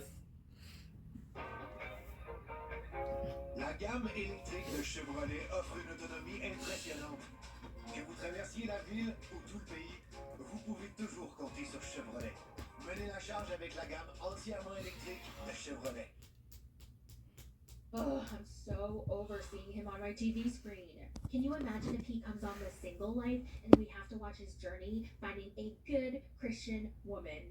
Have you guys seen him on Instagram? He is so thirsty. He's posting all these pictures of these young, beautiful women that he's with. And he's not even dating them. I think he finds them randomly wherever he goes. And then he's like, do you want to take a picture? Oh, I'm Big Ed. Yeah, you want a picture with me? Yeah, that's cool. You mind if I post it on my social media so you can get some followers? Yeah. Well, that's it for the recap. If you want extra content, go to my Patreon, patreon.com/mythoughts.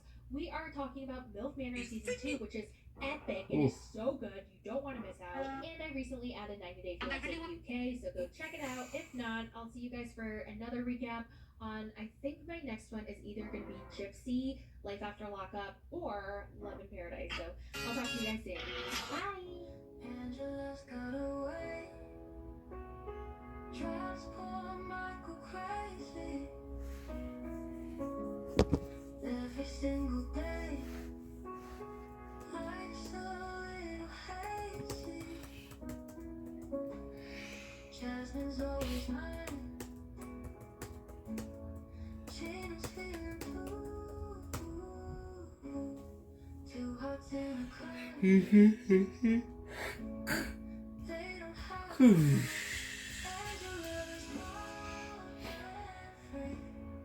Michael's stuck in misery. Jasmine's queen. Finally, Shield is done, bro.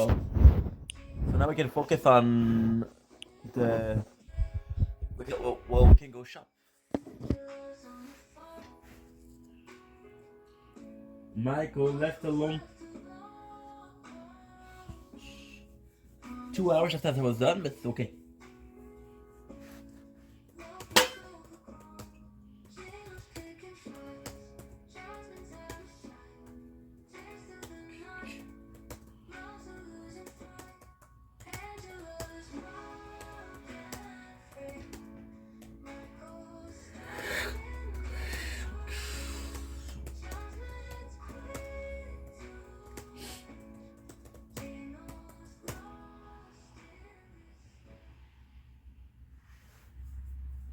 Okay.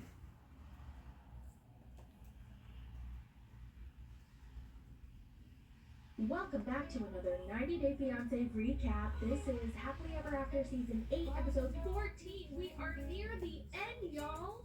We're near the end. We're almost done with Jasmine and Gino and Angela and Michael and Rob and Sophie. Like, I can't wait. I'm so ready for this. So let's get into it. Sophie and Mommy Claire are at a diner because they're hungry and they want to eat something. And they look at the menu, and Claire goes, Grish? What is Grish? I've never heard of Grish. Do you know what Grish is, Sophie? What's into Grish? And the waitress is like, oh, it's just basically eggs and sugar. And I was like, really? I don't know why, but I thought grits was mashed potatoes. I don't know, it looks like mashed potatoes. I've never had it either, so then they get into a discussion I think about it's like sausages and how normal sausage sausages are long Oh, no. round, and they've never seen a flat circle sausage like they do in America. American sausages are so weird, Sophie. They're like flat and they're like in a circle. And Sophie's like, no, Mom, I've definitely seen long round sausages in America. They definitely have those. I've had them in my mouth. I've definitely had round, long American sausages. See, I see that already. And Claire apparently thinks this is the most hilarious thing ever. She can't stop laughing. And I don't know, they both have a good laugh. Good for them. It's not round.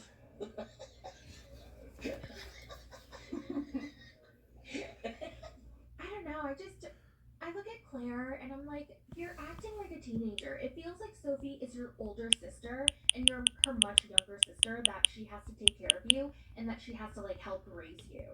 You know? Claire is just giving off that vibe. And also, what is up with her shirt? I feel like that's not supposed to be an off-the-shoulder shirt. This is an important conversation because I want to get peace around it as well. Because if I leave, I'm going to be worried, you know? So what are you going to do about it? I'm just not making any decisions at this moment. Maybe it's because we know the full context of the story and their real relationship and the behind the scenes and everything like that. Everything just makes more sense. For example, when Claire was like, Sophie, we should get a house together. Maybe we should live together, Sophie. And Sophie immediately goes, no, Mom, no, I don't want to. I think I'm going to stay with Kay. And it makes sense because Sophie does not want to stay with her mom, but she's trying to say it in a polite way so her mom doesn't pop off. In front of the cameras, Claire is kind of saying it as if, oh, you can stay with me. I will provide for you. I will provide a safe space for you until you get your things together and you're ready to move out. When in reality, it's Claire who needs a place to stay. Sophie has been taking care of her mother this whole entire time. And you know her, quote, boyfriend that we met a couple episodes ago? Yeah, I feel like that wasn't really her boyfriend. That was her buddy to do things with, you know? You know what I mean? I mean, I'm totally making assumptions here, and I don't know if I'm crossing the line. Let me know if I am. I'm sorry. I won't do it again. But that's just the feeling that I got, because when we saw them together, they had no chemistry. It seemed like they barely knew each other. So yeah, when Sophie tells her mom she doesn't want to live with her mom looks sad. She's like, why not, Sophie? I need a place to stay, Sophie. And it's so sad to me, for me, okay, in my opinion, because apparently there are many, many Rob apologists out there. But to me, Yeah, we listened to that already. it makes me sad to see Sophie very reluctant to leave Rob, because if she does, then she's stuck with her mother. And once again, she can't say any of this in front of the cameras, because this is all a facade. Their relationship, the mother being stable, the mother providing for her daughter, paying for their living from Mexico. Remember, we heard that in the last season, how Claire was paying for Rob and Sophie's apartment or something like that, and Rob was super shocked. He was like, what? I didn't know that. Are you sure? No, she didn't. And at first I was like, oh, Rob, you liar. But no, Rob was telling the truth. He had no idea because Claire wasn't. It was Sophie, but Sophie was probably hiding that. But anyway, my point is, this is a facade. Claire clearly wants to portray herself in a good way, obviously. She's in front of the cameras. This is a national TV show. Everybody, international, whatever. Everybody's watching this, right? And Sophie's gonna oblige because she is a people pleaser. She wants to please her mother. She wants to be accepted and loved by her mother and her boyfriend. And it's just so sad. Claire tries to convince Sophie to break up with Rob.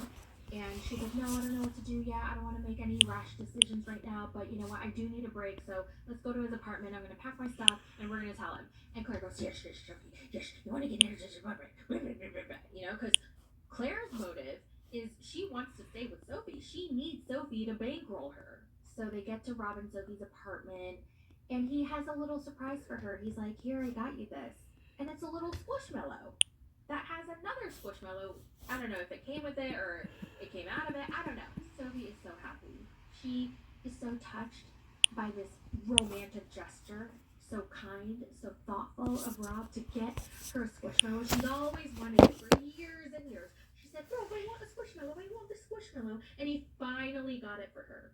But it's special because it has this thing. So if you flip it, it's happy. But then if you flip it this side, it's angry. That was very nice of him to get me this. I'm almost like, I don't even want to do what I came here to do. And that made me sad for her again, that she's so touched by him getting her a stuffed animal.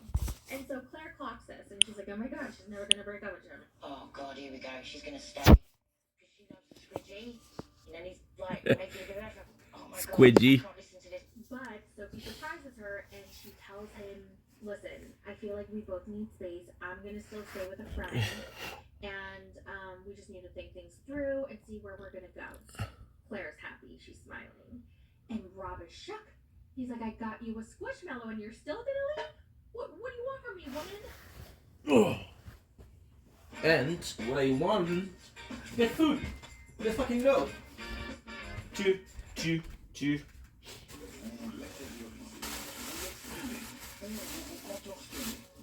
La douleur ne ralentit pas les travaux. Tylenol muscle et corps leur offre un soulagement rapide et durable de la douleur. Tylenol appuie fièrement la force des papas. This is some bull. I got Sophie again. This is some It's like a bullshit. shot in the heart. Claire is absolutely responsible for this. Wow. What is the point of this marriage? They've been married for like a year, but they lived together for a month. And then the 11 months, they lived apart. And they've been fighting. Like, oh my god, just get divorced already. Oh my god, by the way, you guys love the song that I put at the end of one of my... I can't remember which recap it was. Oh, I think it was my last HEA recap because it was about Jasmine, Gino, Angela, and Michael. So, I made another song by AI. Okay, I did not make it myself. AI did it for me. And it's about Rob and Sophie, and I like it so much better. So stay tuned till the end so you can listen to the song, okay? All right, moving on to Angela and Michael. So remember Angela's freaking out after she found the Paradise Men group chat. And she calls her immigration lawyer after finding out. Hi, I'm Angela from 90 Day Fiancé, and I'm married to a Nigerian, and I got some questions for you. And she tells the lady everything. I think he must be scamming me. I think he's running a scam ring, trying to get to America. The lawyer couldn't give any less fucks. She's like, okay, interesting. This looks like a goddamn scam to me. Interesting. Yeah. Basically, the lawyer told Angela that once he enters on the immigrant visa, she's going to be financially responsible for him, meaning she must maintain his income at above 125% above the federal poverty guideline. And if she doesn't, then he can request government assistance. And then if he gets it, then... Oh, wait. No. Hold on. Back up. Sorry. This is why I should read my notes. She's going to have to maintain his income at least... Don't blink. Yes, you blink. Welcome to the show. Something more upset, having a wonderful day. I know I don't make this enough.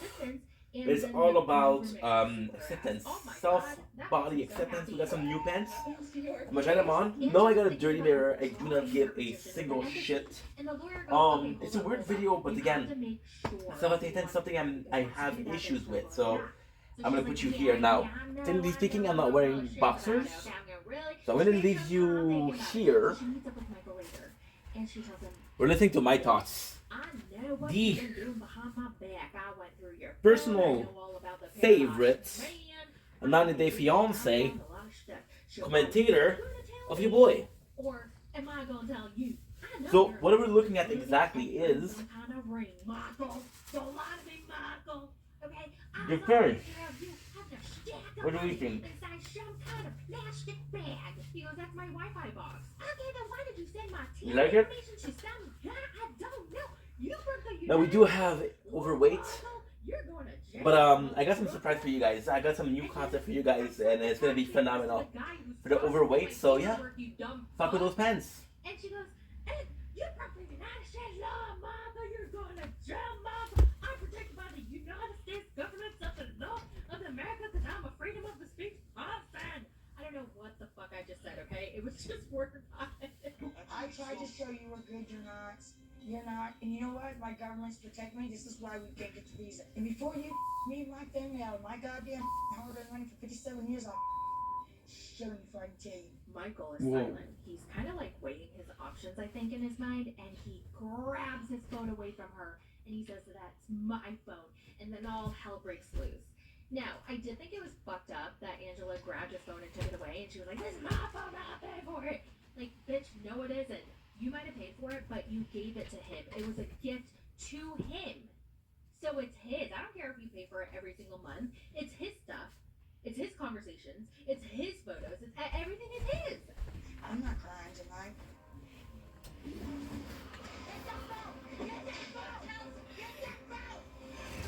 I just so entitled. She feels like if she pays for something, it's hers, and she's entitled to take it away anytime she wants, and she can do whatever the hell she wants with it. Oh, she's so horrible. She's an awful person.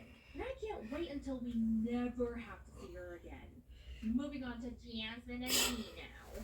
It won't never happen. Okay, so they're ready to talk again after another fight about his porn addiction, and they've been fighting about, God, what were they fighting about last week?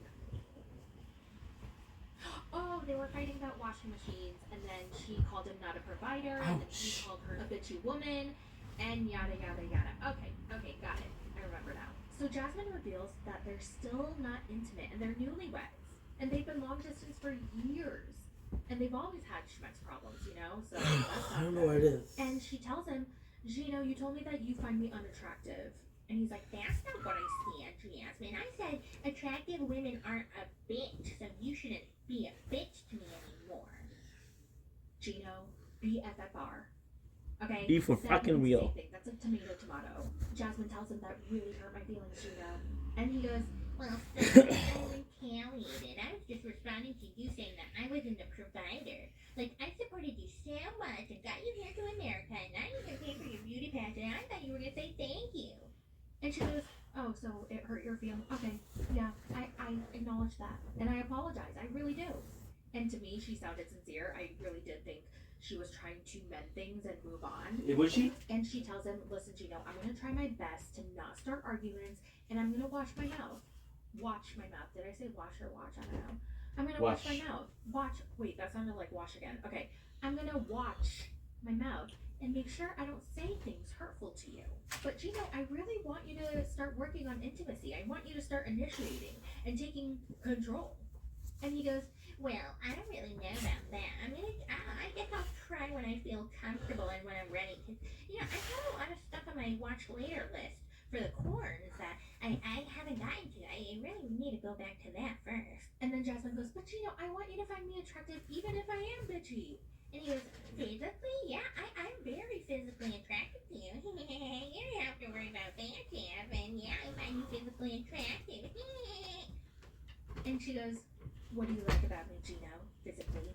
And he goes, I like your really big, pursy, practical. They're very nice. Big, perky breasts. I fucked up. They're in good shape. Good. Like in my eyes, you're the most beautiful man on earth. That's for sure. What the fuck? They are so meant to be together. They're so freaking wacky and weird together. Like, just have each other. Okay? Jasmine gives Gino permission to shove his big, rusty toe into his mouth to shut her up the next time he did. Yeah, they're a mixture of everything. Like other women would say, I didn't know. It's like, it passes by. Don't blink, it's your blink. Welcome to another show. Having a wonderful day on this 9 March 2025. As you can see, you cannot really see right now, but we're doing a lot better. However, I want to go out. I want to go out for a walk because I think some fresh air is going to really help me out. We're doing a lot better, but still not 100%. But since I'm going out, I'm going to leave you with a little nature corn. It is freaking beautiful.